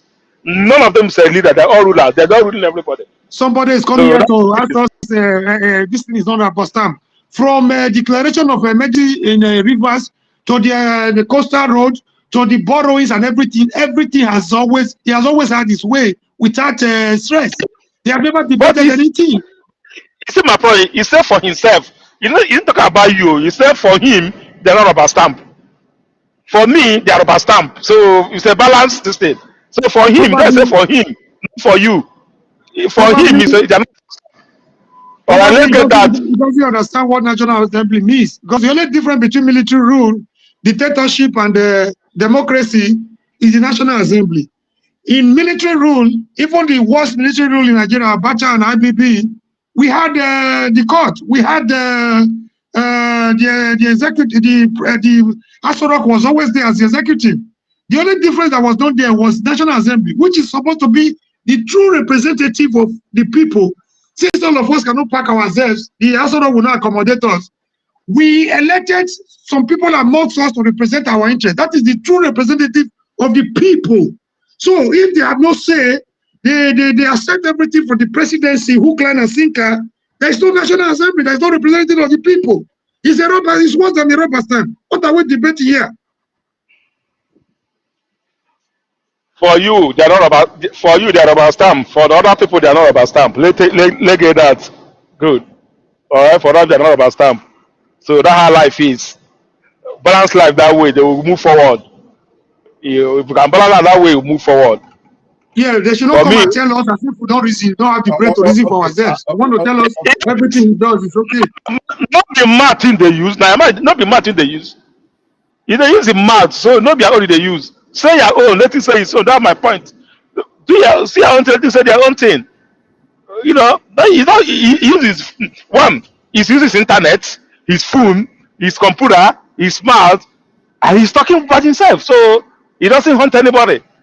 But Yeah, for me, National Assembly is about stamp. For him, they are not. So take it that way. If you think that this way, we can move forward. Though, if you think this way, we can move forward. You know, it's going to help us a lot. Okay, if you don't mind, comparable fact. Sorry, I'm back now. Comparable fact. You talk about the emergency in the River State. The thing is this, how do I even say this? In Canada, you understand? I'm not saying Canada is Nigeria, but I want to believe that in political environment, you have something like that. So there's what we call a constitutional convention. You understand? It's not your rewritten constitution. You understand? But they call it constitutional convention. That is to say how you be doing things that maybe people are not opposing it over time. So now the thing that this guy did, Tinubu did, has someone done that before? And when that person did it, do we have a court that set it aside that, okay, this thing was not okay? And if there was no court that set it aside, then if Tinubu did the same thing, then I think the right thing is to approach the court and let the Supreme Court give the judgment on that. But so far, the Supreme Court had not made judgment on that, and the National Assembly has not addressed that lacuna. Assuming it was a lacuna, you understand? It does not mean that that man did something illegal. Okay, Obasanjo did it. I think what did Obasanjo do? What does Obasanjo do? Okay, when put up them side by side. Okay, Obasanjo when Obasanjo sent the Olorin to Ekiti State, when he declared emergency in Ekiti State, when they removed fire. Did he suspend him, remove him from the office, or what? Or just instigate emergency on the state? They declare emergency in the state, and they said Olorin there. They know it was there after they removed. They now remove fire. There are two different scenarios. They are two different scenarios. Trying to understand what happened between I know that Fobola was moved for 6 months out of the office. All right. Both the state was suspended for 6 months. Was that the same thing that happened then, or not? No, so put them together and see. No, Omaruyi is saying it's not the same thing. The question is this: you can't just create a scenario now for yourself, because the two situations, the federal government intervene by removing the executive governor of a state. You understand? You render the position of executive governor of a state useless. So why are you saying it's not the same situation? What Obasanjo did and what Tinubu did? Why are you saying that they were not the same situation? What happened in River State to everybody, to every observer, was a calculated attempt to fight for man, Wike, who is doing his bidding to destroy rivers and to capture rivers for their benefit, for their selfish benefit of 2027, just the way they did in 2023. So nobody should come here and confuse us. We watch what happened. It's not something we are reading from the books. He didn't even have the he did it unilaterally. He wasn't supposed to. He didn't go through due process to achieve what he did in a river. He didn't even care about National Assembly. So what are we even trying to compare here with what happened in Plateau State? They are two different scenarios altogether. Two different situations. We don't have no basis for comparison. When a dictator woke up, when a mafia woke up to say a governor, elected governor of the state, is suspended. Suspended. Based on what? Based on what reasons? Because he had a problem with his godfather called Wike, an emperor. We are jokers in that country, man. Okay, only hear me out. Hear me out. I said Ekiti State. I've not even mentioned the Plateau State now. I said in Ekiti State. You know, we are talking about what happened in October 2026. Yeah, October 2006. Sorry, October 2006. Now, the question I asked you is this: was there a was there breakdown of law and order? Was there a concern for public? It was absolutely no. Okay, let me move. Okay, now you've just shot yourself in the foot. If you say there was I'm coming. The one reason you cited, there was no reason for what happened in Rivers. One reason you gave us was that somebody broke a pipeline. Now that there is insecurity in Nigeria, should the president resign? Should he be suspended?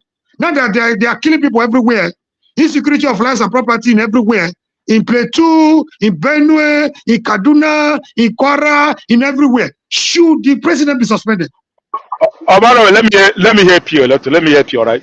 See, normally, Obasanjo just suspended the both governor, both Plateau State and the Ekiti State, level of crisis, all right? The Rivers, why people were against Rivers State, they have political undertone, all right? Being wicked be on the scene. That's why people suspect that there's a foul play. We all remember in Plateau State, just why he suspended. I think Joshua died or something like that. We've got the crisis, regional crisis, and this and that. If that's the case, all right, if Tinubu have gone ahead to declare state of emergency, something like Benue, using Plateau State, Borno State, there this killing have been. People will not complain of River State, all right? But you cannot leave all this state that people are dying masses, people are quiet masses like normal business. Then where people are not quiet in the case of emergency, that's where people have problem about it. All right, on both Obasanjo did on both the Ekiti State and the Plateau State on crisis. All right, so that's just my thing. That we know that Obasanjo just Tinubu suspending governor of River State. We all know what it is. We can't tell ourselves a lie. Anybody tell you a lie that even APC will tell you like they want to control the state. They want to control the state. Control River State. We all know that it's as we controlling the state, the federal economy. So they want to control the state. Without the input or ratification by National Assembly, you went, a dictator to remove an elected governor of the people. Who does that? He wants democracy. Do to Paul what is good he do to Peter, all right? So, see, the declaration of emergency in some of these states, so like Benue should be declared for a long time. Plateau State, Borno State, all these places, there were cars kill a pie all over the place. All right? So but they never do that. They never do that. Now that Tinubu is not able to protect Nigerians, can he also resign? Can he also be suspended from office? That's my question to you. No, see. Who wants to suspend him? Now that there's a breakdown of law and order, there's a breakdown of law and order. Bandits are celebrating, they are pepper souping and jollificating everywhere. They are attending community with the rifles on their chests. Now that there's a breakdown, total breakdown of law and order in Nigeria, in so many parts of Nigeria, can the Tinubu honorably resign or be suspended from office? Comrade Omoroyi, sometimes we need to let's take emotion aside and let us just be. You understand? Nobody knows it, or you understand? The fact that this has nothing to do with them, bro. Hold on. The fact that I'm presiding my own perspective, it does not mean that I know it better than you. It's just my perspective. So there's nothing to fight about. Let's calm down. Now, what I'm saying is this. When you look at the situation, we have to look at the technicality of that situation. You understand? Ekiti, would you say that of Ekiti met the constitutional requirement for Obasanjo to declare emergency? Because what people keep saying was that, president has no power to remove executive governor of a state. That's the basis of the argument. Now, then we now talk of what led to that state of emergency. You understand? Was Obasanjo right? Is the situation of that of Plateau and the state? I'm just asking you. It was wrong. Mm-hmm. When you say it was wrong, was it challenging the court? He said? When you say it was wrong, was it challenged in the court? I don't think they are challenging the court. I don't know about that a lot. I know it was wrong on the state. I think Ekiti State was on fire share and they were under PDP. That's why it's tricky. That was PDP also. I hope so. Okay. You know that of Ekiti State. Let me tell you what I think I find out or I understand about that of Ekiti State. Right? Mm-hmm. You know there was a factional assembly. You understand what I mean by factional assembly? When you have and I mean the state assembly, the assembly that support a side, and another assembly that support the side. When you have two different categories of assembly making law, your own faction will make a law, another faction will make a law. You understand? In the same state. You understand? That's a breakdown of order. There was there a violence? Was there a violence? Was there a security collapse? You understand? Was the governor able to function? You understand? So the thing is, when you look at all the situation, you understand all the situation that happened in Ekiti, you understand, you will now say it means, you understand, the section 305 of emergency rule, or you understand section 305 of the constitution, and the president invoked that, right? So the same thing happened in Plate 2, probably yes. Then I understand what you are saying about that of Rivers State, because it has a political dimension. Even the one we were even talking in the book 2 and this, they have political dimension. But what made this one interesting is just because number one, a section of it is in the current federal executive cabinet. I get that sentiment. You understand? And that person is fighting a state governor. I got that sentiment. But the question I want to ask people is this: was there a crisis in Rivers State at that time? Now, when they say, okay, what happened to the state assembly? You understand? Maybe you have a situation now where the governor was suspected to have destroyed the National Assembly so that a state assembly for the state assembly not to function. You understand? You know, when you have a situation in Nigeria where you have governor removing the roof of the state assembly complex, just for this legislator not to see. You understand? Was there anything like that in Rivers State that maybe a particular arm of that government in that Rivers State trying to prevent the other arm, you understand, from performing their duty? Did it occur in Rivers State? Can I answer you? Your question is self. No, let me just answer him very quick. 1 minute. 1 minute is okay. Less than a minute is okay. The crisis you define here, quote and unquote, well-orchestrated crisis, well-arranged crisis, in order to have their way between one man, an ex-governor, working for Tinubu, who feels is more important than the whole of the people of Rivers, and getting his support, you bringing a leveraging on his influence with the federal might to create a crisis situation so that they can have their way to hijack and to capture the state. That is the crisis you described here. I've acknowledged that. But when you now, so what are we describing? You orchestrated something so that you can have your way. You call it crisis. How is that crisis to you? You plant something. You planted something. It has germinated so that you can reap the crops. You call it a crisis. Can I ask you this question? Question is this: looking at Nigeria, right? As you said, the federal government has the right to declare of emergency in Rivers State because the crisis they have. Does the my point why people are angry is this? Even me myself, all right. Even in Imo State, then there was a lot of killing between Olu and all those places. That area should have declared of emergency to contain what is going on there. Some states we have declared of emergency to cover. But why is it that they only declare of emergency in Rivers State? Why don't they declare emergency if in other states? That's or in other places that have a lot of crises. Where one man tap his chest to say he bought the forms for every House of Assembly member. What are we even supporting Nigeria? Why do we support it? Let's address one situation. You understand? Now, there's a difference between when you have a terrorism going on in the states and the governor and the National Assembly and the State Assembly, they are still functioning. You understand? But this situation we are having the situation whereby there's a conflict between the executive arm and the legislative arm. That's where the problem is now. Insecurity is one thing, but when a particular arm of government is bullying another arm of the government, it's another thing. That's a constitutional violation. You understand? There will always be insecurity. You can still declare state of emergency in a state, and the governor and the state house of assembly will still be operating, because the situation here is that it's not the conflict between the two, but we have aggression, whether internal or external aggression against the state. So that one does not mean the requirement that you have to suspend the state. Can I come in? Let me tell you, I listen to you talk, all right? Just you have said what you want to say. You are a Bola Ahmed Tinubu like supporter to the core, that nothing he does that is bad.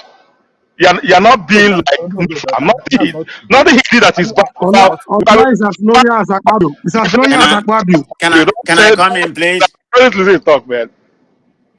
No, I think so. Allow the contention is between what happened during Obasanjo time and what Tinubu just did. I mean, okay, Obasanjo one is a little bit multifaceted, because I think he did that in Plateau, Edo, Bayelsa, then the Kitty one. The Kitty one is kind of example. The other ones are more of, because we have a lot of political instability at that particular time, so he did it for that. That's why he declared emergency. To a certain extent, that can be justified. But the one in Ekiti that Obasanjo did is very kind of similar to what Tinubu did in Rivers State. So just because impeachment to the governor and deputy governor, so you came there, you installed it, a different thing. So it's similar, but in a nutshell, what Tinubu just did in Rivers State is more political, than try to rescue the unrest going on in their country. So if we have to put it in context, I mean, that's what it is. Or like, you can't defend that part of it. Like I said, it's similar. It's similar to what happened in Ekiti. So Obasanjo wasn't right in that regard. So two wrong cannot be making right. No, whether it is political or it's not political, I just want you to look at the technicality. Look at this one, you understand. Now, let's assume that A incited a B to commit murder. And when they now sentence B to hanging, you understand, to death by hanging, and B now started saying, it was A, I didn't want to do all those things. The question is this: you actually performed the deed, you acted, you were caught. Even though A incited you, but you too, you are an independent entity that you should have assessed that situation. I know that this is a crime situation. You shouldn't have done that. Now, the question is this: it may be politically motivated. There was a conflict between Fubara and Wike, acknowledged, no argument. But the question is this: why you as the executive governor too, you now cross your boundary now by not allowing your state's assembly to function? That's the point. Now, okay, that is true, but it didn't get to the graveyard whereby there was an impeachment, like what happened in Ekiti. Ekiti, there was already an impeachment, of the governor and the deputy governor. You don't get it. You've already violated that constitutionality. You understand? Like, when you go and harass the state assembly, you are not allowing your state assembly to function. But what I'm saying, those two cases does not warrant any kind of emergency. I mean, that's just my opinion. But if you want to look at the one that warrant more, because impeachment has already been taking place, with the one of Ekiti. You know that. But impeachment has not taken place. There's nobody that has been impeached or removed when it comes to River State. I'm not trying to make excuse of the shenanigan that went on there. But that has not actually occurred in that regard. What I'm saying, it may be leading to that, Go ahead. No, what I'm trying to tell you is this: as at that time, you are the Fubara, from my own understanding, correct me if wrong, was no longer allowing the state assembly to have a place to sit. It was just like a threat. That one now becoming like a security threat, even for the state assembly to sit. Now, when the state assembly can no longer make law, and you as the executive governor, you are now locked yourself without check and balance, then you violated the constitution. That's that situation. You provided a situation of anarchy, because you who will be making the law that you will be executing. So you are preventing. It's just like today, President President Tinubu now go ahead and see the National Assembly complex. You understand? Just like how the DSS was trying to violate the National Assembly, that Toshiba just sacked that guy. That you understand? Because you violated, because this is a different entity. See, Buhari did something that he went away with freely, that people in Nigeria, they praise him, and I think Nigeria now, if they reflect over all those now, they will think twice before they support anybody blindly tomorrow. When that Buhari violated the judiciary, see what they did to Justice Onoge. At the end of the day, you could not really see, can anybody see come out and now point out to something concrete? You just harassed judiciary during that time. So already Fubara was already harassing the state assembly. Mr. Ola, let me come here a minute. Let me tell you a minute. If there was even a crisis in Rivers at all, it was the one created by Tinubu himself. Inviting a sitting governor, a governor of a state elected by the people, giving him a script to go and follow. And if Fubara, out of intimidation, pretending to subscribe to that script, was the beginning of the real crisis created by Tinubu in Rivers. Telling to go and do this and do that. He's not his errand boy. He's not his subordinate. You don't do that in a democracy. They are both elected to represent the people. The only difference is that one is at the federal and one is at the state. They are both executive leaders. You don't invite a governor of a state like a house boy. They are giving him a script to go and follow. What kind of national democracy are we practicing? And we are here supporting the evil they are doing to us. Comrade Gabaruji, I will not take that as an excuse. You know my opinion. You know what I said about Tinubu, because people you think 100% I support Tinubu. That's your opinion. I'm not going to contest that. What did I say of Tinubu? I said anybody that you are not ready to die working for your country, you are not supposed to be the president of that country. You can't be commander-in-chief of Armed Forces of Nigeria, and you are afraid of facing the terrorism we have in that country. I know people like you that just want to say, okay, 100% I support Tinubu. You will not ever see that, for example. See. I applauded you when you said, that day when you said that. I was surprised that you were talking like that. And again, not even facing terrorism. At least releasing the names of those perpetrating it. From their name. Call them out and let us know them. Can't do it because of political confidence. Because of 2027. I'm just telling you the type of person I am. I told you, I keep saying I'm a tribal person. You know, people say, oh, tribalism is good. It's only when you do tribalism wrongly. You understand? People think I support Tinubu because of Tinubu is from my tribe. Okay, it's okay. You understand? I support Tinubu, number one, probably because it's my tribal person, but most importantly, because I believe he is going to do what I expect. Why did I support Tunde Bakari, for example? Because of the program he rolled out. Nothing more than that. Now, I believe that, okay, if I add Tunde Bakari then, for example, probably I'm going to have a geopolitical region that will be dependent on their own, that will be able to use our own resources to develop, that even when the person in Abuja is messing up, as long as my state, as my region, it's okay. I may still be able to, to have some kind of shock against whatever is happening at the central. Like during the time of UPN now, when UPN was doing free education, anybody that wanted to do anything during their own region, they are free. But I could tell you that during the time of UPN, I barely knew what was even going on in the other states. You understand? I only know what was happening, even to the extent, let me just limit everything to even on those states, not even the entire the entire southwest, only to on those states. So that's the kind of person I am. Now, I support Tinubu because of his position or restructuring. Now, when he was trying to give electricity to Lagos State, how the exclusiveness of the federal government is not allow electricity to be generated by state and be sold by state. Now, all those things he did in Lagos, something like a state policy and something like economic restructuring, Those are the reasons that I support. I don't just support someone just because not because it's from my tribe now. If you are Mr. from Ola, can I ask you a question based on what you just said? Can I ask you a question? Can I ask you a question?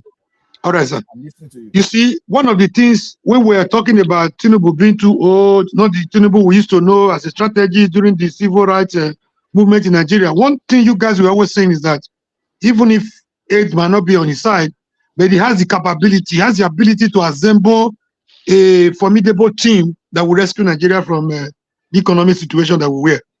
Now, judging by what has happened in the past 2 years, do you still believe in that? I mean, seeing the caliber of persons around him, supporting Akpabio for Senate, a criminal that was facing a lot of charges on EFCC, a criminal, a looter, that looted his state dry. So the list is just released now, the ambassadorial list is just released, comprising of Mockery and Fani Kayode of this world. Do you still hold on to that your opinion, that your support, that is a good assembler of formidable team that can rescue Nigeria? That's just my simple question for you. Let me tell you something to start with. I use this one as a disclaimer to dissociate myself from calling someone that has not been convicted by a court of law a criminal. I dissociate myself from that. I don't use that kind of word. Which is even law. Which law is there? Which law is going to convict them? I hear you. But that's how I want to say my own. I live in a lawful country, so and I do my own thing. I want to abide by the law. Let me tell you something. See, you Comrade Omoruyi now, if you enter into politics now, anybody can accuse you of anything. They've accused Showore of one of the deadliest crime. But fortunately, Nigeria are wiser just ignore that because we know Showore very well that where someone was just people even when I think when they even asked that Showore himself, I think just with that he didn't even spend his energy to even waste his time. So that's kind of such kind of grievous allegation. See, in Nigeria, you can be accused of everything. And when I say you can be accused of everything, I'm not necessarily saying that person is clean. But the thing is this: what you have not been able to prove, I will not support you. Oh, because I once worked in an organization too, and my units run a very and my department generally we run a very good concurrent, you understand, concurrent expenditure. You understand?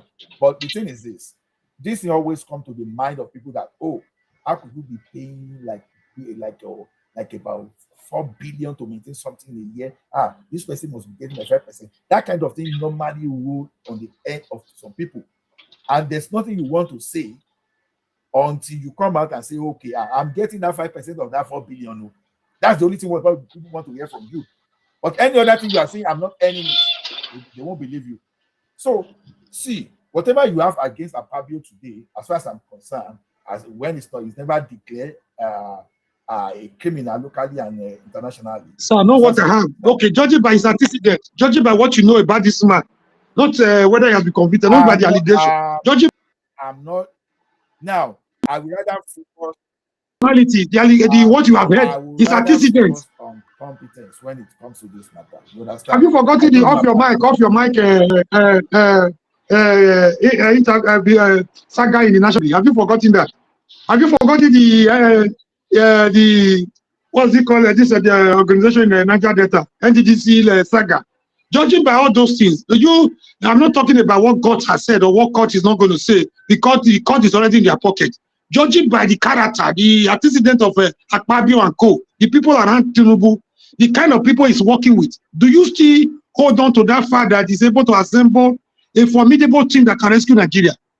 And even his kitchen cabinet and the ambassadorial list that has just been released, comprising of Omokris and Fani Kayode of this world, judging by what you know about these people, about this caliber of persons, can you just defend Tinubu on that ground, that he has the capability to assemble the team that can rescue Nigeria from this conundrum? What type of conundrum are you talking about? The security or insecurity or economy? Which one? Just pick one out of them. They are multifarious and hybrid. The economy, the security. Let me tell you, just name it. Dave Umahi is one of the best you can get out of Nigeria now. The best I cannot give per capita income, and he was busy abusing journalists for asking him questions. Is that what you call the best? Good question. Let me answer you now. Professor Kiamu is one of the best you can get now.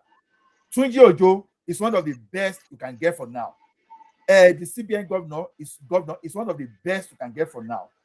The Kadosu, is it Kado? The finance minister, without mentioning the name, is one of the best you can get for now. This guy in charge of tax reform is one of the best you can get for now. You understand? Then this guy we just appointed. You can see I'm using his a picture too. You understand? Just for someone not to say I'm impersonate, I will have called myself CG. I so love the guy to the point that I can drop his name. If I have a way, I can add one of his names to even my personal name. You understand? What's his name? Who is that? Who is that among them? CG Musa, the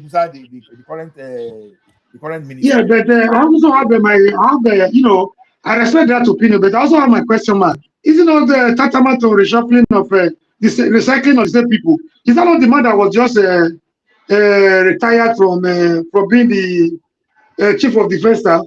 Is that not the chief that was retired and brought back as the minister of defense?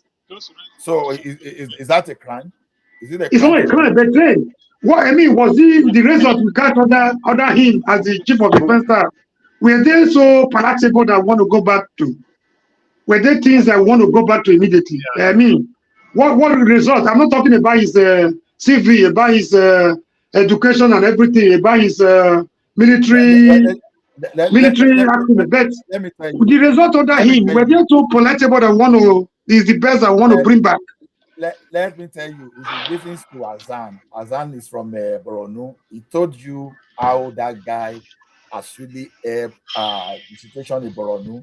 So the thing is, for Nigerians, you see, for Nigerians to be happy, I'm not the only one. This one is like at least, if not a consensus, at least we have many Nigerians. Don't let me use the word most because I didn't conduct the statistics, but many Nigerians were so happy that this man is coming back. And before this guy was removed, not because people were saying he was fired. Now, from my understanding, he wasn't fired. It was just because of the convention of he has served the time he has supposed to serve there. So and they were not just going to do what happened under Buhari. You understand? So assuming they were truthful anyway. So now the thing is this guy gave a standing order that, okay, I don't want to hear that you are not carrying out your duty because nobody gave you order. He said, when your life is in danger, you are allowed to shoot. When your colleague, when their life is at danger, you are allowed to fire. You don't need to wait for any order. But you must just let the community that you are defending knows that you are there to defend them. So there are some situations that you don't need to wait for order. Even went ahead that, okay, if anything can happen within a particular region that you did not act, that you are going to be court-martialed. He said it. And he said he's going to hold the GOCs responsible. You understand? I think it was not there a few days or maybe a few weeks after they removed him from the office. You understand? Under this man, will you say the same insecurity we witnessed just in the last 2 weeks? Will you say we witnessed the same level of insecurity? So let's give this man his flower. You understand? Don't let use politics just to paint him black or trying to be politically correct just because we must just go against everything. Yeah, Mr. Ola, do you know? Can you tell us one reason why he was removed as the chief of defense staff in the first place? Can you tell us why he was removed and they decided to bring him back because things were getting worse? What I understand is he has completed the number of days, the number of time he has supposed to spend as on that assignment. You understand? Being a bit of defense chief, a bit of service chief. So that's what I had. So If he has actually spent the number of time he's supposed to spend, then I can't say anything.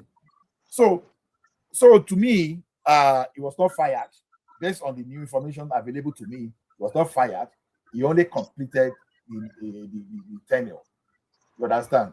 So to the best of our understanding. Could it be a coincidence? Could it be a coincidence that it happened when the Roman fake coup was around the corner? Was that a coincidence, or does it have a link? Okay. If you had a link, so why will you want to take someone that wanted to? Yeah, was there a misjudgment on the part of government? Was there panic? Was it out of panic that he hurriedly is out of his job, and later they discovered that he had nothing to do with the coup? Could that be a coincidence? You know that coup was a year long. They tried that. It didn't just happen the time they said the thing was going to happen.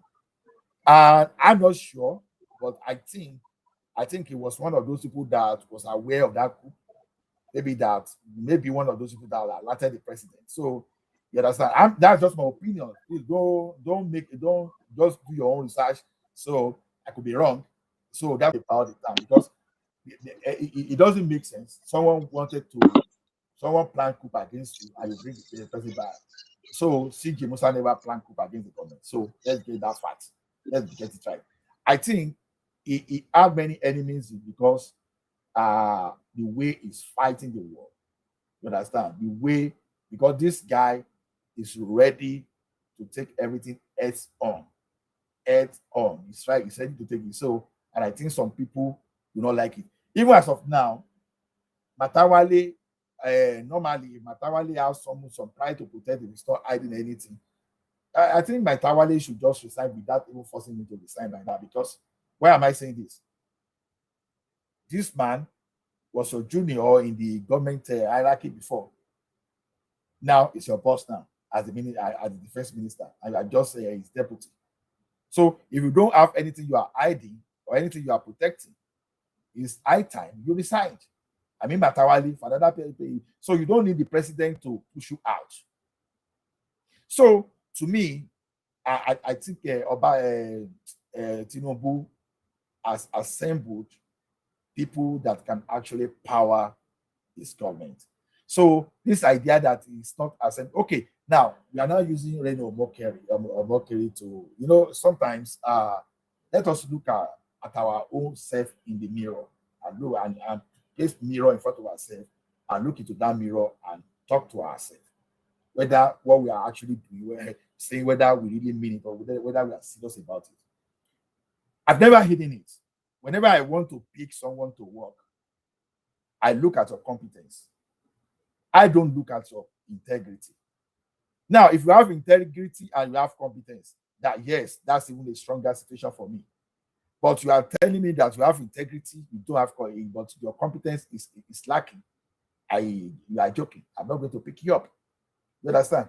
I'm not going to. So I go for competence. All those allegations of corruption or all those kind of things. I mean, I'm tired. You don't use that one to manipulate me. Just a tool to manipulate people. So, yes, Tinubu assemble competent people.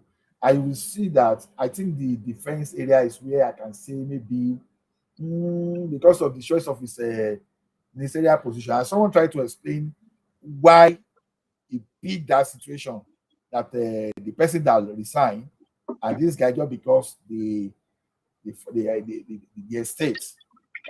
state have experienced such kind of insecurity thinking they can help. I don't know whether that's the way he's thinking, but I think no matter what, the situation has been corrected now. But I want you to look at the critical area of that economy in that country today, and tell me that one critical area that Tinubu has not put someone that is competent there. Just tell me, is it the Umari that is managing our road? Is it a Festus Kiamu that is how many roads are you even talking about? Where are the roads? Go to the Niger Delta, go to South South. The roads, the federal roads are in a despicable situation. They are almost impassable. What roads are you talking about? Is it the same federal roads we know? Or are you talking about another Nigeria that we don't know? The way you proceed with these people praises. And again, another thing I want to bring before you. You talking about Reno Omokri and Fanika Yodes of this world. What does that tell you about the image of the president of the president and of the country as our ambassadors to the world? You see, the likes of a mockery, going by their utterances, by going by what they represent. What does that tell you about the image and about the image of the president and his administration and his government and Nigeria as a nation? Anyway, I know what we were expecting. You understand? Maybe you were expecting me to disagree or to support. But let me play this.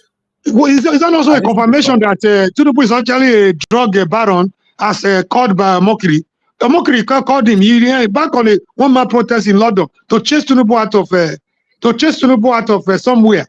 You know, is that not a confirmation that this guy that called me a drug baron, this is who I actually, this is who I am? Does that make sense to you? Is there nexus between the calling of Tinubu a drug baron and his appointment as an ambassador? Can you is there any nexus between them? Will you prefer someone that will be going on a vendetta mission? Will you prefer such kind of person instead? If I may ask you. Will you prefer someone that is going on? Will you prefer someone that is going on vendetta mission? That okay? Not necessarily being a vendetta. He just confirmed that there's nothing wrong with what this guy said. Why are you not taking Showore to court for calling you a criminal? Almost the same thing. If somebody called you a drug baron, today it's your ambassador representing your image of your government and the entire country. Another one is calling you a criminal. You feel that one has committed a crime. The one is in court, one is in ambassadorial position. Is that not controversial and contradictory? Okay, if someone calls you a criminal today and tomorrow the person retracted and now started lauding your image that you are he has not retracted in any way. From what we know, from the facts available to us, he has not retracted any way in any platform. So are you saying that Mokri has not spoken that about the? Yeah, he was right. Probably he was right. He was right. Ola, this probably one he now, was this right. is the area I disagree with you. Stop justifying that. Both of them are just no. I've not even landed. See, let me tell you something. Probably Mokri was right. Mokri was right. If you call me a drug baron today, tomorrow I'm appointing you as my ambassador. It means there was nothing wrong with what you said. It is not. Why are you taking one to Sokoto prison for trying to fight for his people? Another one is calling you a criminal. You said in one country that corruption is no longer in Nigeria. That you have eradicated corruption in Nigeria. That one was judging you by what you said. That what you said was a criminal, in nature, and you are putting one to Sokoto prison. Let me respond to you. The thing is this. I told you. I'm repeating it. I deal with legality. I don't deal with morality. Do you want me to keep repeating that? I deal with legality. I don't deal with morality. Get me right. I'm repeating that again now. It's not about you as a person. It's about the image of the country and the government you represent. It's not about you, what you believe or what you deal with. It's about the rest of us as a nation. It's not about you, what you believe. Integrity matters. Integrity is the only thing. Integrity, among all the core competencies of the world, integrity is what makes you who you are, doing what you're supposed to do when no one is watching. So if you've come out to say he has called you a criminal, you appointed him to be an ambassador, it's a confirmation that you're actually a drug baron by extension. It's not about what you think as a person, as Allah, whether you believe in morality, integrity, or what. It doesn't matter. That is your own perception. That is your own, opinion. Perception is key. How people feel about us, about your government, about us as a people matters to us. If somebody that took an American to Nigeria to go lie on national television, even when the American was telling him, this is what you told me, this is not what I'm here for. Openly, in less than 2 months, he's an ambassador. It goes to show the kind of person of Tinubu and his government, what they represent. I think it's a stigma. It's a dent on our nationality as a people. So the way I see things is this, you understand? I deal with legality, right? Now look at this. It's no longer a news that the account that Tinubu operated, the proceeds of drug was traced to the account. Now, and when there was a case, you understand, American, they have their own system, you understand? So, and I'm not in a position to tell them what to do. When they look at it, they just brought judgments against the accounts, not against Tinubu. So, when you find the record of when you find the record in the judicial system, you can't find a place where they said Tinubu was convicted as a criminal. So based on that, based on my principle that I deal with legality, I don't deal with morality. You understand? I cannot. What about the forfeiture? The forfeiture of thousands of dollars, only to $430,000. Why was that money forfeited? The question is whether he forfeited it, but was Tinubu convicted? That's my question to you. Was he a convict? Yeah, well, forfeiture can also mean it's like what we have in Nigeria as a plea bargain. There's almost a convict. If we're not convicted, let me pay. If somebody's it happened to some governors in Nigeria, including my own governor of Edo State, like Igbenedion. Okay, I have done this and done this. In order to set me free, let me forfeit part of what I have done for me to be free. So if you forfeited money, okay, let me ask you, Mr. Ola, if you work so hard, you're in Canada, right? You've worked so hard. You've been here for some time. You work so hard to earn a bonus of 20,000. Somebody is bringing an allegation against you. I think you will go extra mile to defend yourself instead of forfeiting your money if you work for it. So if that money was forfeited for him to have his freedom, it's not different from being convicted. He accepted the guilt. It's an acceptance of guilt indirectly. It's like what we have in Nigeria as a plea bargain. Forfeit this and go free. That was what he did. If that money belongs to him genuinely, what did he even do? What kind of job was he doing to earn that kind of money? He was earning less than $3,000, about $2,500. Where could you have earned? Worked so hard to have about $400,000 in your account? How did you save it? Don't like people defending criminals. Also, wait for court to tell us today is not Sunday. Today is not Saturday. We already know today is Thursday, not Sunday or Saturday. Which court are we even waiting for? The court that have been hijacked by their wives and girlfriends and their cronies. The court that the National Assembly they have converted to an extension of APC wing. Is that the court we are waiting for any conviction? I rest my case. You see the way you analyze some things sometimes. You understand? I don't really understand because you've already have your own mind. You understand? Again, this thing.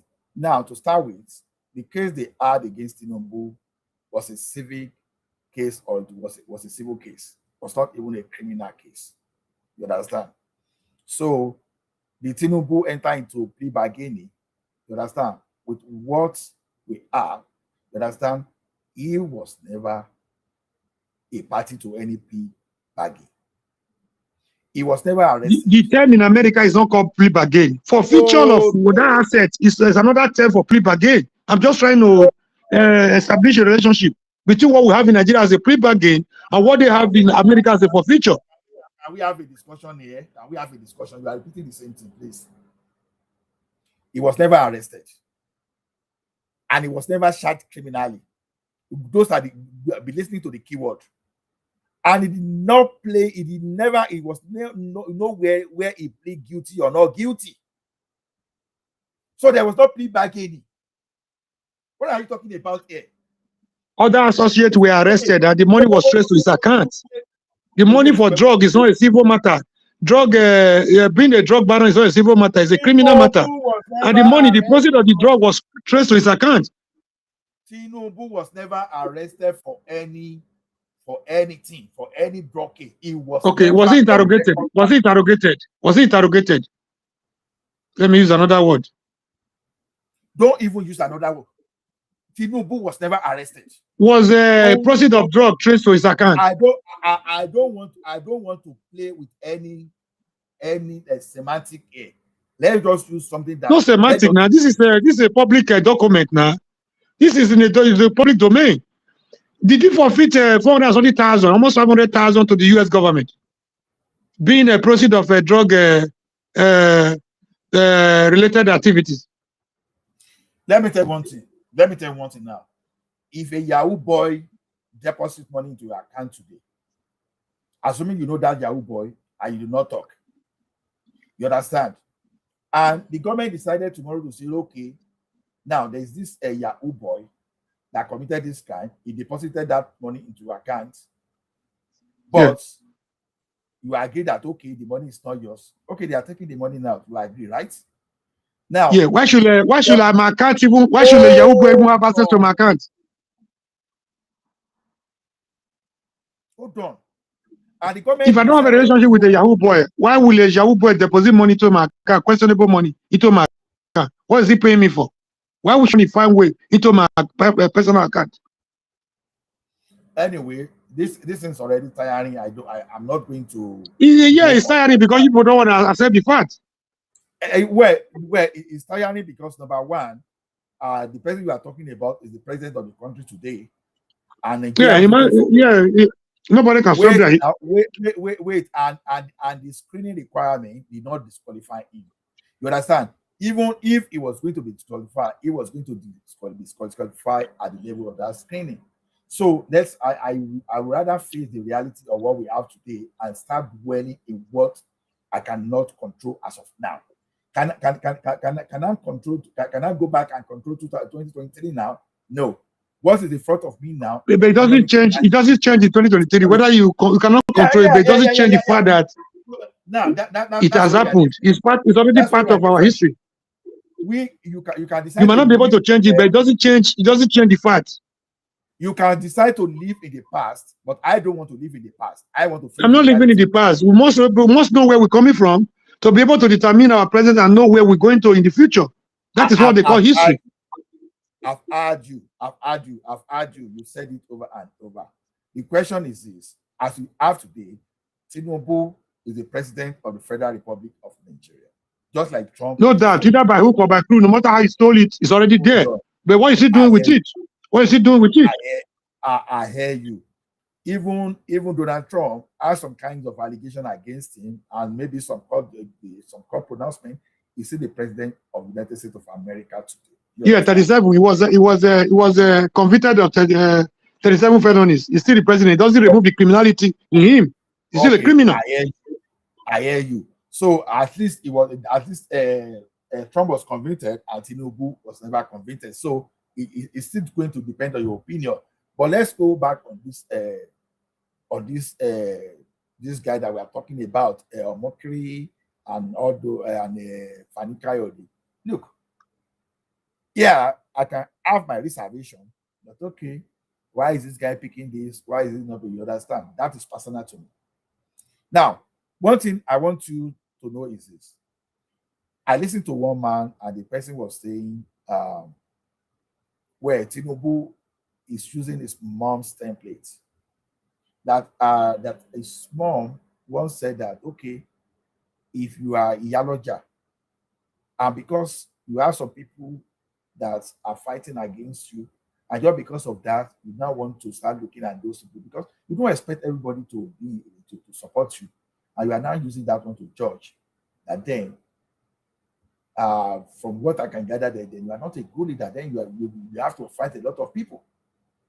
Don't forget that when you become the president of that country, even your enemies, everybody, you have right to protect everyone. You are responsible to everyone economically, in terms of security, in terms of everything that you have to do as a leader of that country. Now, Leonard Omokri, based on what he did, it was to Tinubu. Now, and if Tinubu now decided, okay, I pardon you, I bring you to my camp, you understand? Maybe you see some quality in him that you want to use, because sometimes you want to say, okay, Reno Omokri is a sycophant, whatever. But you cannot ignore the other traits that these guys knows how to turn bad situation to a very good situation. They are called black, white, right? You see what is black, you say this is white. You want to put it on the people. That's the quality you're talking about, right? I hear no, you. Don't you hear me? I'm seeking your opinion on this. Don't push it to me and you hear me. This is not my word. I'm asking you a question. You said the other side of a mockery. The quality of being a flip-flopper, the quality of turning black, you say is white. It's not possible to believe that this is white. That's the question talking about. I don't do. And that is what he has in common with Tinubu. That's what they have in common with Tinubu. That's the quality they see in him. I don't deal. I don't deal with emotion. Let the Senate and no propaganda. That's we call it propaganda in politics. Hold on now. It's not emotion. This is propaganda. Open propaganda. What's the duty of an ambassador? If I may ask you, what are the duties of an ambassador? An ambassador is supposed to be the image maker of your person as the president and of the nation, of the entire nation. So the duty, if you want to talk about the duty, since you are at home as the president, you delegate power to them to deal with such issues that may emanate from the various countries which they represent. In that capacity, they are even seen as the president and his government. What they represent, the kind of personality they are, bears or has a lot to tell on the image of the government and the personality of the president. Okay. Now let me ask you a question.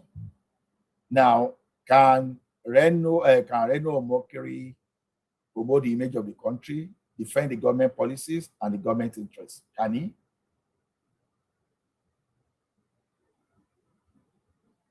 Hello?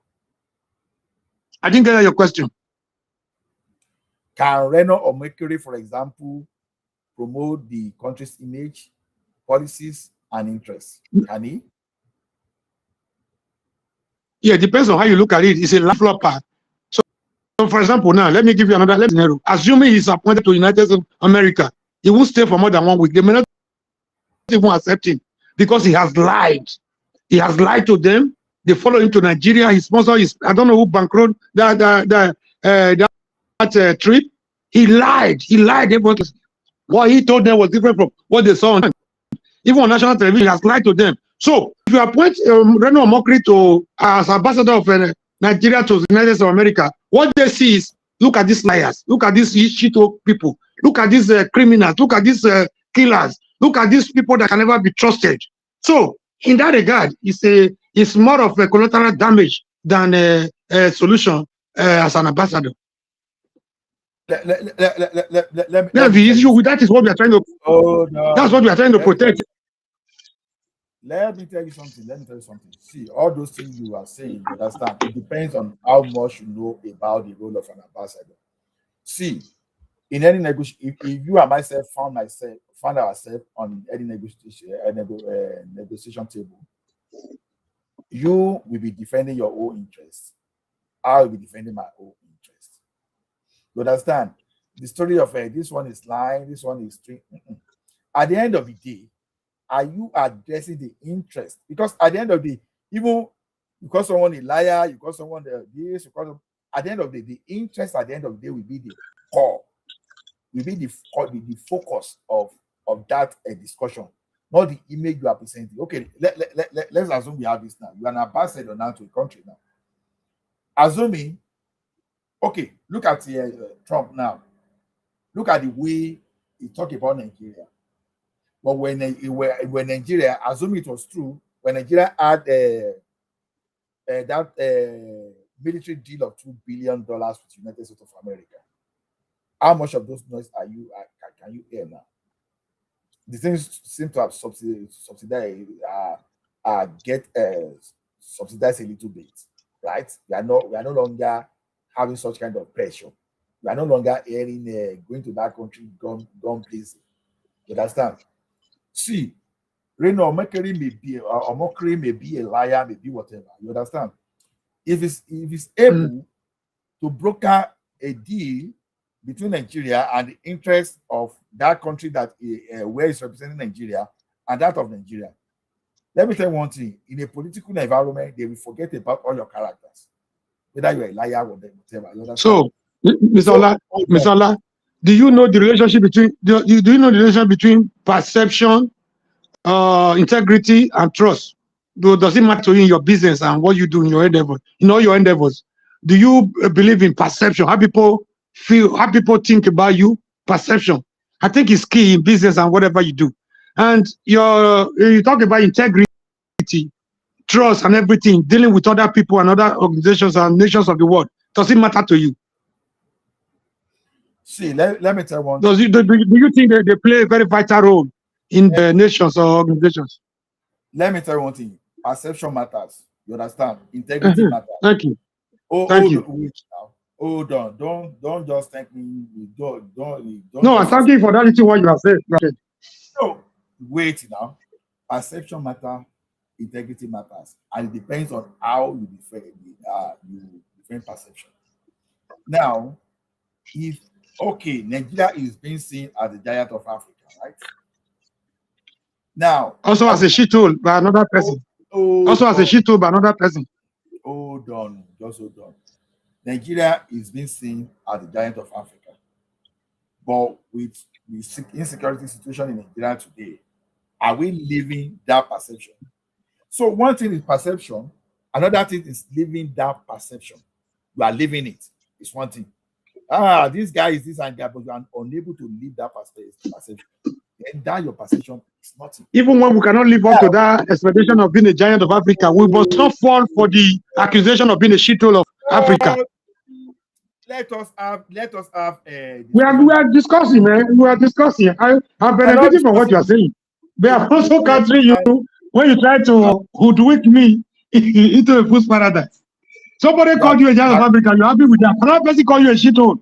If you cannot live up to expectation of being a giant of Africa, don't fall for the accusation that you're actually a shithole by projecting shithole to represent your image. You are cutting me. All right, sorry. Carry on. Now, you have a perception. You are not living that perception. So your perception means nothing.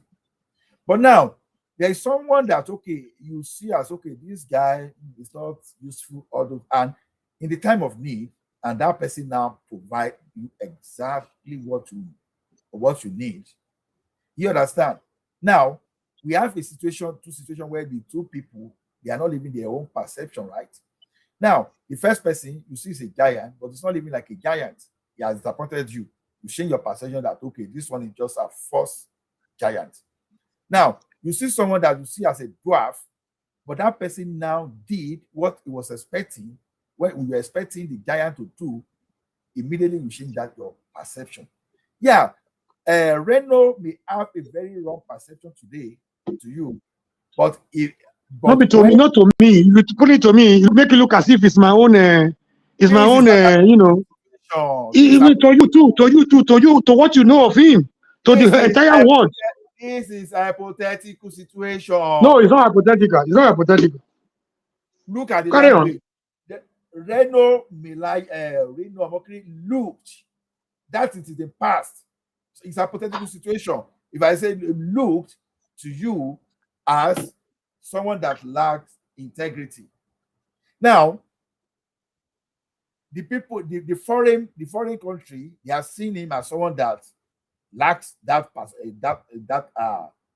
capacity, but is able to get to that place and uses his own competence, you understand, just to now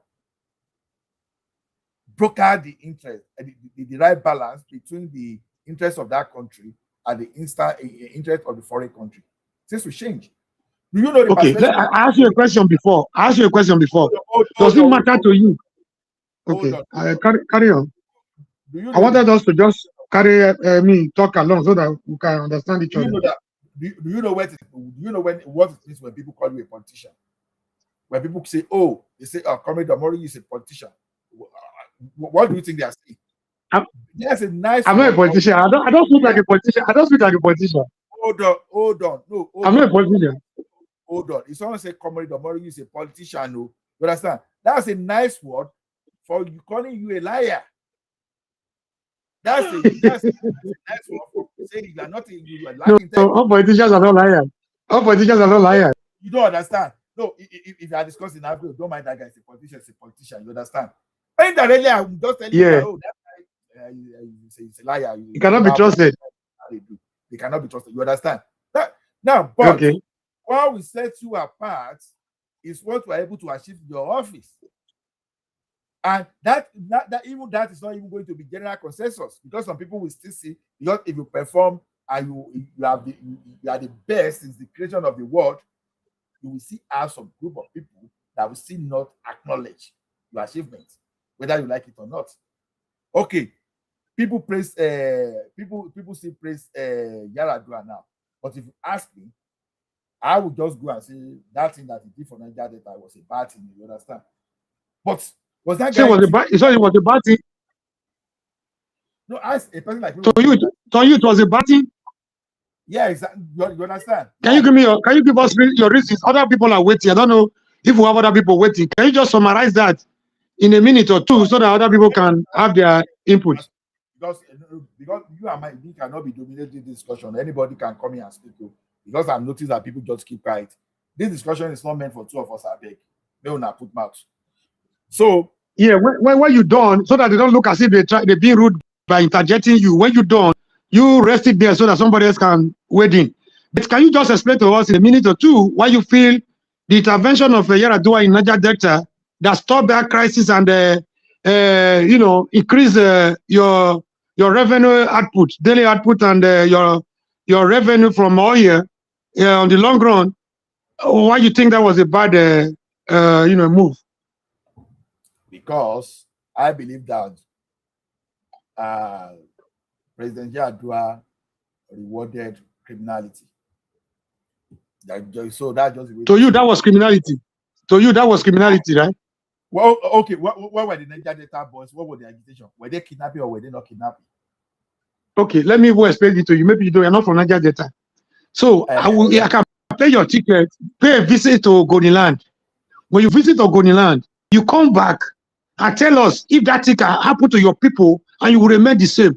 Then what they are doing to Niger Delta cannot be done to Hausa, cannot be done to Yoruba. They can only do it to the minority, the South people. You know, you can't poison their water, kill their aquatic life, poison their soil, no production, nothing whatsoever. And again, they have nothing to show for it. You know where that is started? There was something that happened in Abuja. When they saw the development in Abuja, they came back to say, enough of this. What the politicians were always telling them then? Your hope, your aspiration, your everything is on the pipeline. That was when they came back from Abuja and said, okay, is Abuja part of Nigeria? They were asking questions. So this thing they told us is in the pipeline. It's our time we begin to break the pipeline to see what they have for us in the pipeline. So that is the genesis of that crisis. So if you feel what they did was not enough to call for what belonged to them, it's like your father's house. You have everything in on your father's land. Strangers are benefiting from it, and you cannot even repair your mother's house, your father's compound. And you telling them that they try and attempt to drive strangers away from exploiting what belong to you. If you say that was a criminal act, we are not ready to stay together as one nation. You guys are just deceiving us. You people think Nigeria is all about Yoruba, Hausa, and Igbo.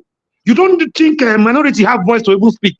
If that oil in Niger Delta is in Yoruba land, by now, Yoruba will have gone long time ago. If it was in the north, they would have gone on their own long time ago.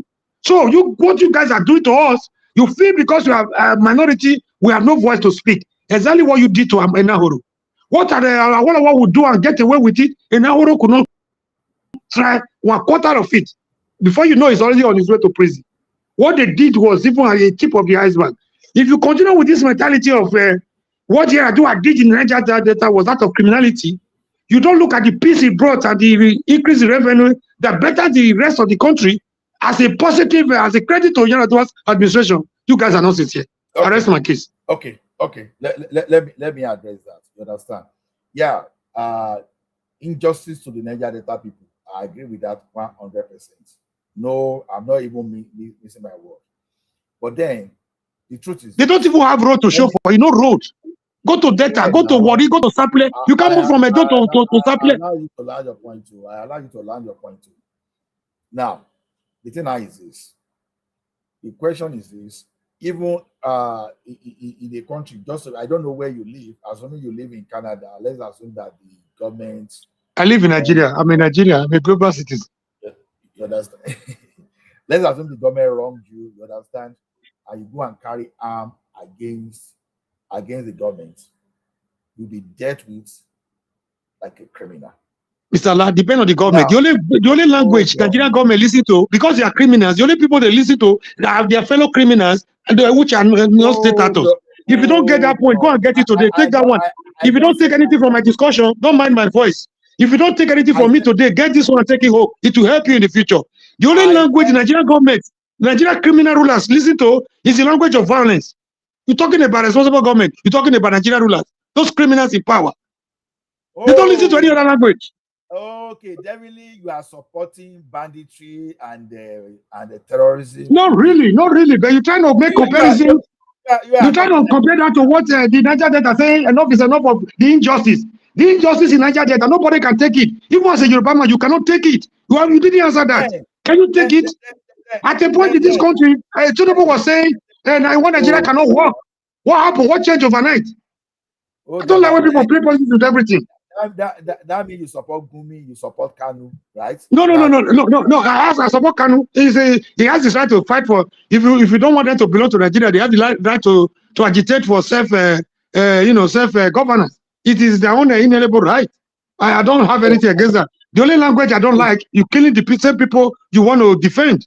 That to me is even is a subject for another discussion. They said that they were not the people responsible for that. If you inciting violence to kill your people, the same people you're trying to free from the Nigerian bondage, I have a questionable, command, on that. But if you are saying, if you cannot allow us to be, you have a man that has 3 wives, you trying to favor 2 at the detriment of the third one. The third one is saying, let me go. Let me fight for my divorce. If you cannot accept me as your wife, I have the right to leave so I don't die in this marriage. You call that a crime? I don't know what to tell you. No, I heard you. But you know why I said you see this is opinion, right? I disagree with Yard, right? You understand? Now, when they finish, when you arrange with those people, good government can give people amnesty, but you have to be very careful of those people that can interpret it wrong. Although I didn't say Yadra was wrong until I started seeing what these bandits and terrorists and these terrorist sympathizers in the north are trying to do, right? So that is why we have to be very careful. Now, since that bro, don't let them cajole you. They are 2 different scenarios. Don't let them compare. See, now I know where you're coming from, because you're asking for amnesty for kidnappers and the Boko Haram. You try to make Yaradua look stupid for taking the decision he took in the Niger Delta. There are 2 different things. Is it a crime for you to ask for what rightly belongs to you? The oil in Niger Delta, who does it belong to? Whose soil? Or whose soil is it? Hold on now. The oil in Texas, America, does not belong to America. It belongs to Texas as a state, and they pay royalty to the center. When can we begin to say what is right? Must we play politics every time? Okay, I heard you. You are correct. Don't succumb to the fact of the Gumi that is saying if there was amnesty for Niger Delta agitators, there should be amnesty for Boko Haram and the terrorists. They are 2 different things. Don't fall for that. You are too intelligent for that. Okay, I hear you. I heard you. Because there's a way we like defending our own criminal, like someone said, I'm defending my own criminal. You understand? When you accuse someone of something wrong, it's just like you point a finger to one person, the remaining 4 fingers come back to you. Now the thing is this: whether you like it or not, those guys, they took arm against the country. They went lawless in their protest. So whether I told you here that I deal with legality, not morality. So you supported the killing of people like Keresaru. No. You just made a very, very annoying point right now. So you support the killing of people, agitators and environmental activists like Keresaru, right? If I get you right. Sorry, I didn't say that. You are the one saying that. No, that's what you are. That's indirectly what you are alluding to. Shall you listen? When they are talking of killing, it's only you understand. I don't support death penalty. The only situation where I support death penalty is in the case of these terrorists, because some people will say that before they say they want to give them amnesty. If you've been following me critically, I keep saying that I am against death penalty, because along the line you may find out that the person that was sentenced to death was not worth that death penalty. So I'm an advocate of life imprisonment instead of death penalty, because and I've said it that when you execute someone, the person is not feeling the pain of the crime that he has committed. That is always better for them to have life imprisonment. But in the case of terrorists, I've maintained my ground. Buy them before you even bring them to. You understand? Don't just go. You see terrorists somewhere. You understand? They are only surrendering when they are now answering, when you've not captured them. I think whatever law that is supporting that, take that law away. You understand? Terrorists are the only people that I support that they should be sentenced to death. But every other capital punishment, no. Because you may find out that you carry out injustice against someone so that you can find a way that is reversible. But you went into Sambisa forest now, and you see terrorists now carrying different ammunition. You understand? They are attacking you, and all you are now saying surrender. Someone that is taking arms against you. No, don't ask them to surrender. Finish them off and take over their arms. There. Mr. Allah, I have just one question for you, and I will rest my case. Do you believe in the possibility? Do you believe in the possibility of having peace without justice? Do you think peace is possible in Nigeria without justice? Peace is relative. Peace is relative. You answer my question. Do you believe in the possibility of having peace in Nigeria without solving the problem of injustice like the one in Niger Delta? I tell you that peace is relative. Peace is relative. Even in America, there's no absolute peace. In Canada, there's no absolute peace. So peace is relative. What are you talking about? Okay. Do you think that we can solve the problem of insecurity in Nigeria with the kind of injustice you have in Niger Delta that was before the intervention of Yaradua? Do you think peace was possible in that environment? It's like you are not even looking at the context that I'm even trying to link that into. So you have to abide by the context of peace. You understand? Was Yaradua able to achieve the peace that he wanted to achieve? Yes. But now, so what is the contradiction? That sounds like a contradiction to me. On one hand, you blame him for what he did. You say you later discover it was wrong. On the other hand, you praising him for being able to achieve the peace that stopped the decline of people, kidnapping of people, and not just that, and also affecting our national revenue from oil astronomically. Both of us participated in student unionism. You understand? There's a period to wear activism a cap. There's a period to just wear an analyst and the normal analyst a cap. Which one are you wearing now? Which one are you wearing? Which one are you wearing? Where are you? Where do you belong right here? Are you for the people or you against the people? I'm wearing that of analyst. Can you hear me? A politician, not an analyst. You're wearing that of a politician. You're trying to be economical with the truth. Can you hear me? Can you hear me to start with? Can you hear me? It's like I booted my microphone. So. Can you hear me? Can you hear me? Yeah, I think I lost you for a second. I lost you for a few seconds. Yeah. I don't know if you have any other person in the panel. If they want to come, they come so that we'll not be accused of what we are accusing other people of doing. Dictatorship. I think only comparable facts is so now. It be like saying now only you and. Ask her whether you get anything to put because they want to want rush. You make nothing say with the oppressor, with the marginalizer. Comparable facts.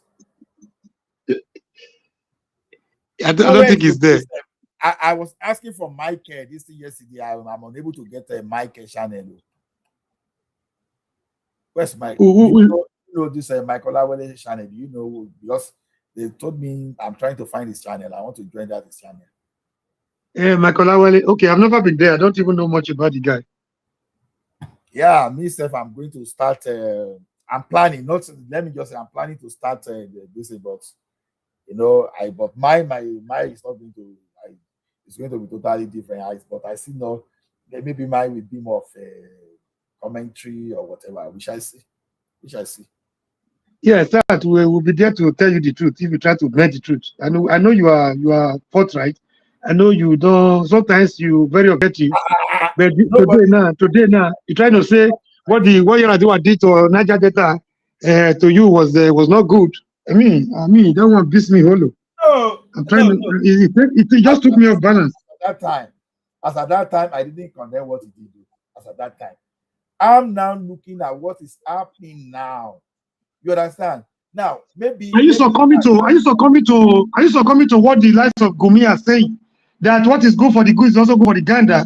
That what they did for Niger Delta agitator should be done for Boko Haram and kidnapper. Is that what is changing your position? No, even with all the statements that I made that they should pay. Hey, I agree to Niger man that they should pay a terrorist. Did I say they should pay Niger Delta people? You should understand. Back the two statements. I'm telling you that the terrorists, they should pay the terrorists. I never said they should pay the Niger Delta.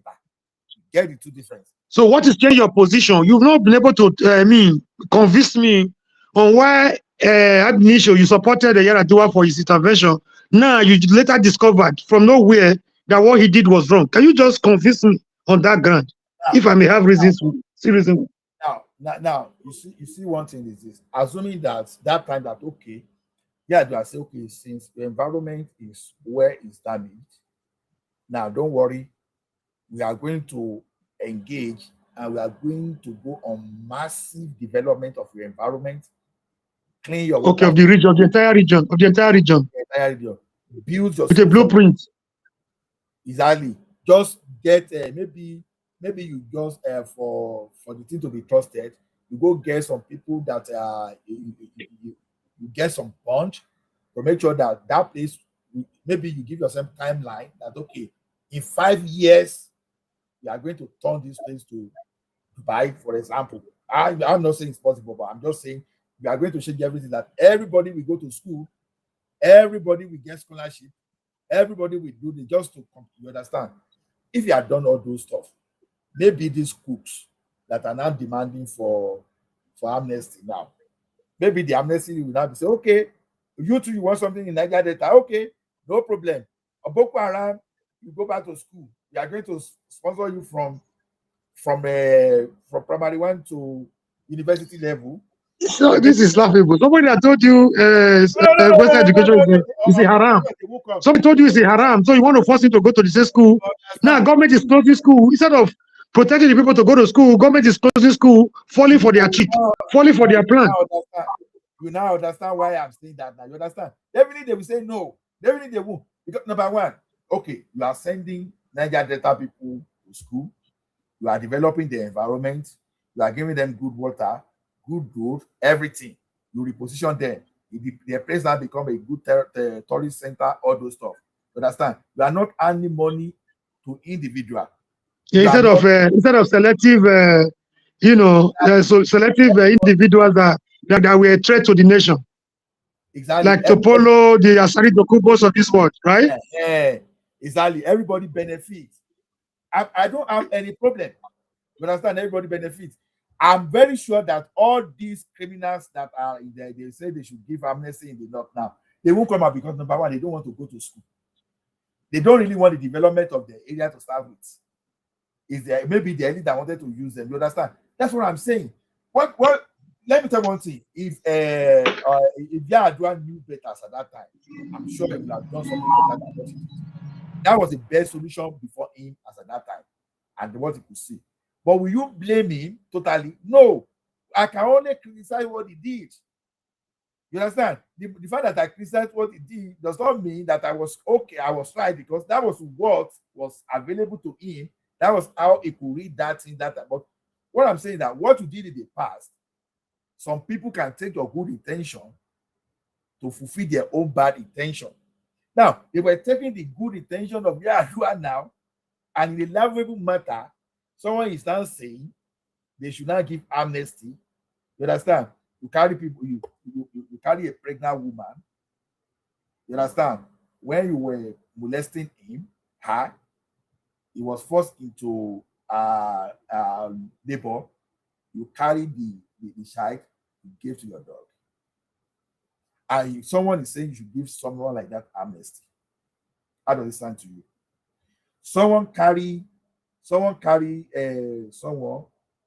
you carry knife to slaughter a human being like a goat, and you say someone should come and give such kind of person amnesty.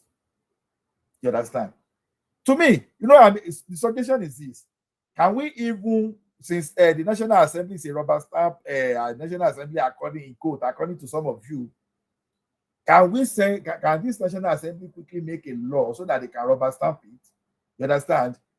And say anybody that sympathizes with a terrorist, you understand?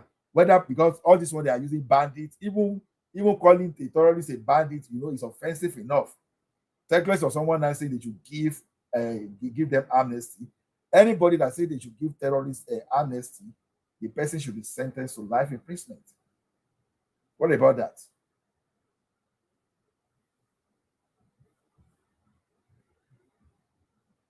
Yeah, it's like the comrade has dropped. Okay. Ovi, are you there? I'm here. I am very much here. Why you can't keep quiet, man? Everybody don't work out. So you guys are no comrade sit there. Comrade sit there. Yeah, they here. The answer say, if you say that you make a law that will affect terrorist sympathizers, and number one person will be Tinubu, because from what I can see, he's number one sympathizer. If you're not dealing with the list of local intel by Nigerian intelligence, and you are not dealing with the one from foreign land, UAE, number one sympathizer with the terrorists is Tinubu. And probably will not have the God to rubber stamp such a law, because it will affect their master, their paymaster. But that law will not be retrospective, So Azumi Omoruyi, Comrade Omoruyi, was a sympathizer of Niger Delta bandits yesterday, and they passed a law today. The law will only take effect if you become a sympathizer. Can you correct that word? Now, what happened in Niger Delta was not a banditry. That was agitation for resource control.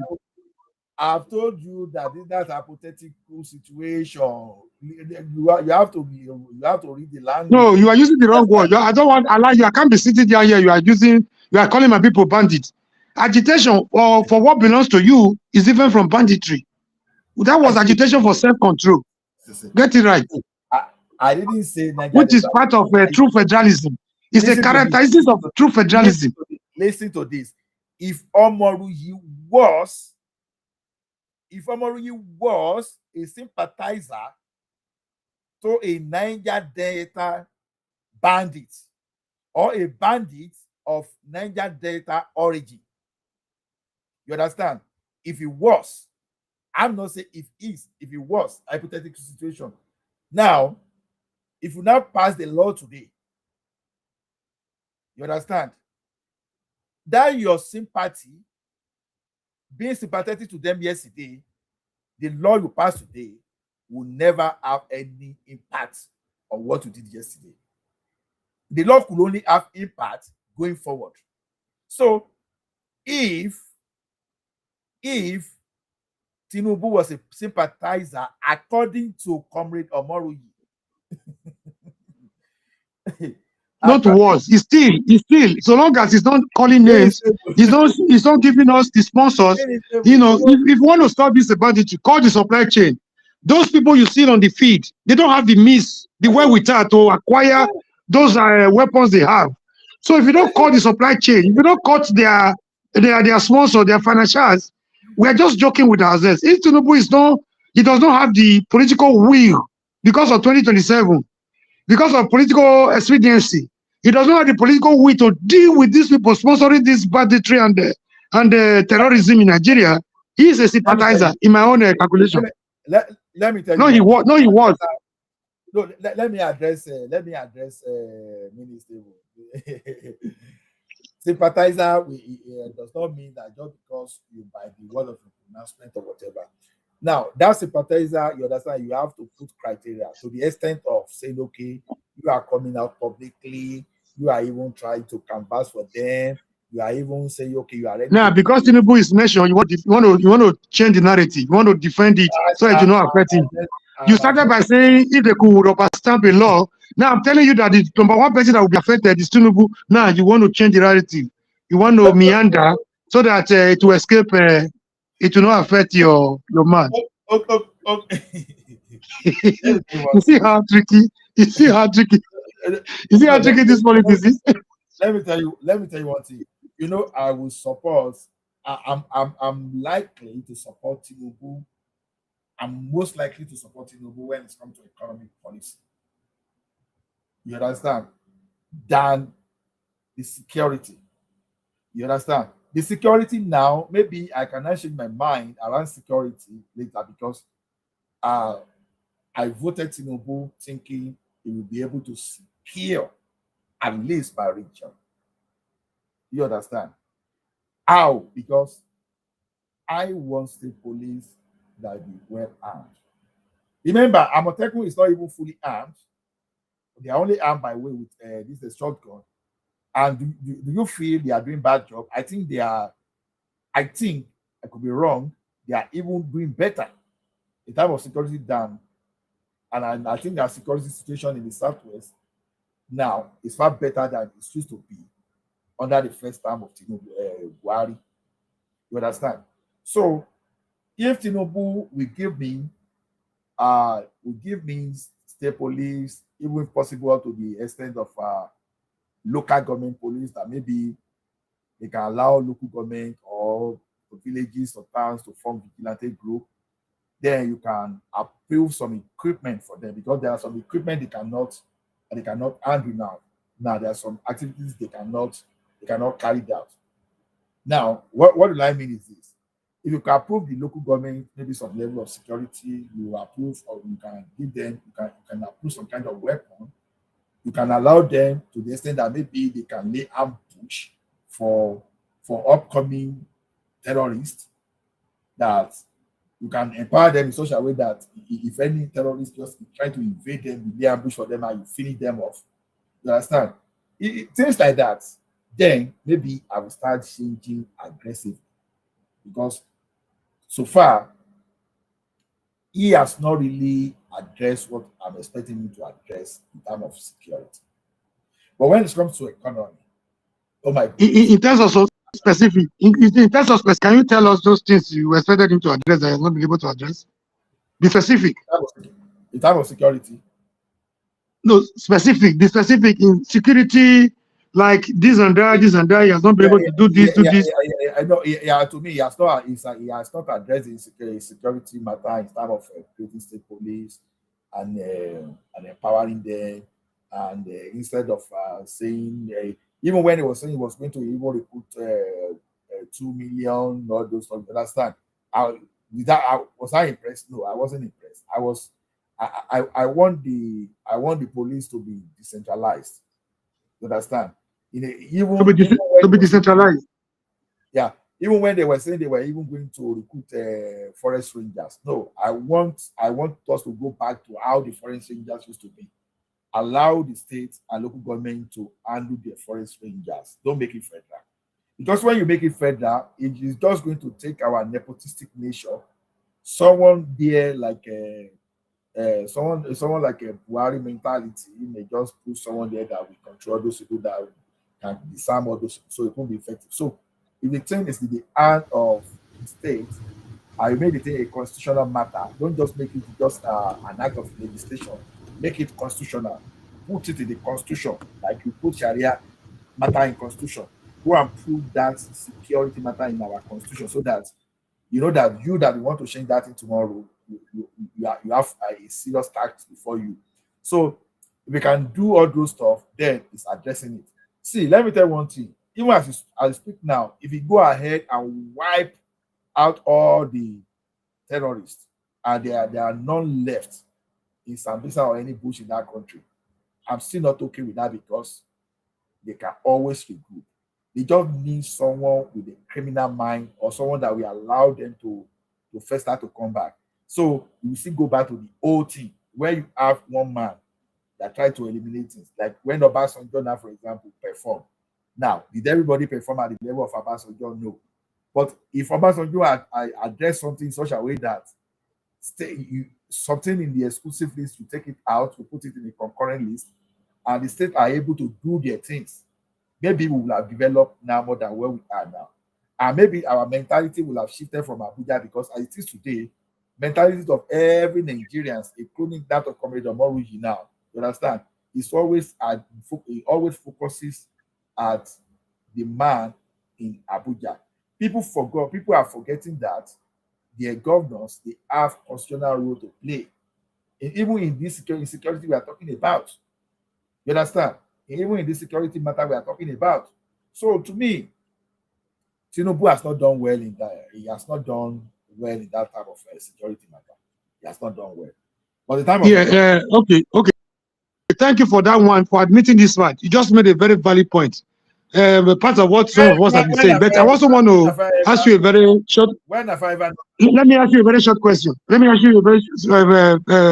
Short question based on one of the achievements, one of the formidable achievements you guys feel Tinubu has achieved. Are you okay? Do you think the way? Okay, I'm going back to the subsidy removal now. Enough money is being realized from the subsidy removal, right? Allocation to states have doubled, even tripled in some cases, right? But are you okay? Are you okay with the way the money is being released from one level of criminality to another level of criminality at the state level, without the money trickling down, to the grassroots development that will affect or impact directly on the people? That's number one. Number two, talking about state police. A lot of people are still of the opinion that Nigeria should be allowed to arm themselves so that they can have self-defense. If you know I am well equipped, you are well equipped, you cannot just come to my house and want to kidnap me. Do you think we are ripe for such a situation? Do you think it will be counterproductive? Let me tell you one thing. Even when you see the way we Nigerians act when we come to a forum like this, if we see one another physically and we carry arms, honestly, there'll be casualty just for argument alone, there'll be casualties. So we are short-fused people. So we are short-fused people that let me tell you one event.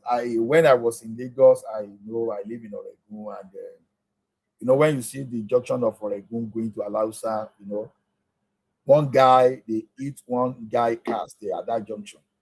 You meet someone car, and the guy was just trying to come out to say, was trying to find out, why will you eat me all those stuff? You know what happened? Those two guys that hit this car, they just came out, they started punching the guy. Seriously, civilian to civilian. At least they were not when started. You understand? You eat someone car, and the next thing you came out for the person trying to demand why did you do that. You understand? You started beating the person. That guy had that time to quickly rush back into his car and zoom away. You understand? So now, what do you think will have happened in such if they were armed? You understand? If that guy was armed, you understand, then there will have a casualty. You don't want that situation. You understand?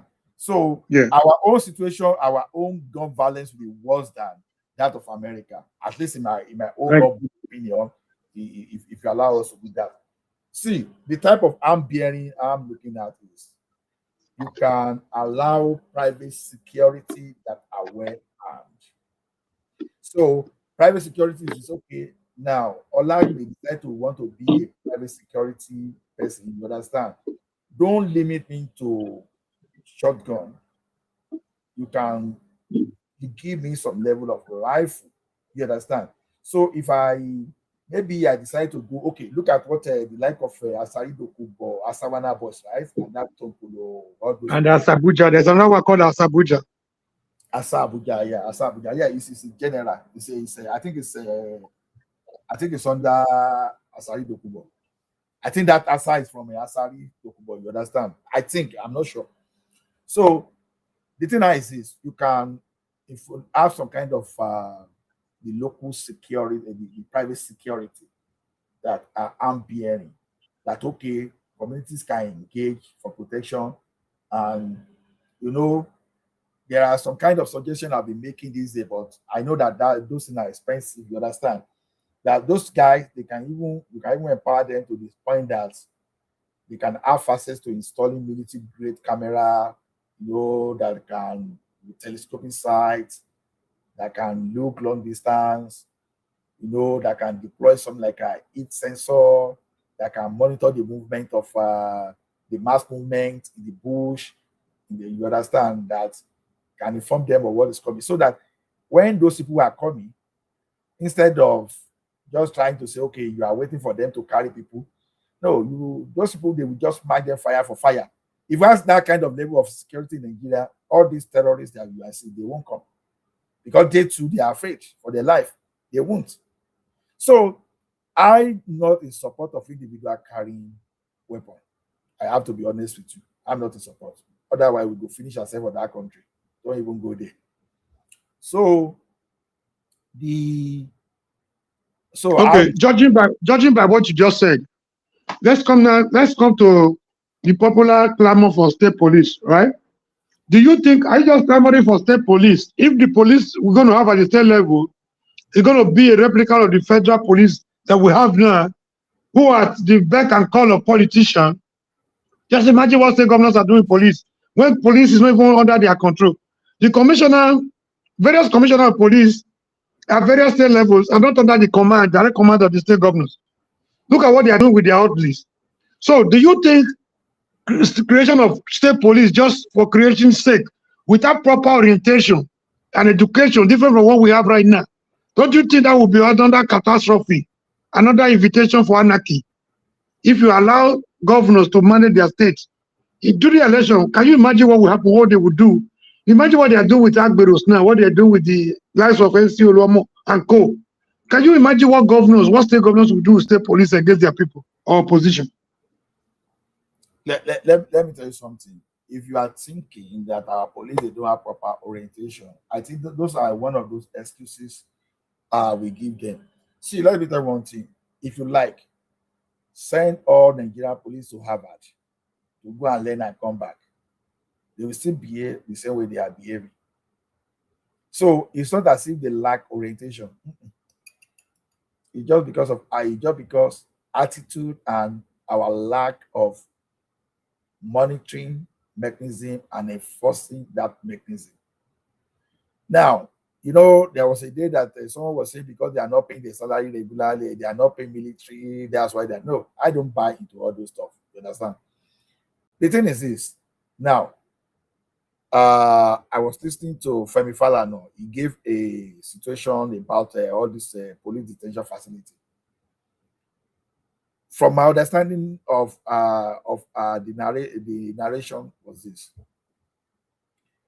if the magistrates regularly go to all those police detention and ask for the file of those people they detain, and those people that the police cannot provide those people that the police are able to present their crime or what they did, the magistrate can simply out, okay, please bring them to my court. But for those people that you cannot really key anything, pin anything to them, release them immediately. If they are being like that, the police will have no incentive to just go and be raiding people on the road in the name of road guy, in the name of you are wandering, all those stuff. Because the incentive is because the intention before is that you want to extort them. But when you know that you waste all your effort and you carry people to police station, in detention center, and you know that the magistrate is coming tomorrow to go and free them. Even the citizen that will have bribed you, once they have that idea that, oh, let us go. After the magistrate will come and they will free us the following day, the police will stop doing all those stuff. Okay. At least it's going to reduce. So what I'm saying is this: forming state police, you understand, there should be some kind of mechanism that, okay, if you abuse that right, they can be deactivated. So the license should be in such a way that there are some criteria you must meet. If you don't meet that criteria, you will lose that opportunity. Number one of those things is during the election, you cannot deploy the state police. You cannot. You understand? And the duty so what do? You deploy federal police, the equivalent of FBI. Is that what you're saying? There should be federal police. There should be state police, right? Hold on. Now, so during the election, state police should not be deployed. Is that what your point? No, during the election, the state police should not be deployed. So you bring police from the federal. Yeah, you can bring the federal police. You can bring any other thing, whatever. But normally, if you have security, proper security, there should be no way. Don't even, if it's possible, don't even allow police to even go to where they are polling. Let me tell you one thing. If we start practicing that thing, you understand, and the politicians knows that it will be difficult to deploy state police to go and manipulate election, you understand, they'll be discouraged. See, but let me even interject you. Judging by what you just said, what the Tinubu and his boys did in Edo, it wasn't palatable enough to even welcome such a deal. You know, the federal mind, they brought everything. They brought everything federal against the Edo people to impose this better and this moron on us as a governor. We are still suffering today. We have not recovered from that. But the question I want to ask you is this, you understand? Because what you find a way of doing is this. Except police is following you to where you are thumbprinting.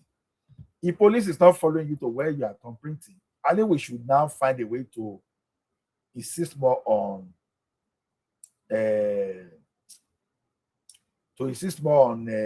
how to make sure that we do electronic voting.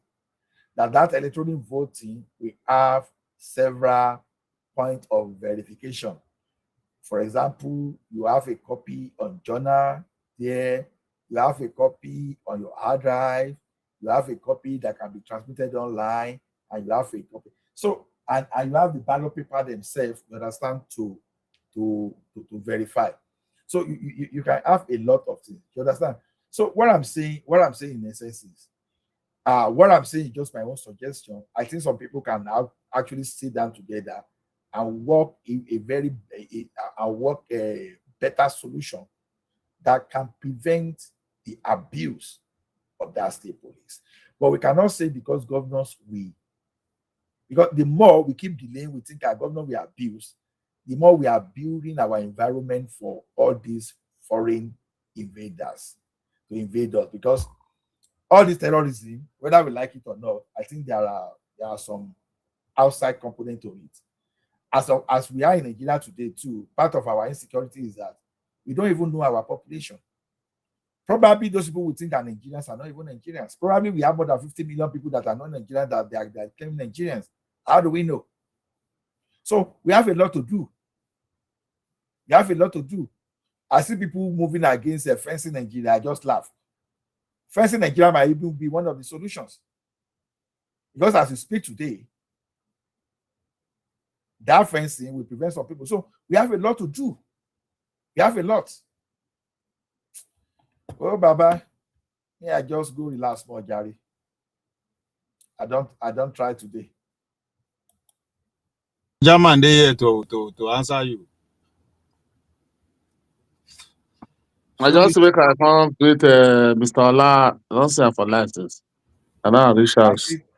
I greet you. I don't even know say you don't come. How come you say that? No, I just come here. I just come now. Just come here now. Just up to a minute, self. Come in. You feel the shot they go. I can still join you. I'm not going to even. I'm not even. Oh no, just let me say hi to you guys. I don't even listen since. So, comrade, Bless you. You're not the break. Don't they hear you? Yeah, comrade. Yeah, bro. So I want to ask you a question. Since you're a grassroots politician, right? I don't know whether on my network. I know they hear where Bless it's glitching. You hear me now? Yeah, I think it's better now. So, as a since you understand grassroots politics and party politics, right? Knowing well how they do primaries, why you the verse for Monday Paolo?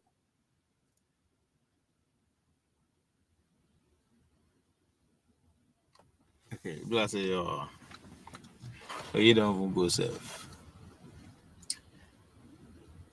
If you say you be Yeah, grassroots politician, you I go think his understand network that. is.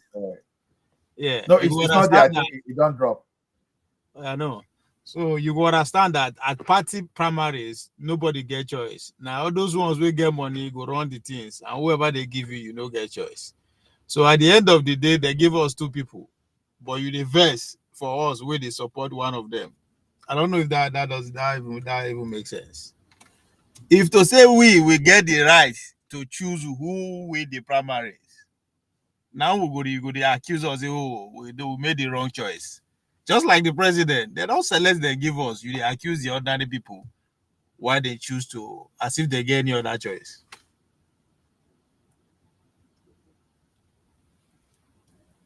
Because if you are not involved in the primaries, why you they insult people who has nothing to do with it? Anyway, there to answer. So Allah is only the first Nigeria. May I support that one? Or they need to first May they Nigeria. first from Cotonou to Cotonou side. Oh, I do the first. I think maybe they can leave this Cameroon side first. But this one we can able to. No, this Cameroon side. They go first everywhere now. They go first. They go No, first. you can't think it's too much now because they say from to the one we have 1,900 to with this thing 1,900 this thing kilometer with DJ. We have 1,400 with Chad all the so we have 1,500, 1,400 something with Cameroon. So this one is this side, this one is in the south. Cameroon is in the south after Calabar. So maybe this one whether they control the Sahel, if they can able to fence those two, then all the old military we face here. You understand? So even though they want to come through Cameroon, because all these jihadists, they full Cameroon border there. Uh-huh. To stop the Cameroon running outside to Nigeria, running back. So even when you see the military go bomb all those places that day, now you see that they are camp all inside that Cameroon bush there. So they will know that they can face all those military, all the attention. We just face one side. You understand? It'll be more easy now to curb the insecurity. That they have to be There's not enough manpower, all the old technology will just face this side. Like the way Spain do it now.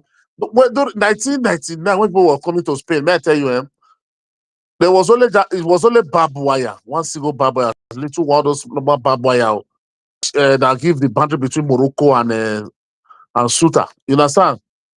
So people will just come, just use left through that barbed wire down. Now small barbed wire when they reach out of the chest, Put it down here. People will they follow that. Maybe you see many years when they come through all those Morocco. They enter Spain that time.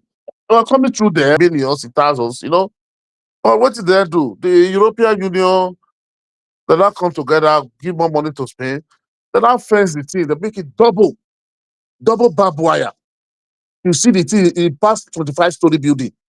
You understand? They make it double. If you can able to, even if you cut that, you were able to pass the first one, alarm must blow. And before you can able to cut the other one to enter into the territory, there's CCTV, there's everything, they must see you. Those gendarmerie, even though they're not duty, they must see you. They must come. They must come to duty and see you. You understand? So that's the way they did it. So it's not not be fence of block. All those better, but then put CCTV there. Let drone be flying. All the old night before people were coming midnight, that kind of 2 a.m. Later they stop coming in the day. They start coming to midnight. They wonder before they break. Then so those jobbers, they not change their strategy. They not put a drone, put a CCTV, everything. Just go for them, be watching. When they see they are closer, they will just come, start shooting. And then they will run back to Morocco. You understand? Anybody that will be there. That's the way they have to come down, save Spain till tomorrow. That is only the way. The fence is very long. The fence is not beginning, no end itself.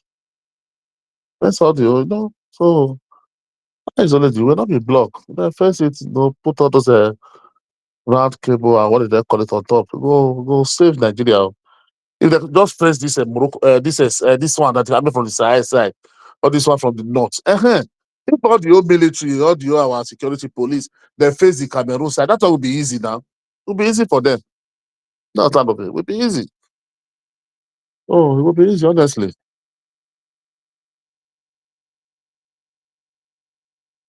I love you. Hello?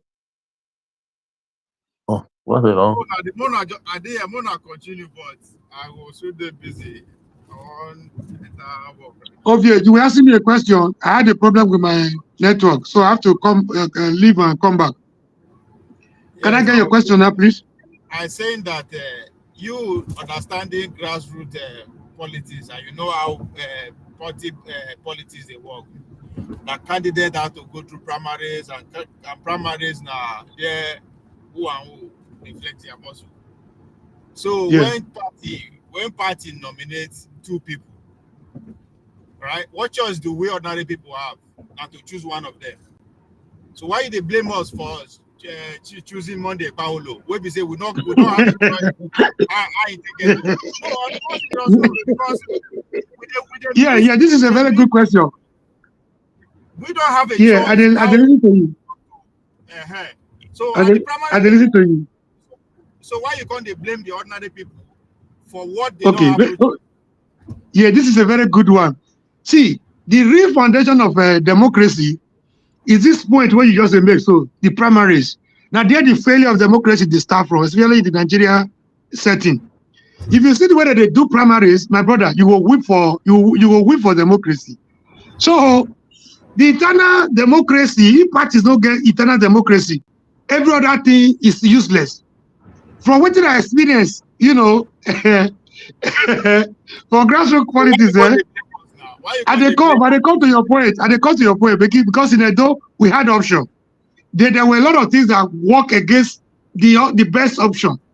Okay, let me say the better option because we were only two. I cannot be talking of the best when we were only two. The good and the bad. So the better option? There were a lot of things that work against the other option. Who would have been a better option, so to speak? I'm not saying I don't know how it take govern. That's another thing entirely.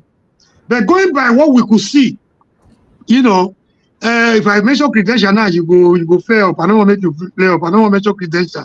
If I mention credential, what I'm saying, we don't. If we have a choice to select who become governor, we don't mention any of those two people. But we don't. We have a choice. We have a choice because we are not involved. Let me tell you what I did. See, it's not something you just say today and you begin to achieve them. Let me tell you the sacrifice I paid. You know, me, I was kind of, will I say I was bold or courageous? And again, something that worked for me, I wasn't waiting for any godfather. I wasn't a billionaire, but I was very, very comfortable, bro. Considering my age, my level and everything, I had a very good business that was giving me money every weekend. So I could receive money, big money, 4 times in a month, right? So I had a lot of people around me, youth, women. You know, the biggest problem in my area is water. We don't have water. So every festive period like this, I will make the women line up drums for outside. Instead of water tanker coming to give them drum for 500 naira then, I can't remember. I will just pay for tankers. I pay for tankers, they go give them water. That thing means a lot to those women. Then I wasn't in politics, so I was just a student. And most of their boys, and then they helped me do my business. So those boys, if I give them 1 bag of rice, their mother will go benefit. So I didn't know they were already looking up to me someday. Bro, when I mentioned say politics, in fact, before I even mention, when I prepare for NYC, they were sending somebody to come for me to come become councillor. Ben, I don't know say it's a sweet like this, so I'm gonna go use service, so honestly. So me, because you know, I don't go south. I don't know say the other way when I fight to go south, the useless people. My brother, I'm a rush go take that councillorship first. So by the time I go NYC, come back, you know, anywhere you see me, youth must be around. I must buy cigarette. To buy cigarette not be problem. To buy Morocco, to smoke not be problem. To buy food, eat. Have you entered a restaurant now where I go chop only 10 naira? Have you ended up spending like 2,000? And 10 naira chop for inside that money. And that physical cash, you know, even deal with me. Oh. But the woman for that restaurant must know me. Say if I say they come, I go come. And no other person for that restaurant will not say, I buy that food on credit. I will just go behind time the woman to serve everybody. Wait for me in the evening, wait for me tomorrow. Then that trust was there to a reasonable extent. One boy went grow for papa, mama, and village guy people. You tap rubber, you come begin the buy rubber for inside the same village. You go to the same primary school with them. So the trust was there. Politics not hard the way with the look at more. Finally, when I got come back from NYC, bro, so I can't even say make I try. If you see the support, really, but then no matter what you do outside PDP, you were nowhere to be found. You just on your own, waiting your time. Even if you win election for your ward, PDP did a announced result for headquarters. So there was election we did, although Suba was already in PDP. Now, so we penetrated PDP. PDP knew they were not going to take me. Everybody knew they were not going to take me. But I wanted to play one card, right? Because of this question when you asked. I wanted to appeal to the sentiment of the people. So I was with PDP knowing that they're not going to take me. There was one senatorial leader there in South, they call him Mulifu. He wanted his boy, when they drive in wife, in last wife, the boy went to get permanent certificate to be the councillor this time around. So first time, I no argue. I said make I step down. I stepped down. Second time, they said make you step down. The third time, I wasn't willing to step down for any idiot at all. I not ready to what they want talk. Now I was prepared. So, and I don't get small sense now. So, the internal democracy, when you talk, so now they go, then maybe they lay all this foundation. I succeeded now in win everybody. Youth originally were my original constituency. That one a bonus for me. Women, another bonus. Most men had this sympathy, though they don't say that man a bigger leader. They also have sympathy with me, for me, because of the kind of thing where they know say, they do with their children, and most of their women, when they, at least in my only two way, they extend the hands of fellowship to. So the support among the people was overwhelming. But there was an obstacle, which is Atalefo. Atalefo in my area means we don't talk and finish by one leader. So this leader, another lawyer man to Tony Aneni, because of one election when I do one time, primary when they're supposed to do for my ward, they took us to Nova Hotel because of me. Because if we do it within the ward, I will win. Even if you do 100 times, I will win. Back to back, I will begin to win. So that, at least I wasn't comfortable with that. So if they see me like rebel, some people they tell us, this cannot be rebel. It's not as rebellious as you think, right? Just work with him. Even with one House of Rep member, Joey John Wele, went to him. He told you, live with this guy, you don't have much to do in politics. You just relax and he will be there running things for you. Like saying that you driver he won't bring. Now, I was forced out of PDP completely. And if I tell you today, say that we bring APC come my area, people thought it was a joke, but we were real. So small, we can't begin, they do. Make I first finish the one where they take us to Uromi for primary, where they want to do for ward, for Ekboma. We were in Nova. They screen every other ward, every other local government. They not screen my ward because of me. Thinking I go first, go house. Do you know I was there with my boys at 3 a.m. From morning to night, we don't eat. Right? Inside that Nova hotel for Uromi. You go know that hotel and then you hotel. Finally, they call me. Before I just appear like this, if you see the table, number one, when the South leader, which is my greatest opposition now. Okay, you hear me? I hear you. Okay. My greatest obstacle, maybe South senatorial leader. Every other person went there, 9 boys. So, followed by this man from Opoji, another House of Rep member before, Ikari Ale from Opoji. Followed by so many of all of the 9 boys. Once an any talk finish, and he not get worse where any day. Once an any tell them, say, go do this. He go deliver that thing. There's no objection. So once he talk finish, all these boys when they this table one screen also, they not get option. For my screening for councillor, Nene was personally on the table at 3 a.m. No sleep. So they go call us. They just call my the guy when they run with me, which is his driver now. Almost like take a bow, he don't go. They don't screen and finish. When he reach my turn, everybody, they don't prepare way for me. He carry a life stake on me. He was then the House of Rep member. Do you know becoming a councillor entails some leadership qualities? What then are those qualities? I say, go, I don't fire on ourselves. I say, yes, being a councillor entails some leadership quality. A good leader, from my own understanding, must lead from the front. A good leader must not be biased. A good leader must not be biased. A good leader must have an open mind. A good leader must be able to must be able to listen to his followers and all that. According to the code, he says, don't. When they discover, I said, no, if we use question, dislodge me. If I answer one, the other one would fire me for another angle. See, I was just doing that for my, for doing sake. They don't already make up their mind. Before we come up for that screening that night, Richards, it was almost 6 a.m. the following day. The news was already everywhere. Said they disqualify me. See, I'm not qualified. So now, when you leave with discover, say question not go work. He just said, "Can I have your tax paper?" I can't give him my tax paper.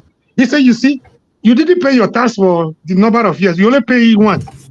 You are disqualified." So that same money, I go to another task for Benin. As I come out there, I don't sleep, go straight to Benin, go to another task. So now I come cross to this present day. See, then it was AD far back. So the things that they don't knock me off. Now the next screen I have to go to Benin now, right? I'm trying to address this at Talefo that we leader don't talk syndrome. If you allow the people to have their say, democracy will be very, very sweet, very, very sweet. So the following day, now Benin screening, they thought I was out of the game. The first person after my screening, I was the first person to be screened in Benin. In the other party, they hold their form, wait for me. The guy went, there was a kind of placeholder for me. So as soon as I was disqualified, which the opposition was waiting for, they just embraced me. Bam. So they reached Benin. They said, I will go Benin. The first person when I TV interview, I will find that script. I will send it to you. Now me, they said the man was listening to his 7 p.m. news. He said, this one not be, this one not so person.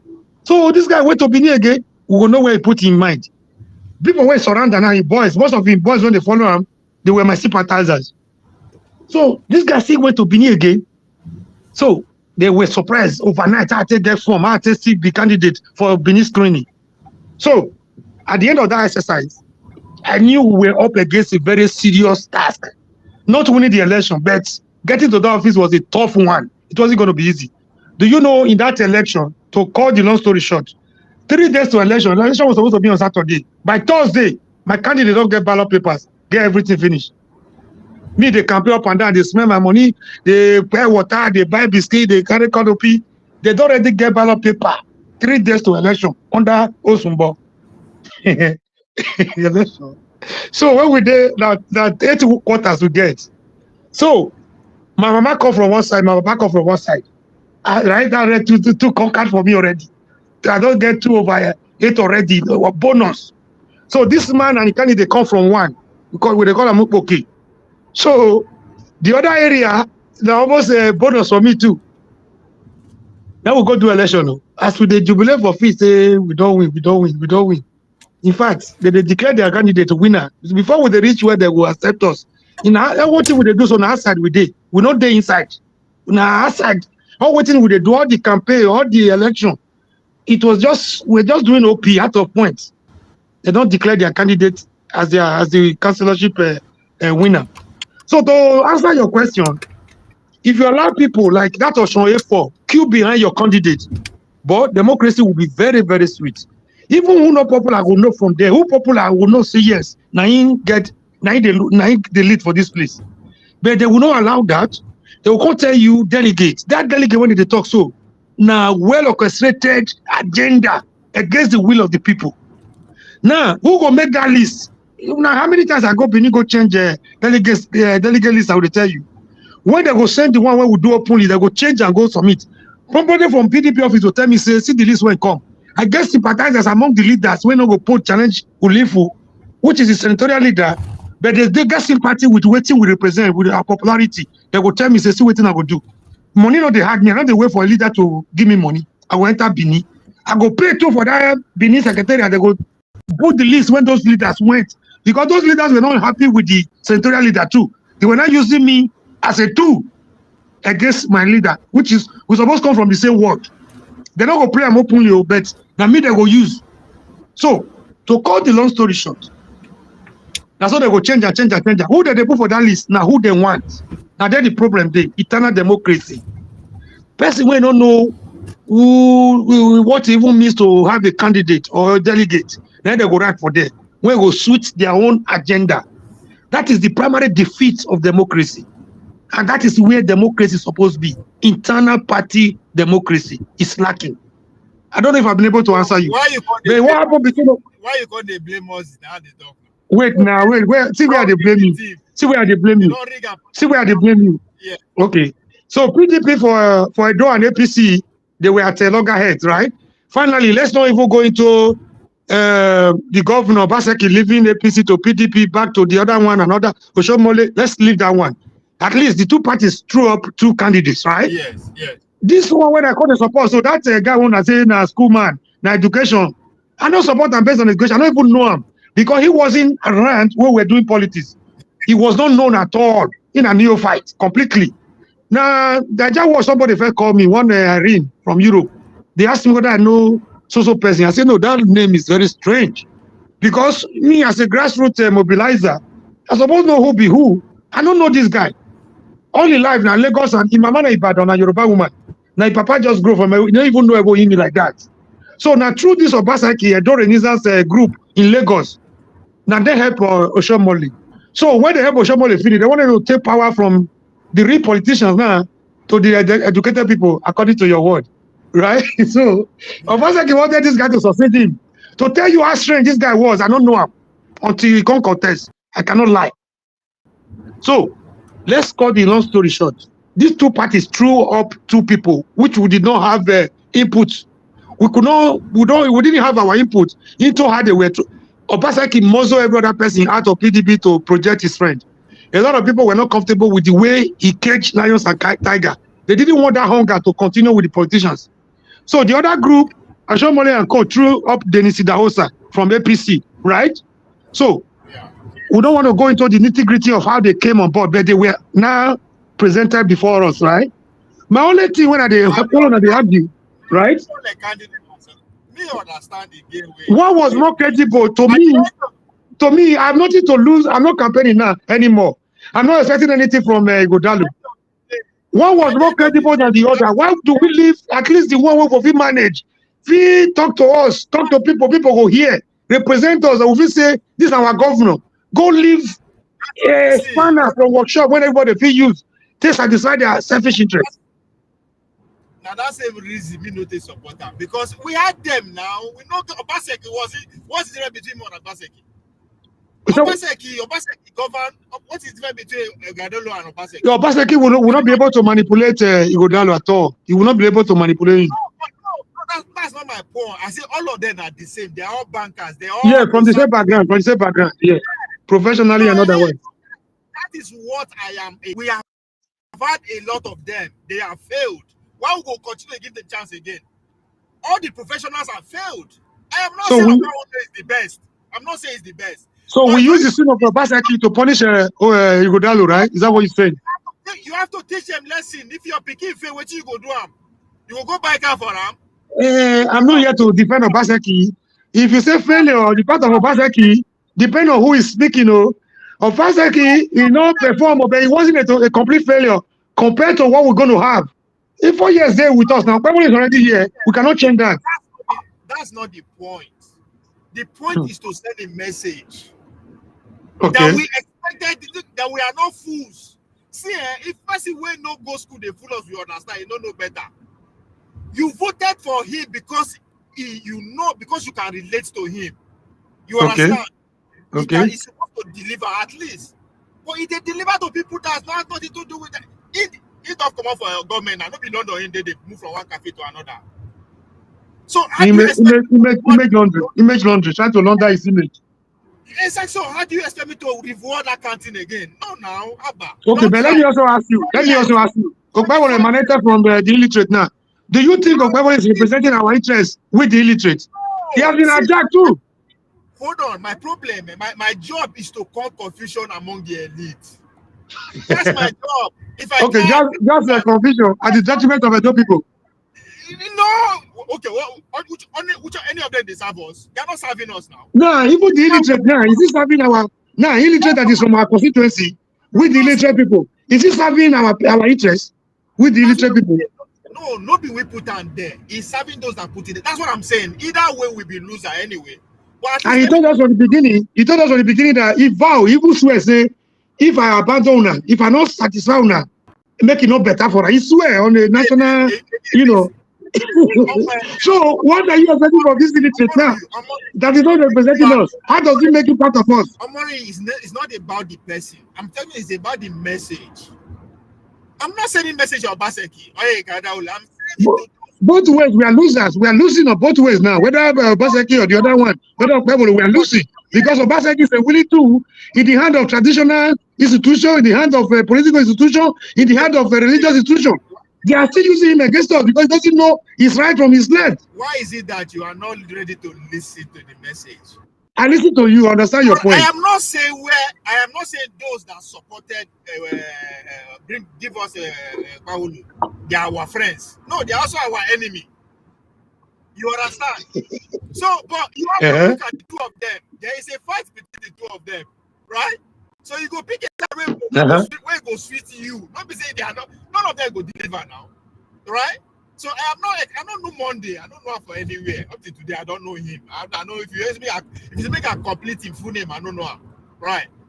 But I am just saying, those so-called people where they can't tell us, say, Moku vote for this, Moku is like this, Moku speak like this, Moku behave like this. We have given them chance for 24 years. 24 years. You Moku continue to give them like that. It doesn't make sense. Let them go and think. That is what I'm expecting for them. I'm expecting the educated class to go and sit down and think, say, come, we really fuck up. So instead of them to the focus on Paolo, it's not about Paolo. It's about the fact that una fuck up, una disrespected us. We expect, we give una time, chance, and over again. You guys keep failing us. That is the message. It has nothing to do with Monday. I go vote for person when they was last Monday. Just to say that and say it all. Okay, I understand your point. Judging from where we are right now, we're not campaigning anymore. Campaigns are over, right? He's not the sitting governor. No. Campaigns are not over. Is that the governor, right? Do you know the little Obaseki didn't perform? Are you acquainted with the little foundation here and there Obaseki was trying to lay? Caging of the lions and tigers, caging the Agberos, putting them where they belong, biotic cables here and there. You could stand anywhere in the Benin and make a call internet. You know, little things here and there. He didn't perform. Comrade, if we assess the devil, the man who then says that if we assess our devil, the devil himself, we will see one good thing way in. Yeah, I'm trying to compare that one to what Obama is doing now. Are you comfortable with Obama government? Are you okay? It's not about Paolo and Obaseki. No, it's not about them. You know what I'm saying? It's not about them. It's about the overall picture. You understand? If you say grace us because they know Sabi speak English.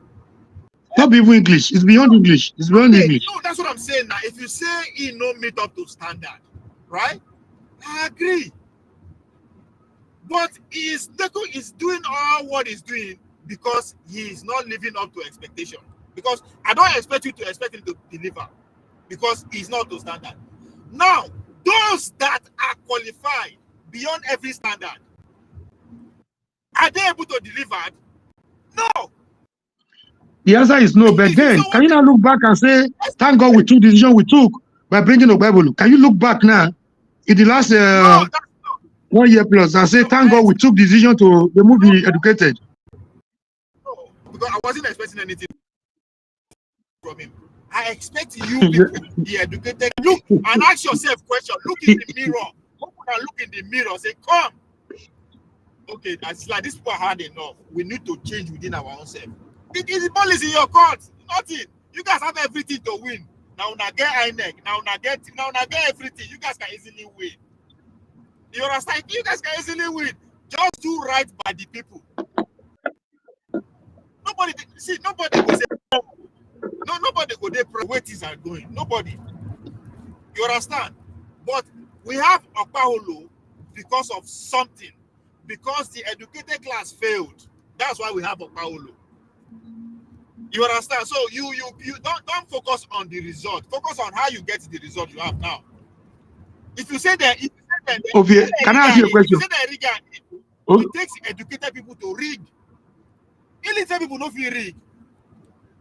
If you are talking about say that I understand. by the election, now educated people that don't get the money. Poor people don't get the money. Okay. Okay, I have a question for you. I have a question for you. Okay, the little foundation Obaseki laid. I'm not here to praise his to praise us Obaseki. I'm not. He didn't. To whom much is given, the same much is expected. His second tenure was very challenging, and those people took it upon themselves to let Shomole know that Edo does not belong to you, which was historic and very revolutionary in the history of Edo politics. So, judging by that, he might not have done enough to justify the effort and the support of Edo people. But then, are you also comfortable with the way this guy is just going about destroying every foundation laid by Obaseki? They say government is a continuum. So, you're supposed to continue from where the last one stopped, not about destroying this, destroying that, destroy every little foundation he laid. Every foundation that will have enabled him to even stand, he's destroying everything, all in the name of bitter politics. Are you comfortable with that? Is that a good omen? See, as I said, everybody get good, but I am more focused on the good that he is doing. He don't renovate. Which can you name of some of those goods? Oh, for my place, he renovate my school. That school has been in ISO for almost 50 years. Okay, primary or secondary? Secondary. Is that not enough for me to vote for him? The guy don't settle our chieftaincy, our kingship problem that has been there for over 120 years. You better say that in favor you were. You better say that the person they put for there. No. But I just because the thing they hold us back, and it's a simple thing. Okay. You understand? It's a simple. Did Obaseki put somebody there? Did Obaseki put somebody there before he left? Yes. One idiot they come from America. Where Mario? And now I know where you're coming from. Now I know where you're coming from. Now I know where your support they come from. No, that's it. I don't go lie. And now I know where the genesis between the relationship between you and Okwewolo. Now they understand the cost of because sometimes when I see picture behind you, if you like I take a personal physical with you, I'm like, does this guy even know who in the pool behind him? Then I begin to know why you support Okwewolo. Comrade, I actually spend money campaign for Obaseki. I spend money campaign for Obaseki. I print okay. You understand? Oh no, Obaseki, instead of him to actually solve the problem, you know what he do? He won't try just garnish him. Obaseki give us 2 commissioners. Only my village get 2 commissioners. Why? So I know they complain. So he know the reason. He give the guy who eventually put for their asking. He give a commissioner. That's under Obaseki, right? Under Obaseki. He just has. And he groomed a lot of young people at the detriment of old politicians that were always there, from years to years. So there were little things he did that I was very happy with. But the greatest mistake when he can't go mess with the traditional institution. People don't understand the game whether they play, and they can't use and shine. And that would be the greatest, the very nail when nailing coffee in political coffee. But so that one I kill him. You know, say you know go blame man. If it based on the history, the family they always get issue with the upper family. Abi? Bro, you put that one self. If you want really go into that one, the family is not really too bad. Make I tell you what happened there, right? I don't say you know the history, but make I tell you another angle when they don't want to make you hear. The family where they talk, so that guy Kolago was a very formidable chief. Then make me say make you not bring a contact to damage show. I know I'm going to fight. I know I'm going to reveal. I know I'm going to reveal certain things openly for there. That Agoso was a very formidable chief in the palace, right? I'm not saying I'm not faulting Obaseki. I'm just saying I know there is there's a problem between them before. I'm not faulting him. Yeah, now that thing I want to tell you so. Now the thing I want to tell you. So then they feel saying a betrayer, now from lineage of betrayers, right? But really more than a political aspect of it, now it be that to score a very high point. But the real point be say that invasion when they talk so they buy some people will come from the other side, come and dominate our area. When they buy them, the news can't reach abroad, say what they do, they cut their hair, do this one, do that one. So the invasion now, they can't come, say, okay, that kingdom must be wiped out. They can't carry war, come for us, right? When they come, every other chief, this one, that one, all of the jackpot, they run away. They come out. The one where their hand meets, they beat them, you buy them. The one where they not fit buy, they can't bundle our Reverend Monarch now to Calabar, right? These are also when you look. Now, one of the courageous one, he was also very rich and a businessman. So he was one of those that had the courage to stay back, to hold the administration, this and make the thing go into complete extinction, right? So at the end of the day, when the dust from that abduction to Calabar and everything settled down, right? They can't come back now. If the man won't really be evil person, say, I don't dare. I think I just missed. But if you listen to me. Yes. That's what If you hear me. I didn't listen to you. I got 8 minutes. 8 minutes. I'll be there 8 minutes. Okay. Sorry, brother. So when the whole thing, the whole Buhara can settle down, the man still say, okay, this is tradition. This want to be by might is right. The man relinquish power to the next of king. Say we cannot go against it. He obey other people, come up for the position, hand over to the next of king, the first one, the way they be. Because now by tradition. The guy obey tradition, come out there. No be the narrative when they want to make you hear now say you betray. Now so no betray that they call now for. They don't look at like who was there to hold the administration down when everybody run away. They know they give you that angle.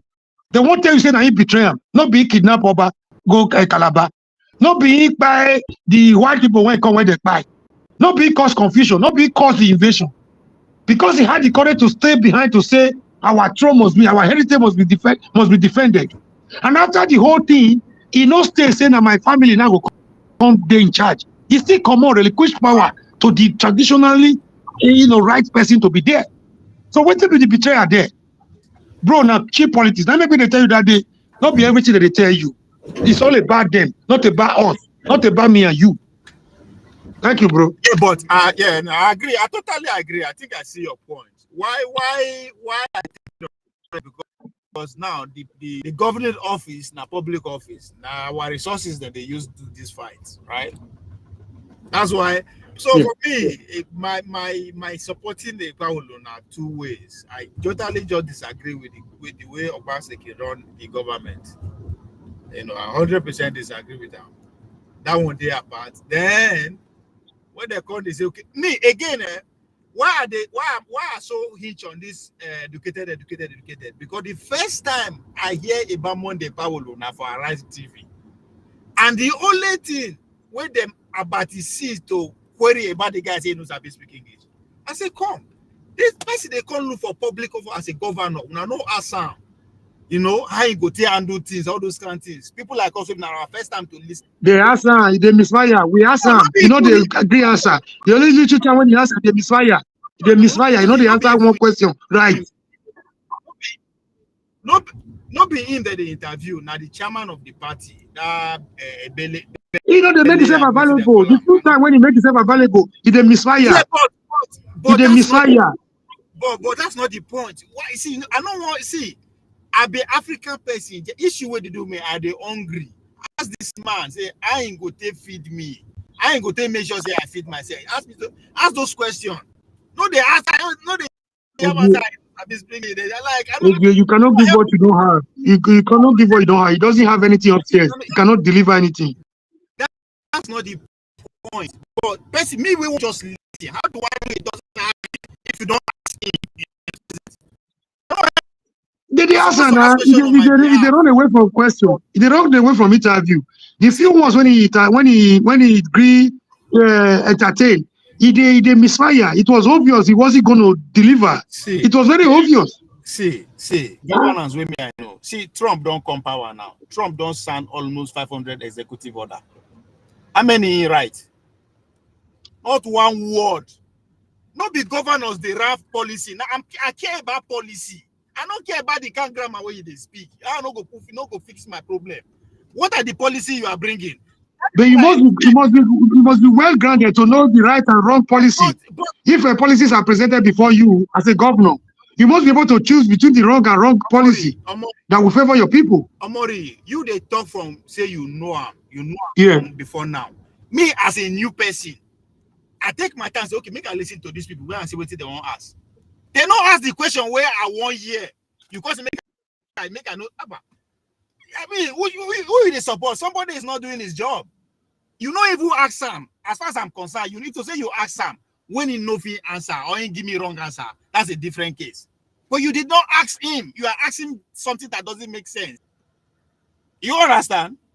Now my problem, I'm not the thought say, oh, where I go. No, you did not even ask him. So in other words, you deny me the chance to know what he can do and what he cannot do. Somebody is with us. So now my issue be that. So now arise, now recruit me to the support of Paolo. Now them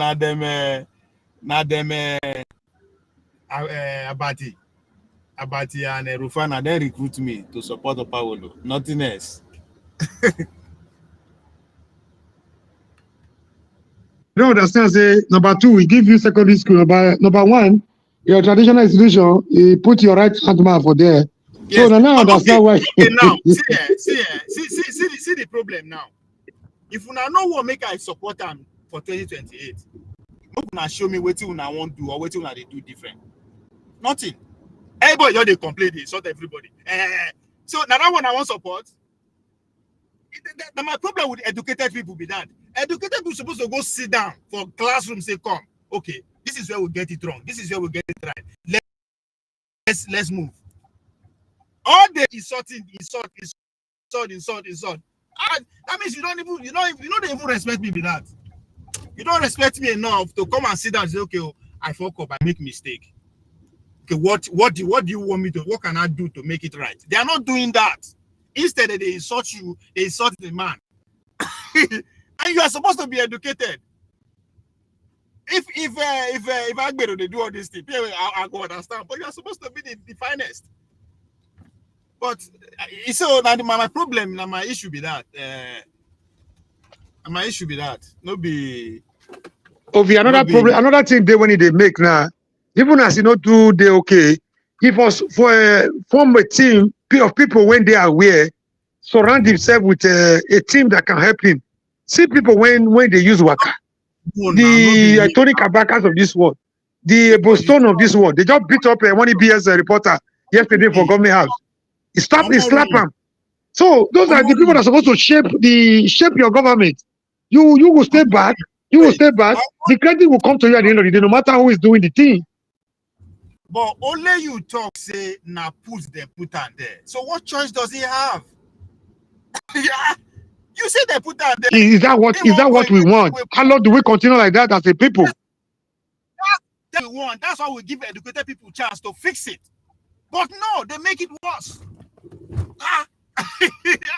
We know that's not what we want. That's why we give educated people who are well educated to fix it. Instead, they make it worse.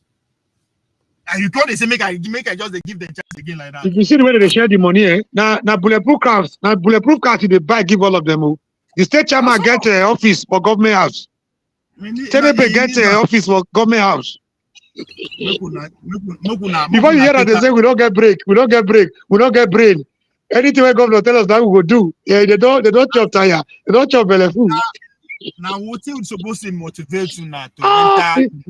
Now what is supposed to motivate you now to go to mobilize people that to they apologize to do the right? No, instead when I go to last, that they walk out from London and Europe, they will come back 6 months when they harass us. Sorry, yo, hello.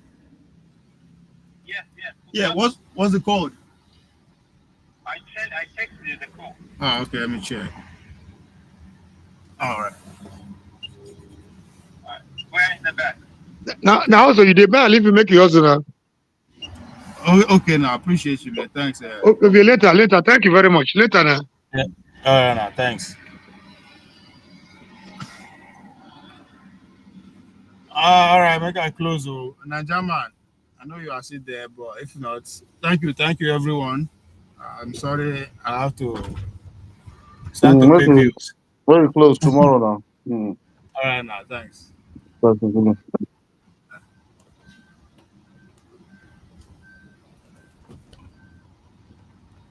Ladies and gentlemen, thank you for your time. See you tomorrow.